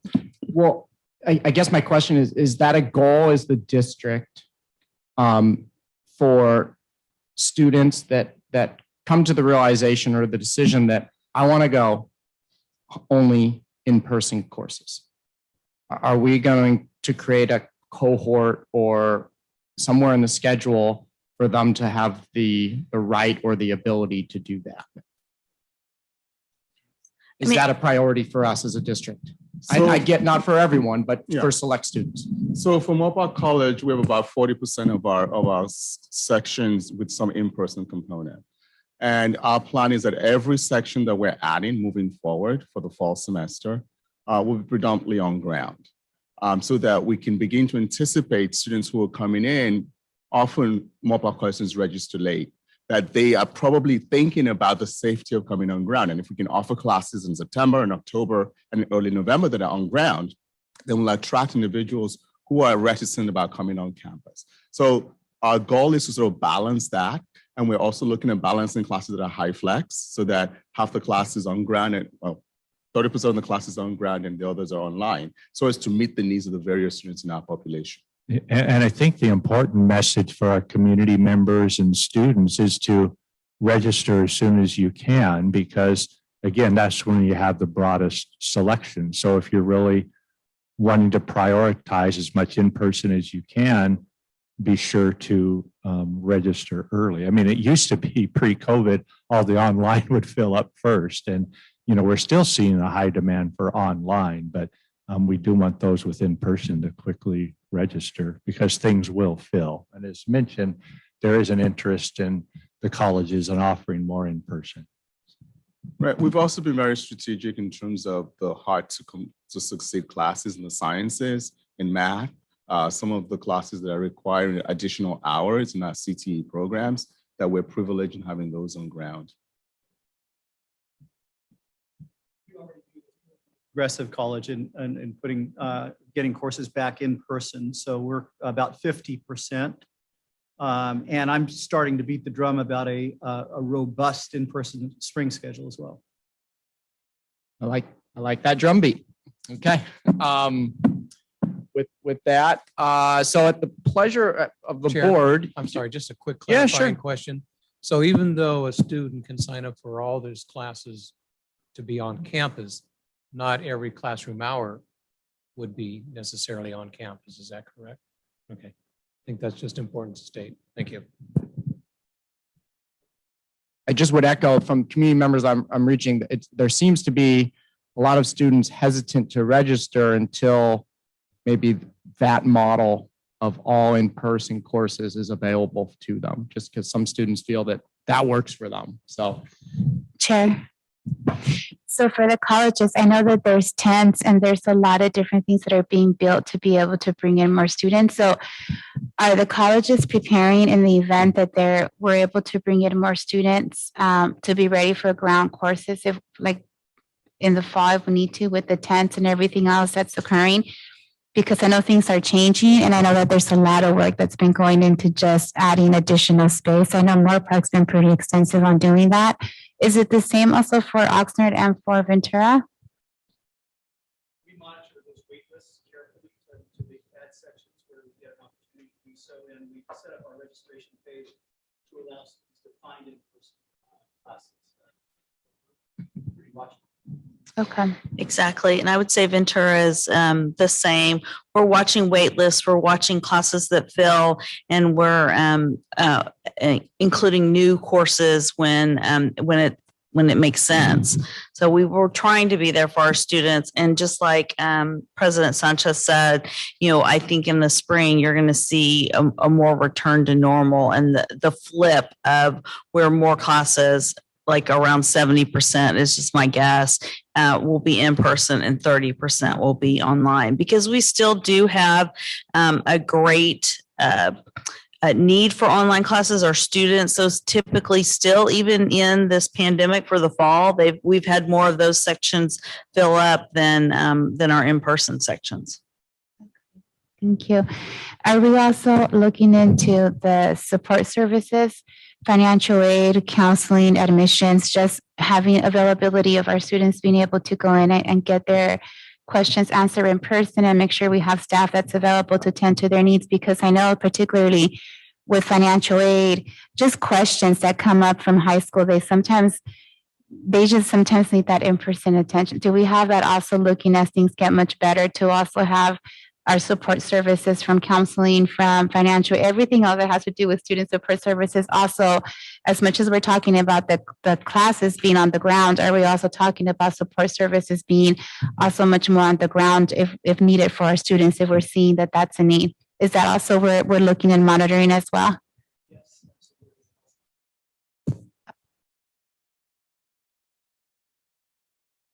And you know what? Before we move on, just to honor our public comments, do we have a plan for our employees that work on a 12-month calendar if the governor does announce June 15th, which it's speculated he may, that regulations and safety guidelines, CalOSHA, like all these things sort of disappear? What's our plan for our 12-month employees?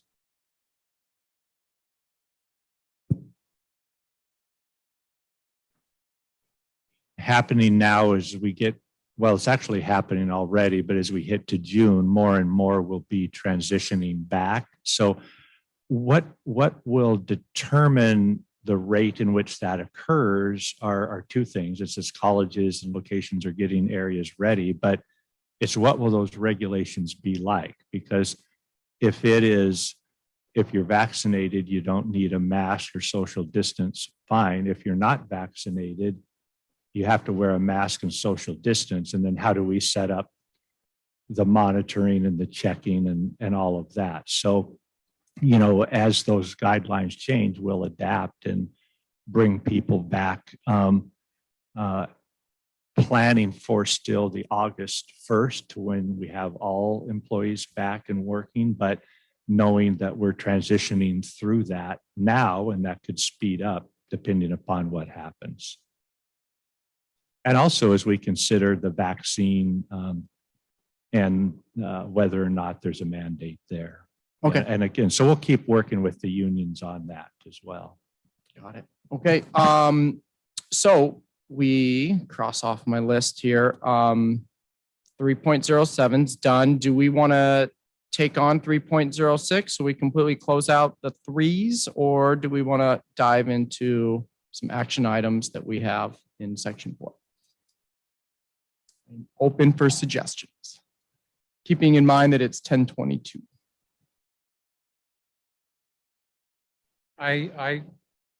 Chair, I would support that we not delay again item 306. Okay. Good. Everybody okay with that? Okay. Yeah, I watched Ventura's, that when I watched the video of, so we have 2 colleges to do. Sure. Okay, great. Then in that case, 3.06, study session, student enrollment and marketing plan for the colleges. And I know, well, actually, I won't say anything. So Chancellor Gillespie. Yeah, I appreciate the work, you know, in the colleges and Patty's office in pulling this together. And I think Moore Park College is first, I believe. Yes. Vice President Reese is going to be presenting what we're working on at Moore Park College. It's very clear that our goal is to align all our work with making sure that students come back safely on campus, and that we align our enrollment efforts to our enrollment management plan as well as our education master plan. The COVID vaccine and the COVID context doesn't necessarily change our aspirations around retention, aspirations around access, and clearly our aspirations around meeting the economic recovery of our community and our service area. So that thrust informs the presentation that Vice President Reese will be presenting. Mary, please take it away. Thank you, Joyce. And again, my pleasure to present to the board and to the trustees. We'll be very much focusing on what our enrollment strategy,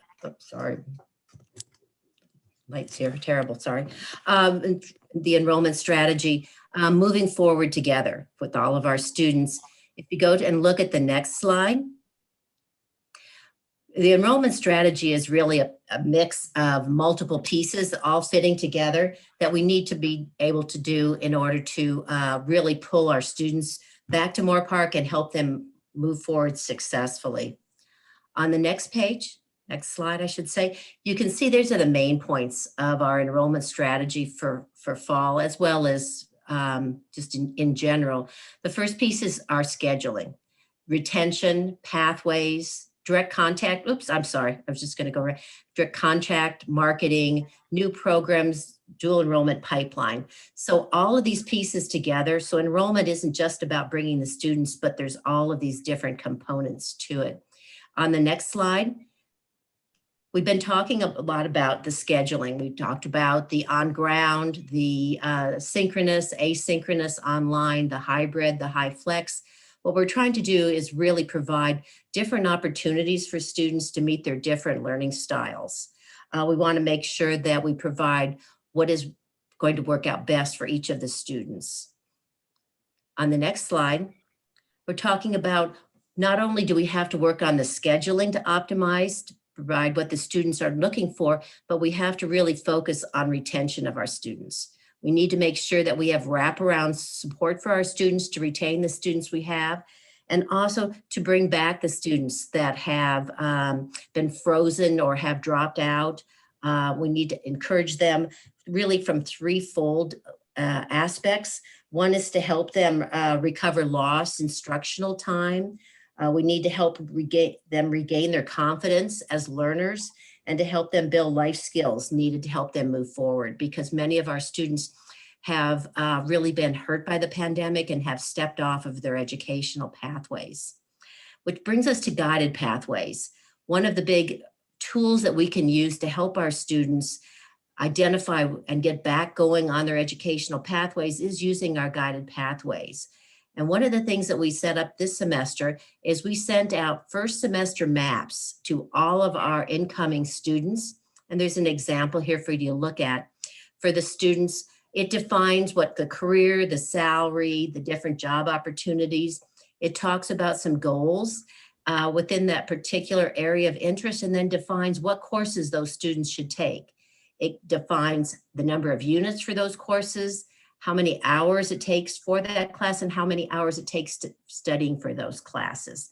So we have provided this for each of our incoming students for this semester to help get them started with what they need to take in order to move towards their goals.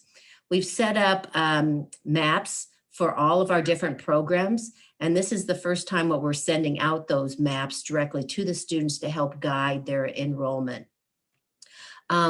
You've seen, I'm sure, a lot about all of the new web work that's been going on. Patty and her group have done an incredible job on helping redefine so that our web content can really be helping all of our students know. We have new tools like MyPath that help students along the way. So make sure that they mark what kind of accomplishments they make as they move through their pathways. So we're trying to make sure that we help our students with the right schedule, get on the path. We help them identify what courses they need to be taking, and then with the wraparound services in order to stay on those paths. On the next slide, we talk about some of the new programs. Our economy within our community is hurting. We need to reach out and help provide the training that our community members need in order to have high wage jobs, and in order to help the industry that have been hurt by trying to find additional workers by making sure that they are trained for that. We have 6 new programs this year, 1 new non-credit program, 43 new courses, and 9 new non-credit courses. Some of the new programs that we're offering are a non-credit solar certification, which we think could work out really well for retraining people within our community. We also have new certificates in electrical engineering as well as in data sciences. So we're really focusing on what does our economy need and how can we help our students have well-trained, high-paying jobs moving forward.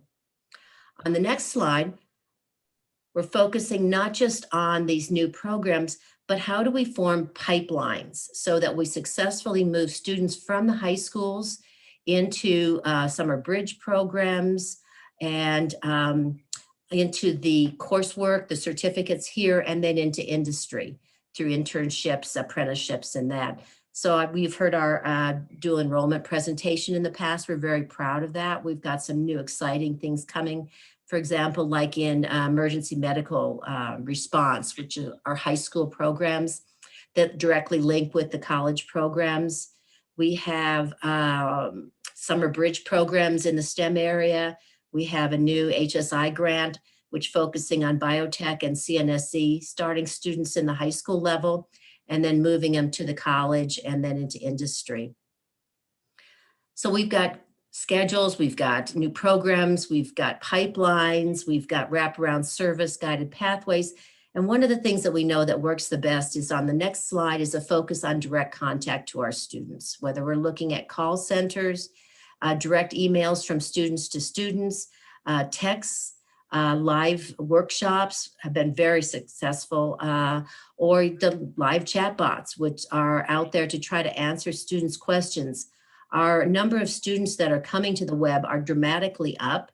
So students are looking for information, and we need to make sure that we're there to answer their questions and help them feel comfortable, answer what the questions they need so that they can start moving again forward on their educational pathways. Some of the ways to contact the students in the next slide talks a little bit about some of our marketing effort. And I'm sorry that John Loprino's not here. He and Dean are doing a great job on our marketing efforts. They have some elaborate rollout campaigns to let our students within our community know that when you come to campus, you can come to your classes, but also we have a solar village that's going to be under our solar panels. We have areas to study around campus because we know that a big part of what the students need aren't just their classes, but they need that social context. And they have to be part of a cohort in order to really succeed. So we're going to have outdoor areas for students to study, students to eat. It's spread out so that they can have appropriate, safe environments, but so that they can start connecting with each other. We're going to be marketing the different modalities so that students can understand that there isn't one size fit all. We have different types of pedagogy available to meet what the students' needs are. Key program awareness. Are you interested in data science? Are you looking for nursing? Are you looking for EMT? What are you looking for? CNSE, we have a variety of different programs for you, and making sure our students know about the stimulus funds, that the money is available to the students so that we can help our students. Our marketing is both in English and in Spanish. And we really want to focus on the awareness of what's going on the campus and the opportunities that are there for the students, whether they want to come on campus, they want to be online, or they want some kind of a mixture of the two. So I think we're hoping to realize that we have something for all of our different communities. We have a very strong social justice, DEI focus in our marketing, in our classes. We have this week going on our curriculum audit, which is about trying to make sure that we have set up our learning environments that will support all of our students. And that's what our plans are for fall. Thank you.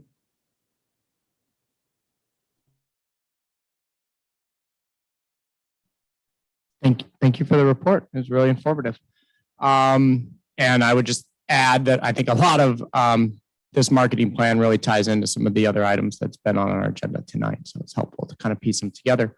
Looks like Oxnard College is next.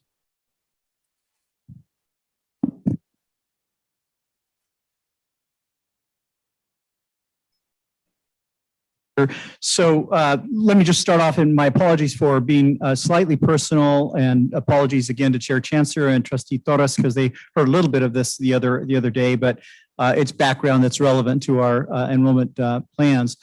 When I started at Oxnard in April of 2019, having left Moore Park College, having met every single enrollment goal we ever had, not because I deserve particular credit for that, but because the college has great systems and great patterns of enrollments. But I recognized when I got to Oxnard College that it was in need of some course correction and some stabilization because they'd gone through a leadership lurch. And so the first order of business was to choose a senior management team whom you'll hear from or have heard from tonight. And I was looking for folks that are collaborative, transparent, seasoned, and smart. That's what you'll hear from Chris Renbarger, Dr. Art Sanford, Dr. Oscar Kobian, who I was lucky to have still staying on the team. But the Vice President of Academic Affairs we needed to replace, and that was Dr. Sanford. The Vice President of Business we needed to replace, that was Chris Renbarger. the Dean of Institutional Effectiveness, and that's Dr. Keller Maganow. And then because I know that we needed some enrollment help, we created the position of the Director of Marketing and Outreach to develop a strategic focus for our marketing and outreach plans, and then hired James Schulke, who had been at Moorpark College before that. Promptly applied for an IEPI grant with a focus on enrollment management and integrated planning. That gave us the resources of the IEPI approach, and they sent us a team, a PRT, led by Jack Scott, former chancellor of the state, the community college system, former president of Pasadena College. They came out, visited us 3 different times, 2 virtually, 1 in person, overviewed and gave us input to our enrollment plan, which Dr. Sanford primarily led. They gave us rave reviews over our enrollment management plan. And then, of course, the pandemic struck just shy of my first year at Oxnard College. And we all closed our campuses on March the 13th, I think it was, of 2021. You know this. So that up until for the year 2019-20, we actually were leading the district in enrollment growth.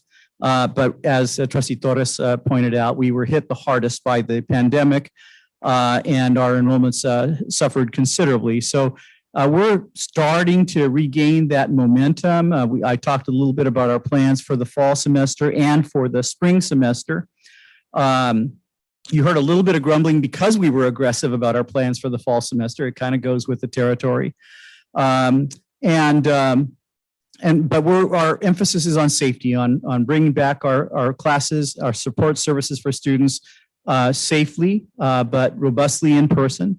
I'm going to turn it over to Dr. Sanford next. He'll talk about some of the questions that Trustee Torres posed. If you don't get specific answers tonight, we'll follow up with the specific answers.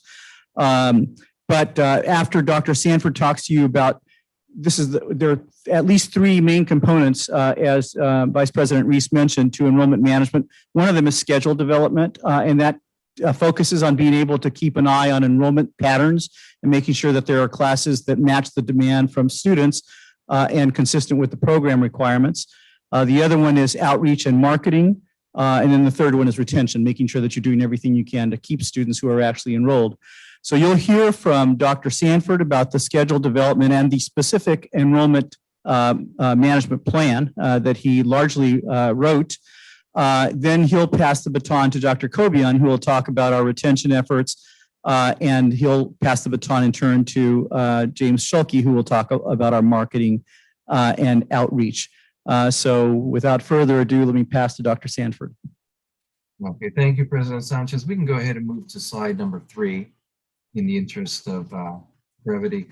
And just as President Sanchez was mentioning, if we look at the operational FTES history for the past 5 years, with the exception of this current year, 2021, Oxnard College did in 1920 lead the way in enrollment growth as a percentage of growth in full-time equivalent students, while our sister colleges were dropping a few percentage points. We were actually gaining by 3 or 4%. So we were on a really good path towards growth. I do appreciate all the comments from the trustees and the concern about the resources for Oxnard College and how it has been hit disproportionately hard. And I just want to tell you that we are not complacent. We are determined to grow as a college and to serve our students to the best of our abilities. So the strategic enrollment plan, next slide, please. Again, as President Sanchez mentioned, we have essentially 4 main pillars, which is our marketing and outreach, our marketing plan, branding, changing the narrative about Oxnard College. This ties into our educational master plan as well. Bellwether awards that we were nominated for and the one we won, helping to raise the profile of the college. Goal number 2 deals with our outreach to our local Oxnard Union High School District and other schools, adult education, adult learners, increasing dual enrollment. Goal number 3 ties directly to our purposeful scheduling. And I want to say aggressive scheduling, monitoring student demand, and coming up with resources to fill those gaps when we have unmet needs. because it's painful to hear students from the 93033, 93030 zip code who tell us they have to go elsewhere in order to get their degrees or transfer their certificates. We want to serve our students. I'll show you a little bit later how we do that as well. Goal number 4 is, of course, onboarding our students, supporting our students, providing those services such as tutoring, career counseling, transfer counseling, everything that goes along with that Vice President Colbion will discuss in more detail. And goal number 5, we added more recently because it is a new normal we're operating in. We can't just go back to the status quo. We have to be flexible. We have to be fleet of foot. And we have to meet students where they are, and making sure that faculty get proper training when it comes to online teaching, when it comes to new forms of pedagogy, such as HighFlex. And as we transition from a more restrictive to a less restrictive environment, we want to keep the benefits of the lessons we've learned in technology. Also want to return to much more of an in-person off-ramp presence. And this last slide I want to share with you before I pass the baton, better serving OC students. Thank you. It just talks about, this is a Tableau data. These are Oxnard College students from the 9th, this is in fall of 2019. The bar represent by discipline the numbers of students who live, in this case, the 93033 zip code, who are attending Ventura College classes, or they were taking Ventura College classes in fall of 2019. So for the last several years, we've taken a critical look at where are we losing students to our sister colleges? Why are we not serving them better? So mathematics came up big. We have recently hired an additional full-time math instructor and part-time instructors as needed. Psychology, we just replaced one long-time serving full-time instructor with 2 full-time psychologists. English, we hired an additional full-time instructor last summer. Chemistry is next on our list. We want to make sure we have the capacity to serve our students in all the STEM majors. And as you can see, we take a careful look at the data and we take action to make sure that we are meeting the needs of our students. What you'll see way down the list on there is sociology. Prior to 2018, we only had 1 full-time sociologist, and essentially Ventura served more of our students in sociology than we were serving. So we have turned that around with 2 full-time excellent sociology professors, Juan Pitones and Dolores Ortiz. And that's just one example of how we keep our pulse on the needs of our students, and we're responsive to them. So I'm going to pass the baton at this time to talk about recruitment efforts. Dr. Colbion. Okay, thank you, Art. Good evening, board. Pleasure to see you all. As you see from the list, we have a very comprehensive outreach initiatives that we provide our community. So I'm going to highlight a few of them and for the sake of time, but I want to cover a couple critical areas and some of the things that were covered today in our discussions, or some of the discussions I heard with the board. First of all, it's essential that we align all our outreach efforts around the goals of our educational master plan, really related to issues of equity and access, to make sure students in our community, residents in our community have access to our educational programs. One of the things I want to mention is there are groups that are really struggled with this online environment. And one of them is English language learners and undocumented students. So what are we doing to ensure that those students are successful? For one, next week we have our first live outreach event. So we're bringing students from the Oxnard Union High School District who are English language learners. So we're expecting between 80 to 100 students that we're going to be bringing on campus to really be able to assist them with or provide them with information about financial aid, how to apply for the college, to learn about our ESL program. So we're really excited about that. So we'll be able to use our PAB to provide this session. So we're excited about that. I mentioned undocumented students.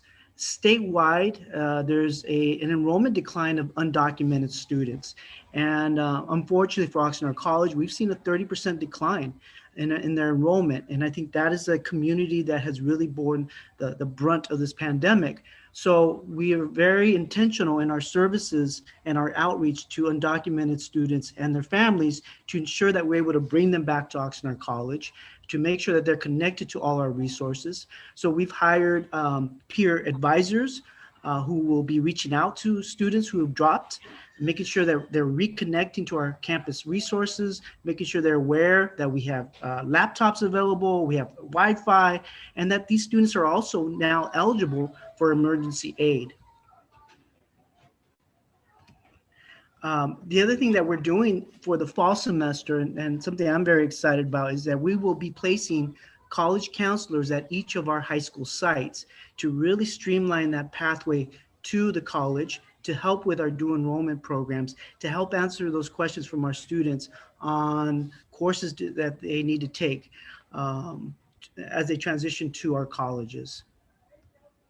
And the other area that's just really critical for our outreach is financial aid. And if they're still listening tonight or they see the recording, I just want to really congratulate our financial aid staff. Recently, they were awarded a recognition from the Oxnard Union High School District because of their work at each of the high schools, making sure that families in the community know how to apply for either the FAFSA or the DREAM Act application, making sure that they have hours that are accessible for our community, having evening hours, having weekend hours. Our staff is just amazing. Maria Orenda mentioned the work of our classified professionals, and I could not agree more.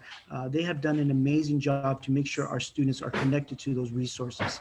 One thing that I want to mention is President Sanchez is really giving us a strong focus on middle school students to really shore up that future for Oxnard College. So our Title V grant offers a summer STEM program that they've been doing for years.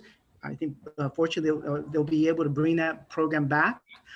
We also have a strong partnership with Cal Lutheran's Educational Talent Search, where we bring those students on campus and we provide them with academic support programs and instruction. And in the future, we'll also be adding tutorial services for our middle school students, that they will be able to access those support services. Prior to the pandemic, we would do these OC Fridays where we would bring middle school students to the campus, and those are always our highlights of the week. And we haven't been able to do that during the pandemic, but we're hoping to bring those back in the fall semester. Dual enrollment is something that we're very focused in on as well. This last spring semester, we offered 6 dual enrollment courses or CCAP courses at the high schools with approximately 160 students, and we're planning to add more.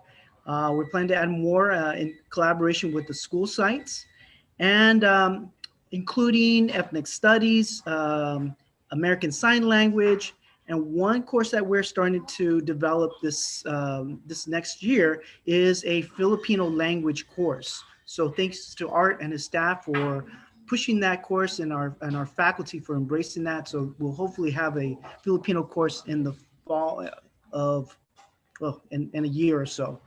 And also our faculty members have done a really great job of making sure that we are developing more zero-cost textbooks for our dual enrollment students and also all students, so they have access. Art and our outreach staff have done an amazing job of developing a City of Oxnard employee pipeline where students take, or community members take, a personal growth course, a communications class, and a business course. And upon completion, they're guaranteed an interview with a local employer. So that is, I think, really transformational for our community, and it's been very successful. Our automotive program has developed a partnership with Ford Automotive Career Exploration Program, where they're providing additional support programs or additional training for Ford, and making sure that our students are certified for those high-tech vehicles and those jobs of the future. And for ESL and non-credit offerings, we're promoting those ESL classes, making sure our community is aware of ESL classes at Oxnard College through our local radio station, via the newspaper, direct mail, postcards. So Mati Sanchez and Luis Gonzalez, our dean, have done a really good job of putting the information out to our community to make sure that they're aware of our ESL programs. And one last thing I want to mention with retention. I want to note that each of our colleges have hired additional mental health counselors or mental health specialists. And these are all trauma-informed mental health specialists. As students start coming back, we're able to provide them with additional mental health resources.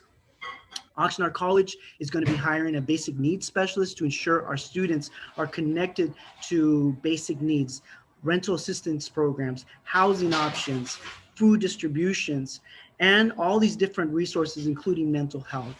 And I already mentioned our peer advisors who are initiating these call campaigns to our students to reconnect with our students, and really working with our faculty to make sure that we create more of the awareness of our early alert programs.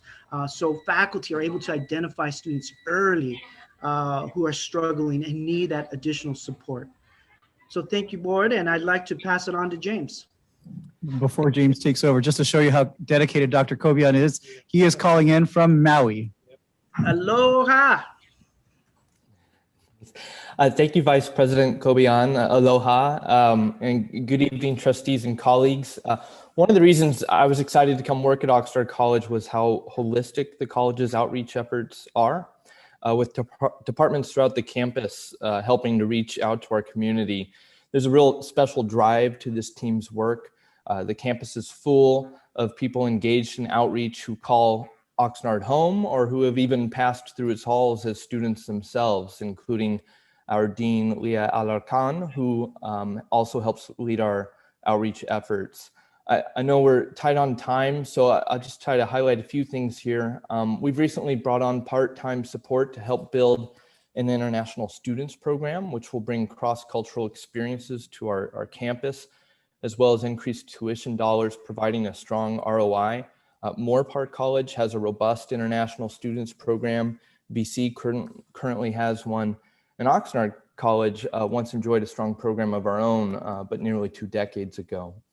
So we're looking to revitalize that. We've also reached out to students who have struggled this year by hosting phone banks to students who had EWs, as well as to reaching out to those students who applied to OC but didn't perhaps complete their portal setup. Our student services offices have led targeted phone banks to ensure students are aware of various college resources.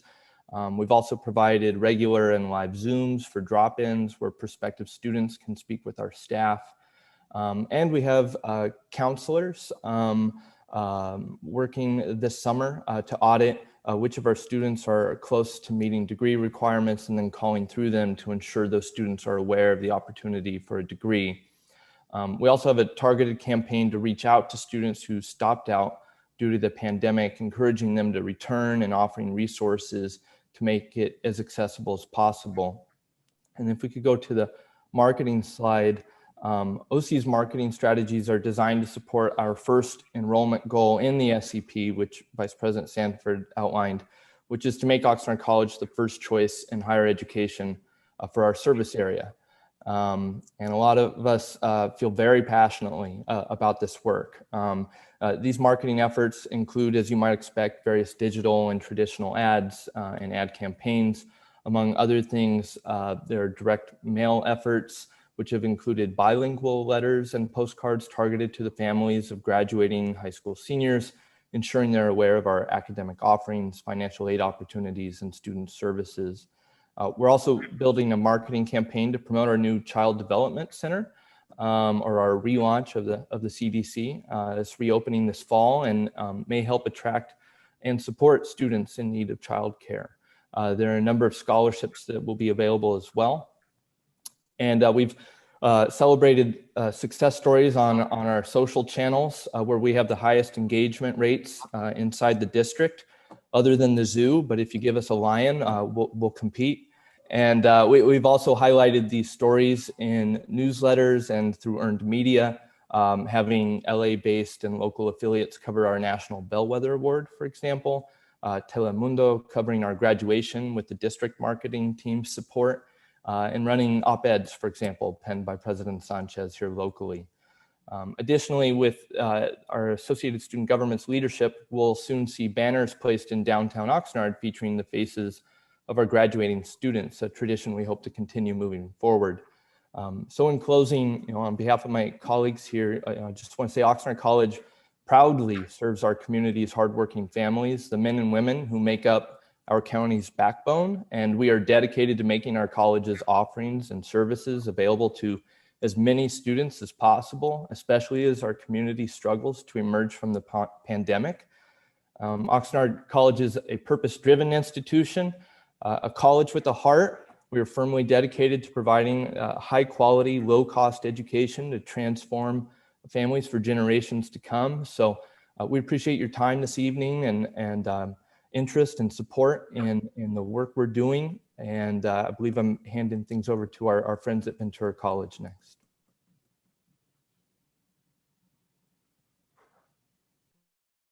Thank you, Chair Chancellor. So I know hopefully you will have the opportunity to view the video that was made by Dr. Getz. You'll be happy to know it's longer than one of the college's presentations tonight and shorter than the other, but I'll just highlight some of the important information.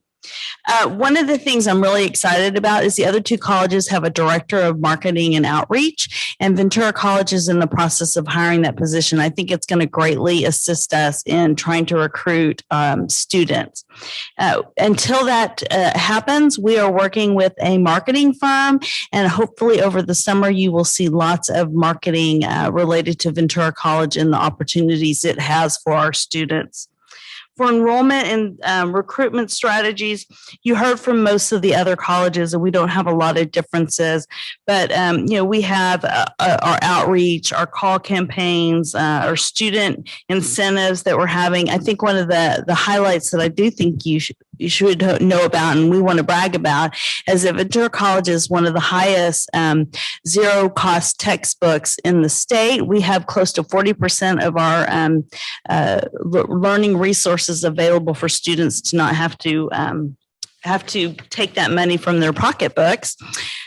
Retention strategies. Oh, I mentioned this earlier, really reaching out to our students that have dropped or have not persisted and asking them how we can help them, how we can get them back to Ventura College, because I know that the conversation has been about Oxnard College losing enrollments, but we've lost about the same percentage of enrollments at Ventura College, and we were declining for the last several years. So we've gone from middle college to pretty squarely a small college in our FTS gains. So, and then our last thing, enrollment strategies related to success and equity. We have our small classes for this year in person to really support our students. We have our cultural curriculum audit, the same as Moorpark College has, where our faculty are really diving deep in looking at not just their course materials, but how they're actually teaching their pedagogy and andragogy to make sure that they're culturally competent and supporting our students. We are looking at our ESL program and revamping our ESL program. And one of the things that we're really excited about is our survey of our ESL students and trying to meet their needs. These same wraparound services, we're also reaching out and including them on our East Campus, was very important. So that's just a quick highlight. So in the interest of time.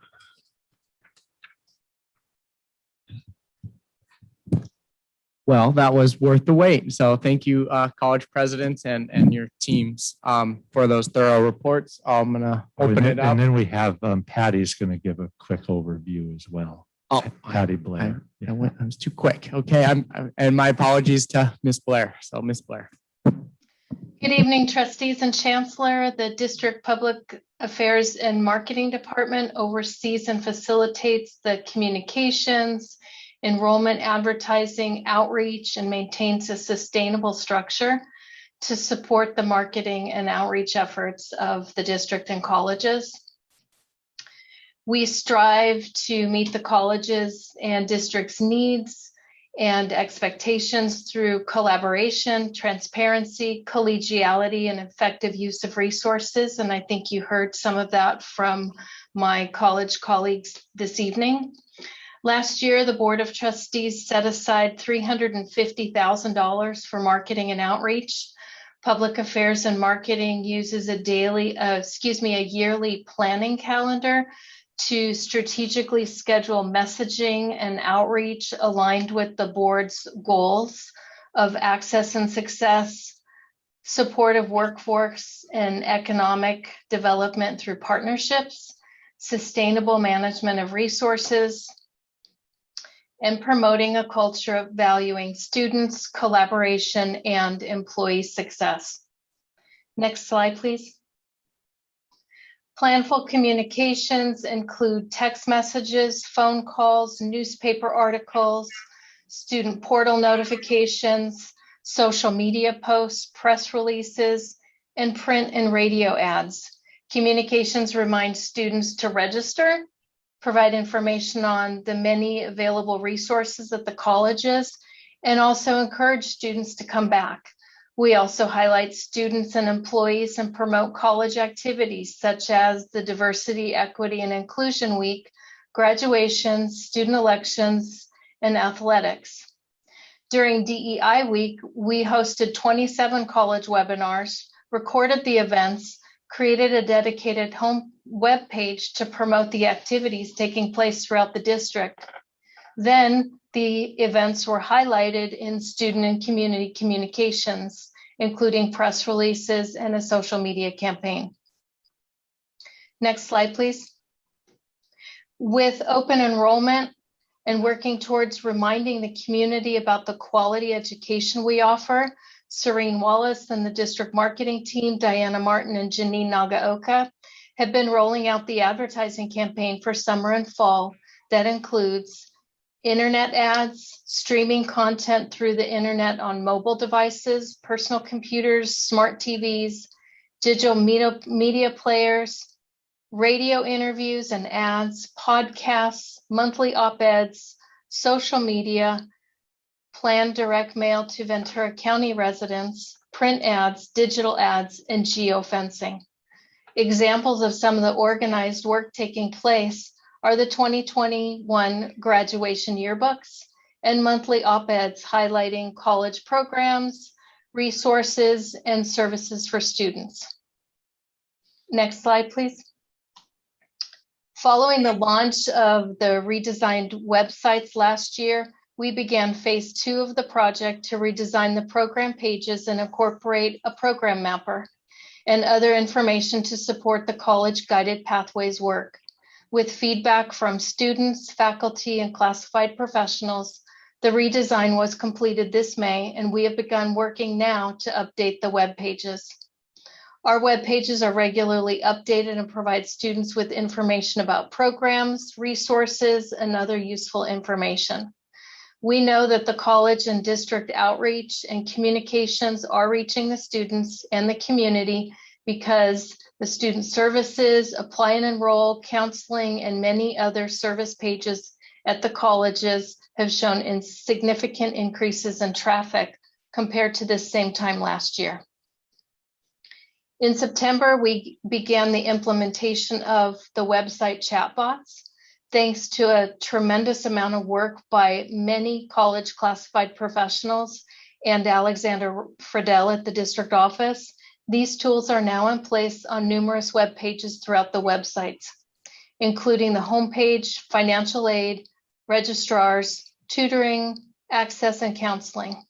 As you saw in my marketing report earlier this month, we are seeing significant interactions with the chatbots and are looking forward to expanding the bots to the entire site. We have received requests from the colleges to implement text messaging and are currently reviewing a proposal from the vendor, the chatbot vendor. Next slide, please.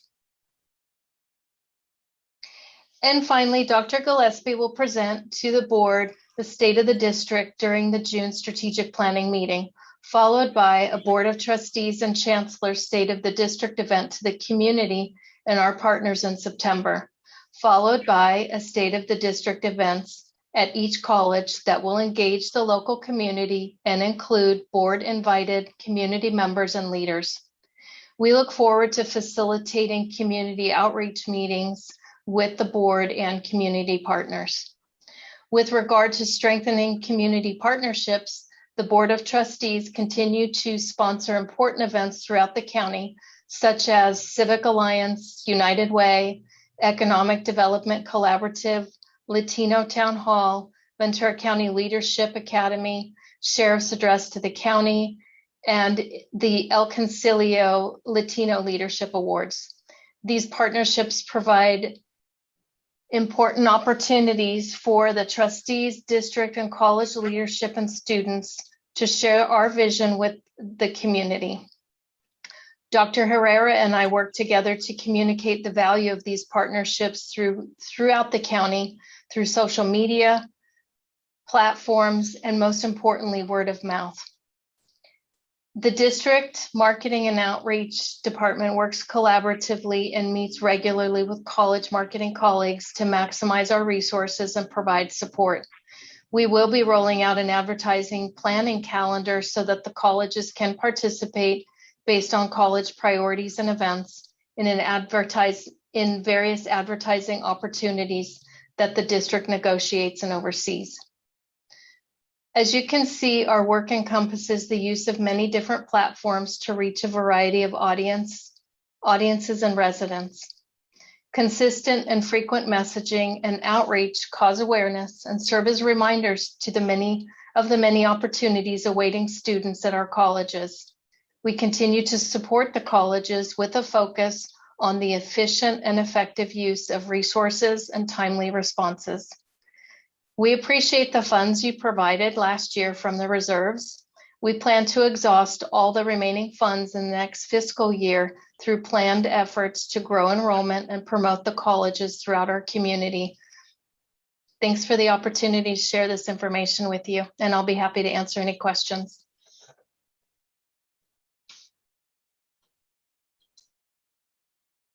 Okay, I'll open it up if there are any questions or comments. Brief comment, I've gone over it with the chancellor in depth, and I don't want to get into all of it here, but I have concerns that Patty's gone to a great deal of effort to have an overall brand for the college district, and we've got an agency here, and James, I know he's pretty knows what's going on, but it just with an agency in particular, it's just going to take somebody really kind of minding that this investment that we've put into branding and the expense of the website redo and all those things doesn't get lost. The colleges are individual colleges, but I think we've done a really good job. Patty's group has done a really good job of leaving those identities. But if we run too far away from district branding, it's going to get all disjointed again. So I just want to state that as a concern and leave it to the professionals to deal with it. Thank you, Chair. Just some quick, first of all, good work constantly, but Moore Park College, Mary, the first semester maps, are they distributed to enrolled students only or to all or most graduating high school students? When a student, that's a great resource. Go ahead. Thank you. I'm totally excited about it. So we've set up the guided pathways maps. So every student, when they enroll, does mark down their major or their area of interest. And then we send out the maps based upon what the student defined as their area of interest. So it would be for enrolled students. Seems to me it might be a good resource as you're trying to ramp up the dual enrollment too. So,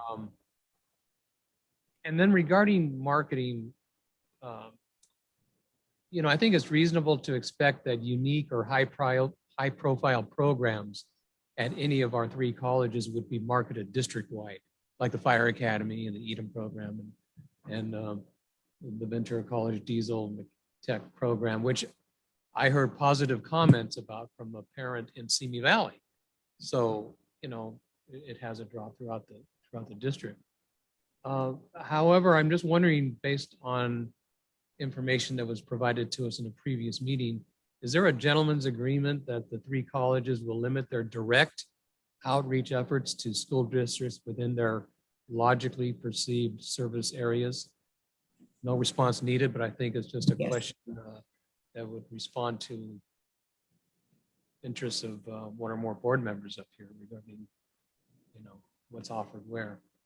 And then Oxnard College, there was a little graphic about new classes starting every month, which is intriguing. What classes over what time frame? And also, and Art, I might have commented on this before you joined the meeting. When I toured Oxnard College, I heard you say something about new classes or program regarding engineering that would be made available to Oxnard area students, but I didn't see that reference in the PowerPoint presentation. So if I was correct in understanding what was conveyed to me, could you please elaborate on that? Thank you. Thank you for those comments. I just want to say thank you for the marketing and enrollment efforts. It's got to be a tough time to be involved in enrollment as they're going down. But I cringe to think without the efforts, how far down they would have gone without the wonderful work that's occurring. So I just wanted to mention that and say thank you. And as we look at fall, as we're still hovering around this 50% goal of return, I hope that there's some efforts behind or belief that we can open up some of the community events and some of the really special things we did to get people on our colleges at a higher percentage than 50%. The fundraisers, the open houses, I mean, the really neat things that bring people that traditionally wouldn't be coming to our college campuses onto our college campus, specifically, young adults and middle school, high school students of that nature. So thank you for that. Okay. I apologize, Trustee Torres.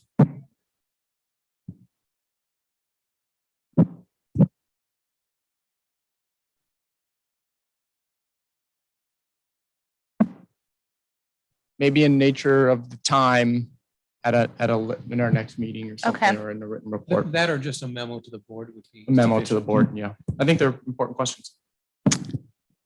I just wanted to really just also acknowledge the hard work that everybody's done in outreach. Are we keeping track specifically of the marketing to see what students are responding to so we can adjust as needed? So for example, I'm looking out for the district enrollment advertising and outreach.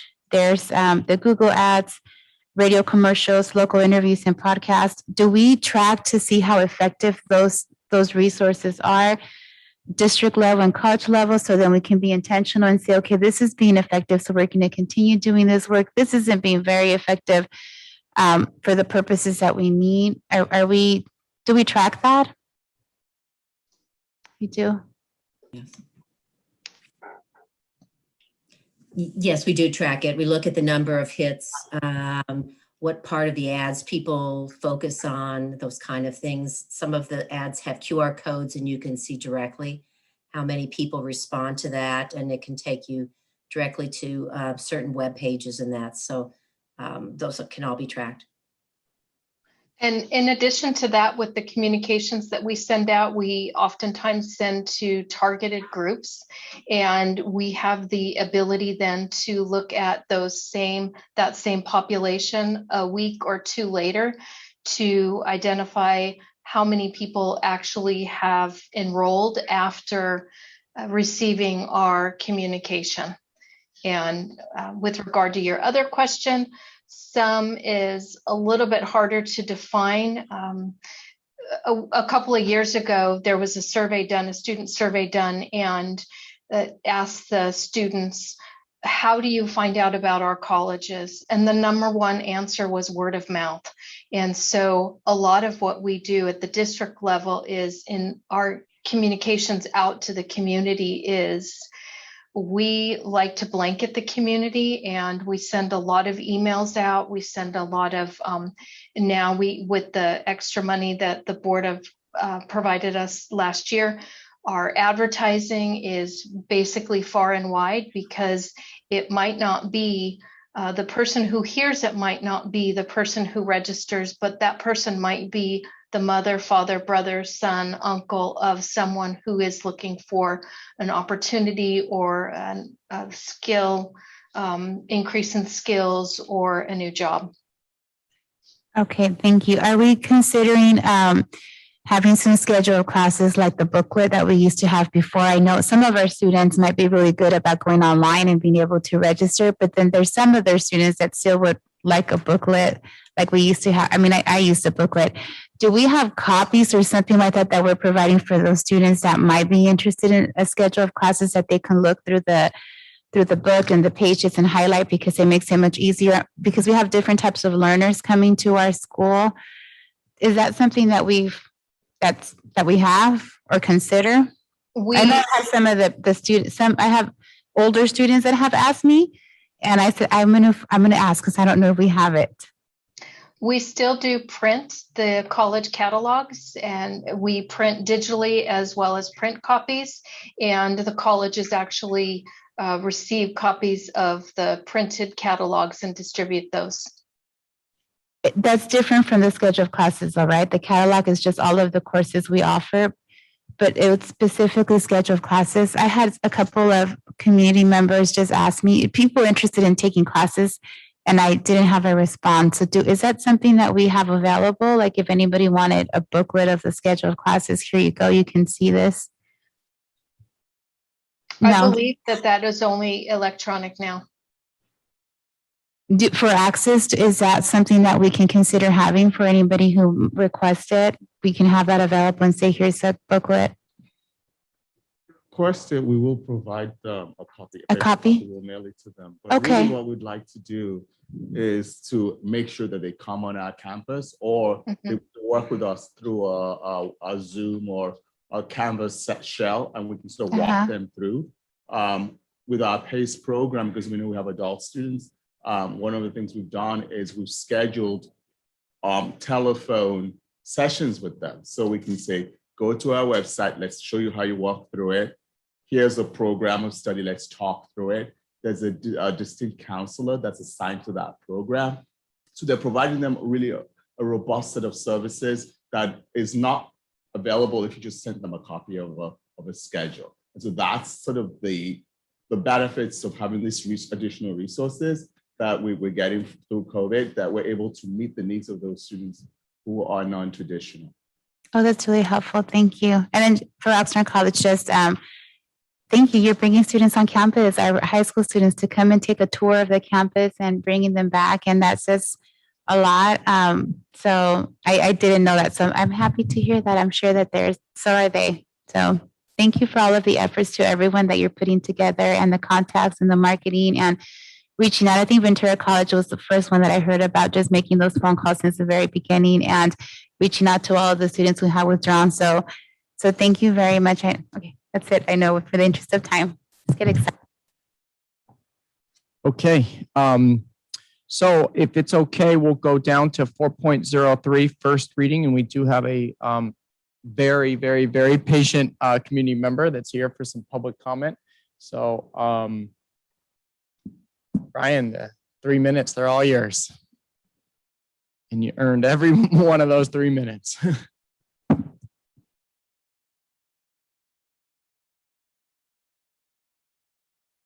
Did you hear me? Okay. I'll try to keep it brief, but I just want to say that with regards to meeting and meeting efficiency, I think there's no disputing the fact that it's important to deliberate these issues. And just because that they impact thousands, tens of thousands of students. So I think it is important, but I've thought of 6 things that I think the district could do to improve our meetings.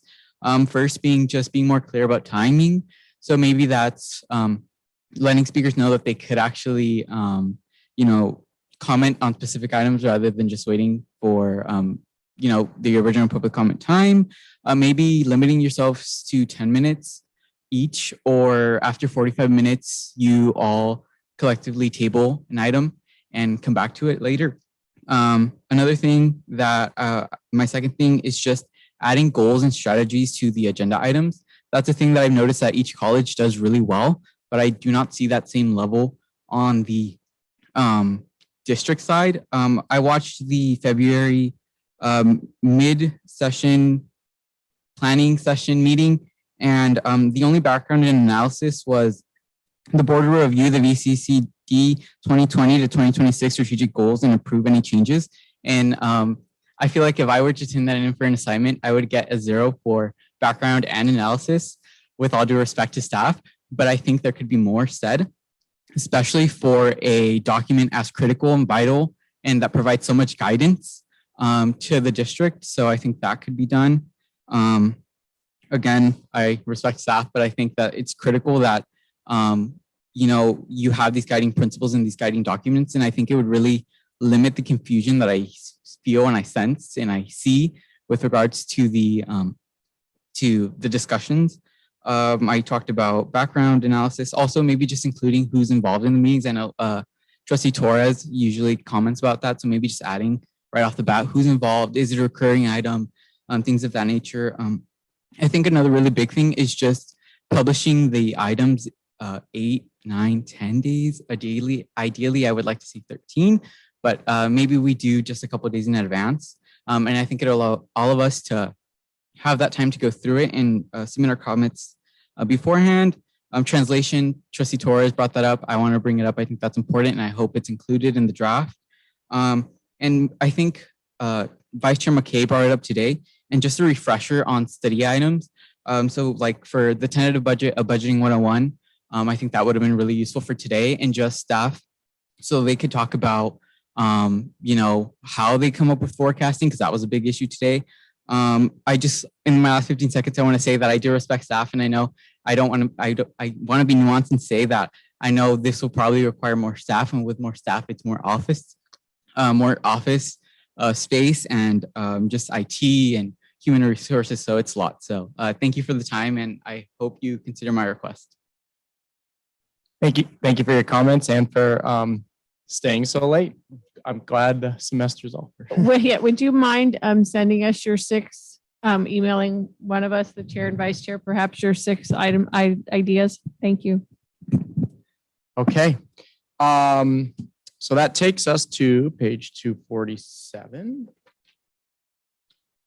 Chancellor Gillespie.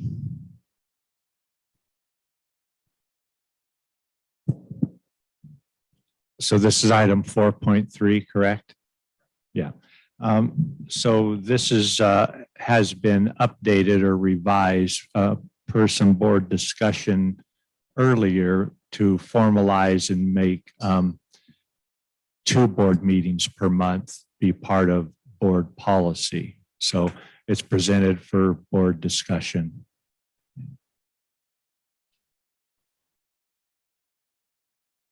Okay. With that information, I'll open it up to Mr. Manton. Thank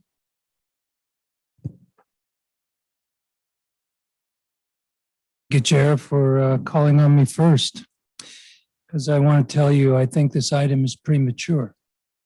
The reason I say that is because if I remember correctly, it was in January that we were considering a policy change that would limit the duration of our single monthly meeting, which morphed into the idea of perhaps a second meeting. And there was consensus that this would be done on a pilot basis through June. We're not even to June yet. And that in doing this, we would be working toward greater efficiencies. I don't think we're anywhere near that.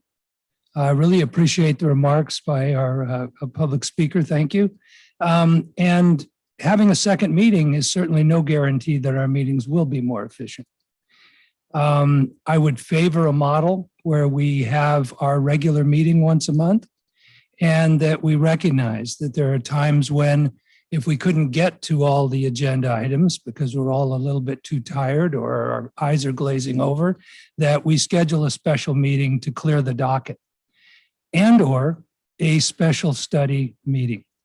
And for me, a study session is not incorporating 2 or 3 things into a large agenda. A study session is clearing the decks of all the other extraneous stuff so that you can spend the time and dig deep. I also remember in a presentation by the league at the recent conference that ideally meeting time should be about 2 or 3 hours to get our business done. So that's a great target, maybe not reachable, because I do believe in voices being heard and sharing of information. But I'm also very cognizant of the staff workload that would be involved in this and the additional scheduling that other people would have to do. And I'm not talking about members of the board because we're fair game. But I think that this is not the best direction to pursue, and I would not support it. Very clear comments. Appreciate it. Trustee Perez.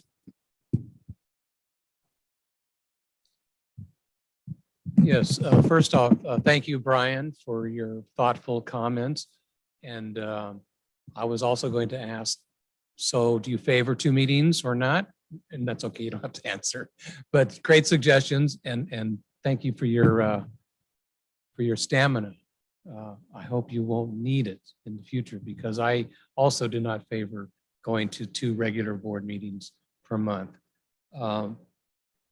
For all the reasons that Trustee Mantooth so eloquently pointed out.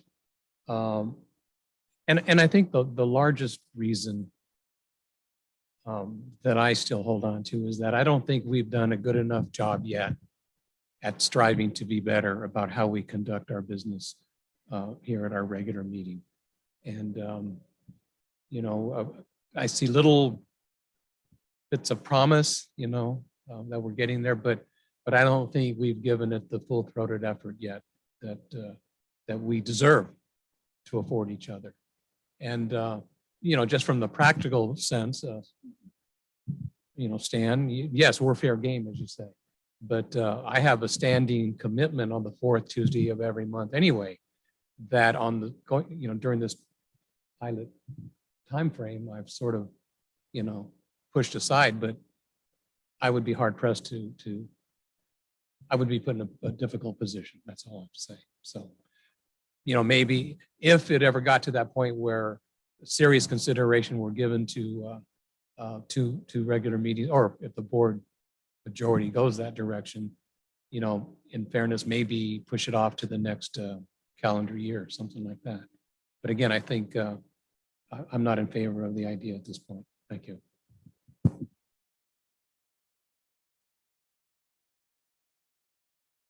To speak to trustees from Marin and from Butte, both longtime trustees, probably 2 decades, both of them.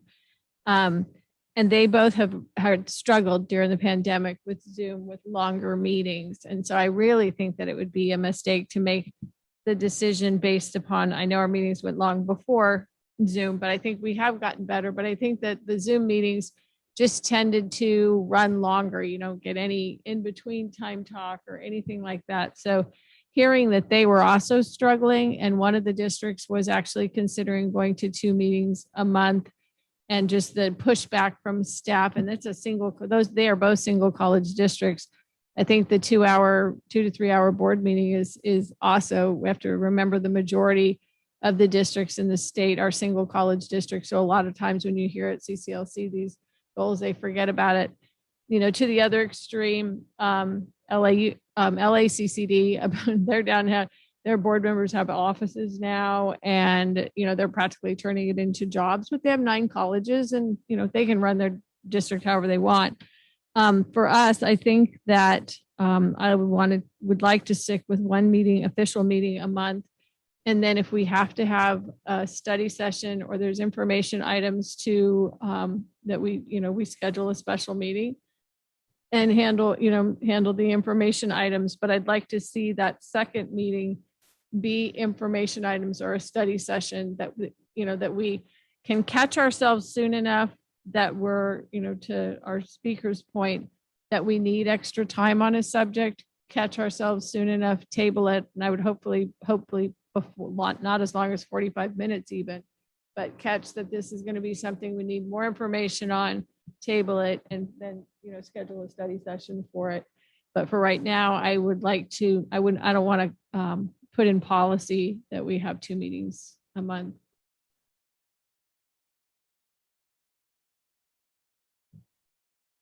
So I think this year it's premature to make any decisions. One, we can't really evaluate our board meetings on a traditional year. It's a pandemic. We have a reopening of our site, the actual campuses. A lot of things that our colleges have had to report to us on how things are going, recruitment efforts, marketing efforts, shifting from guidelines that are constantly coming to us to vaccines. There's just been a lot this from January till now that has happened, that as a district, we've just had a lot of reports coming our way and conversations which are necessary. So I think to really judge the efficiency of the board and the longevity of the meetings at this time wouldn't be fair because of just the information coming our way that we've had to hear from our different colleges. That's been really important. We hear from our academic senate, our classified senate. They also provide the reports, extensive reports on what's happening at times, the colleges, the presidents. And so it's been important information, but I think what's taken a lot of time has been just budgets. What should we do? What direction? So that's just one point that I wanted to make. The second one, I agree that for the study session, just to focus it on a study session item, and that's what we're going to be doing, so we can really engage in this dialogue, talk about possibilities. The staff projecting as probably what questions might be coming their way, so they have staff ready to maybe answer questions because it's a study session component. So I think that being intentional about a second meeting would be a study session item, perhaps something that we just didn't get to cover, but to have 2 meetings scheduled at this moment, I'm kind of debating it. We did have our meetings at standing committee meetings. So as board members, we came to 2 meetings a month as it was. So we would have our board meeting and then we would go to either the administrative services committee or to the policy committee. So in terms of the staff, they're accustomed to working already with 2 meetings. It's just that not the entire staff was present at the administrative committee or the policy, but the staff is accustomed to working 2 meetings a month, whether it's the board meeting and then I'm going to policy or I'm going to administrative services. So in terms of the staff, I think that it's just, I think they're accustomed. It's just, what do we want to do? Before, the admin committee and the policy committee took care of policy in their committee and they just reported to the board. The administrative services committee took care of administrative items. So that also cut time. We don't have that any longer because we decided that policy and administrative, everything was going to come to the board. So we're seeing it for the very first time. So that also has had an impact. So that's something else that we need to look at. Are we going to maintain standing committees or not? At this point, we don't have them, but that also comes into our meeting and takes more time. So I think it's just special, the standing committees. And I think that's about it that we had before. And I think when we look at the actual business of the board meetings, if we look back at videos, I think our business takes about the actual business of the board. When we go into action items, usually it takes about 2 hours or less. So there's other components also that are taking more time. So I just want us to really look into things and determine our actual business, how long does it take? And then there's reports that are presented to us that's not reflective too much of us because there's some questions that will come, but not all the time. Sometimes there's just reports that take a long time, and it's necessary that they report. Okay, I'll keep my comments brief, but I just want to introduce them by saying, as chair, there's probably nothing more that I've thought about than meeting efficiency. I think about it all the time. I really do. And the analogy I want to give is whether it's my role as a father or my role as a teacher or anything that I do, I always think that if I'm not getting the results that I like or that I think are appropriate, if I keep doing the same thing, I'm going to get the same results. And I feel like we're in that situation here where we're just doing the same thing and getting the same results, but yet expecting something different.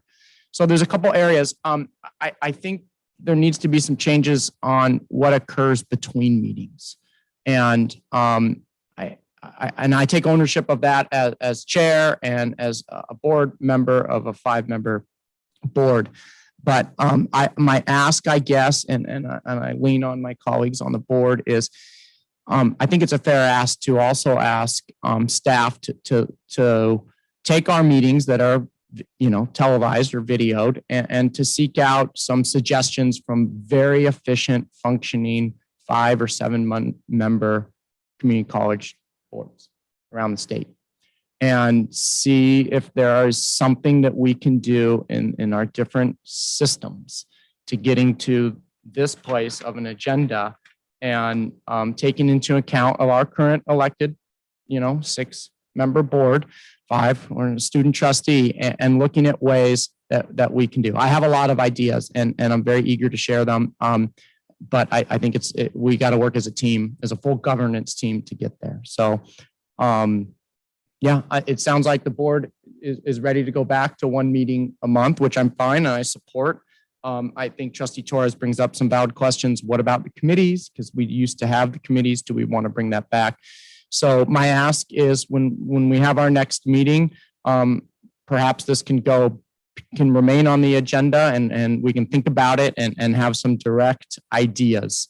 And I say that to the full governance team, because I'm sure, Chancellor Gillespie, that you also have ideas that we can improve efficiency. And I think we're all ears about hearing them and working together to improve efficiency. So if everybody's okay with that, Trustee Perez. Thank you, Chair. I think procedurally, we should just vote to take no action on changing, the meeting frequency, and then follow up on your well thought out suggestions about the whole governance team coming up with ideas. I mean, all we have to do is look at some of our own past meetings and come up with some ideas that can create greater efficiencies, things like that, and follow up on some of Brian's suggestions as well. So, but I think for purposes of settling the question, I don't know if we vote to stay. Well, it's a policy, so we need, do nothing. That's it. So, but let the record be clear that we're taking no action on changing the frequency of our regular board meeting. Correct. And the only reason why I suggested it remain on the agenda at our next meeting is I think we need to address committees. If we're not going to have more than 1 meeting, I think that'll help us with efficiency at our traditional once-a-month meetings. So, And Chancellor, I would agree with you. Okay. I think we need to deal with that, and I think we should spend some time, structured time, limited time, thinking in advance about some strategies to help all of us exercise more brevity. I agree. Okay, thank you. Okay, with that, we're gonna, speaking of planning, I'm hoping that it's okay if we go to, and Chancellor Gillespie, if there's any items in section 6 action, I'm looking at 6.03 and 6.04. I would imagine those are crucial. And then item 7, if there's anything from there that we have to take tonight, please let us know. And I would think that 602 we probably need as well, because that's going to impact what we offer our employees. So, okay, great. I mean, those under the policies, if the board has read them and are wanting to just take care of them, you can. I mean, most of them are, well, all of them are really just required board policy changes that came through legislation, and there's nothing real surprising or difficult. Okay. Then let's, is there a first and a second for 6.02? To action to approve change in life insurance vendor. Second. Okay, all in favor? Aye. Aye. Any opposed? Okay, great. 6.03. I move approval of action to approve extension of MOU to allow additional 1 year fiscal year 21-22 waiver of maximum vacation leave Second. balance. Okay, all in favor? Aye. Any opposed? Okay, carries. Next, 6.04. I move approval to extend 1 year the waiver for classified management administrators, supervisors as set forth in board policy 7340. Second again. Thank you. We have a first and a second. All in favor? Aye. Any opposed? Okay, great. So we took care of all but one in action items for human resources. And do we want to? I would make a motion for 7.01 through 7.05. And Actually, Vice Chair McKay, I'd recommend through 4. I think 5 we'd want to bring back as it's a new proposed one. Okay. So. All right. So 7.01 through 7.04. Second. Any questions or comments? Okay, all in favor? Aye. Okay, any opposed? All right, great. Okay, how about, that takes us to 8.01. I think we kind of discussed it, but is there any trustees that would like to add anything to meeting evaluation? We'll have, if we had on here a report for that. And so we actually have a full report that we'll just save for next time. But we do have to do it next time because we have a window that we have to do our self-eval, our board self-evaluation. Okay, excellent. And that's going to take us to section 9, which is closed session. And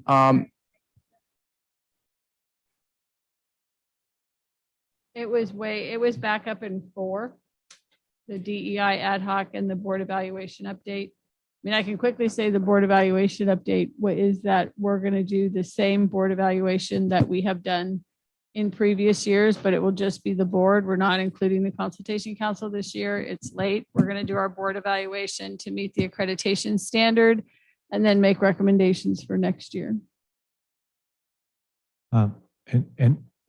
Chair, Vice Chancellor Barroso just messaged me that 601, that report is due to the state June 1st.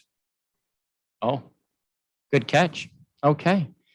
In that case, I'd like to move approval of that EEO report with the stipulation that we do bring it back for discussion at some appropriate time because it's an important topic. Yeah.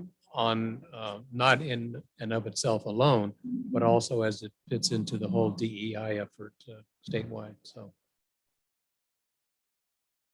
yes. Okay.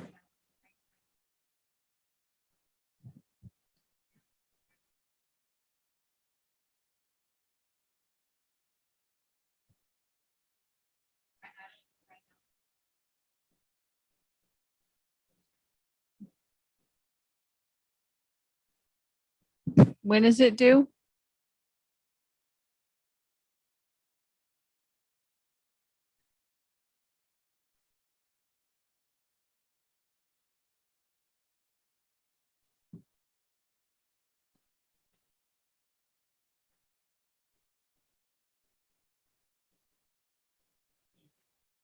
You will achieve an extension.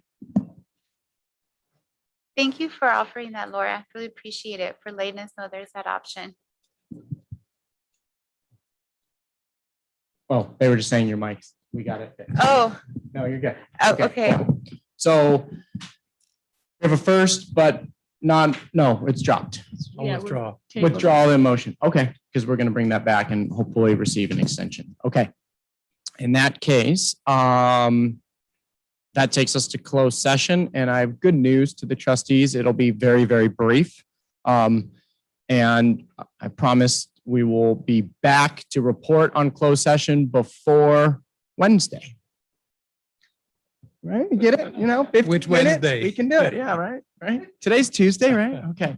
So we will be back, but do we formally adjourn now? No, we do not. Okay, so we are going to be going into closed session. Staff, Lieutenant, Presidents, thank you for bearing with us and for being here and doing the work that you do. Chair Chancellor, were there any public comments for closed session? There were not, as I'm aware of. So I'm hoping staff would alert me if there were, but thanks, good catch.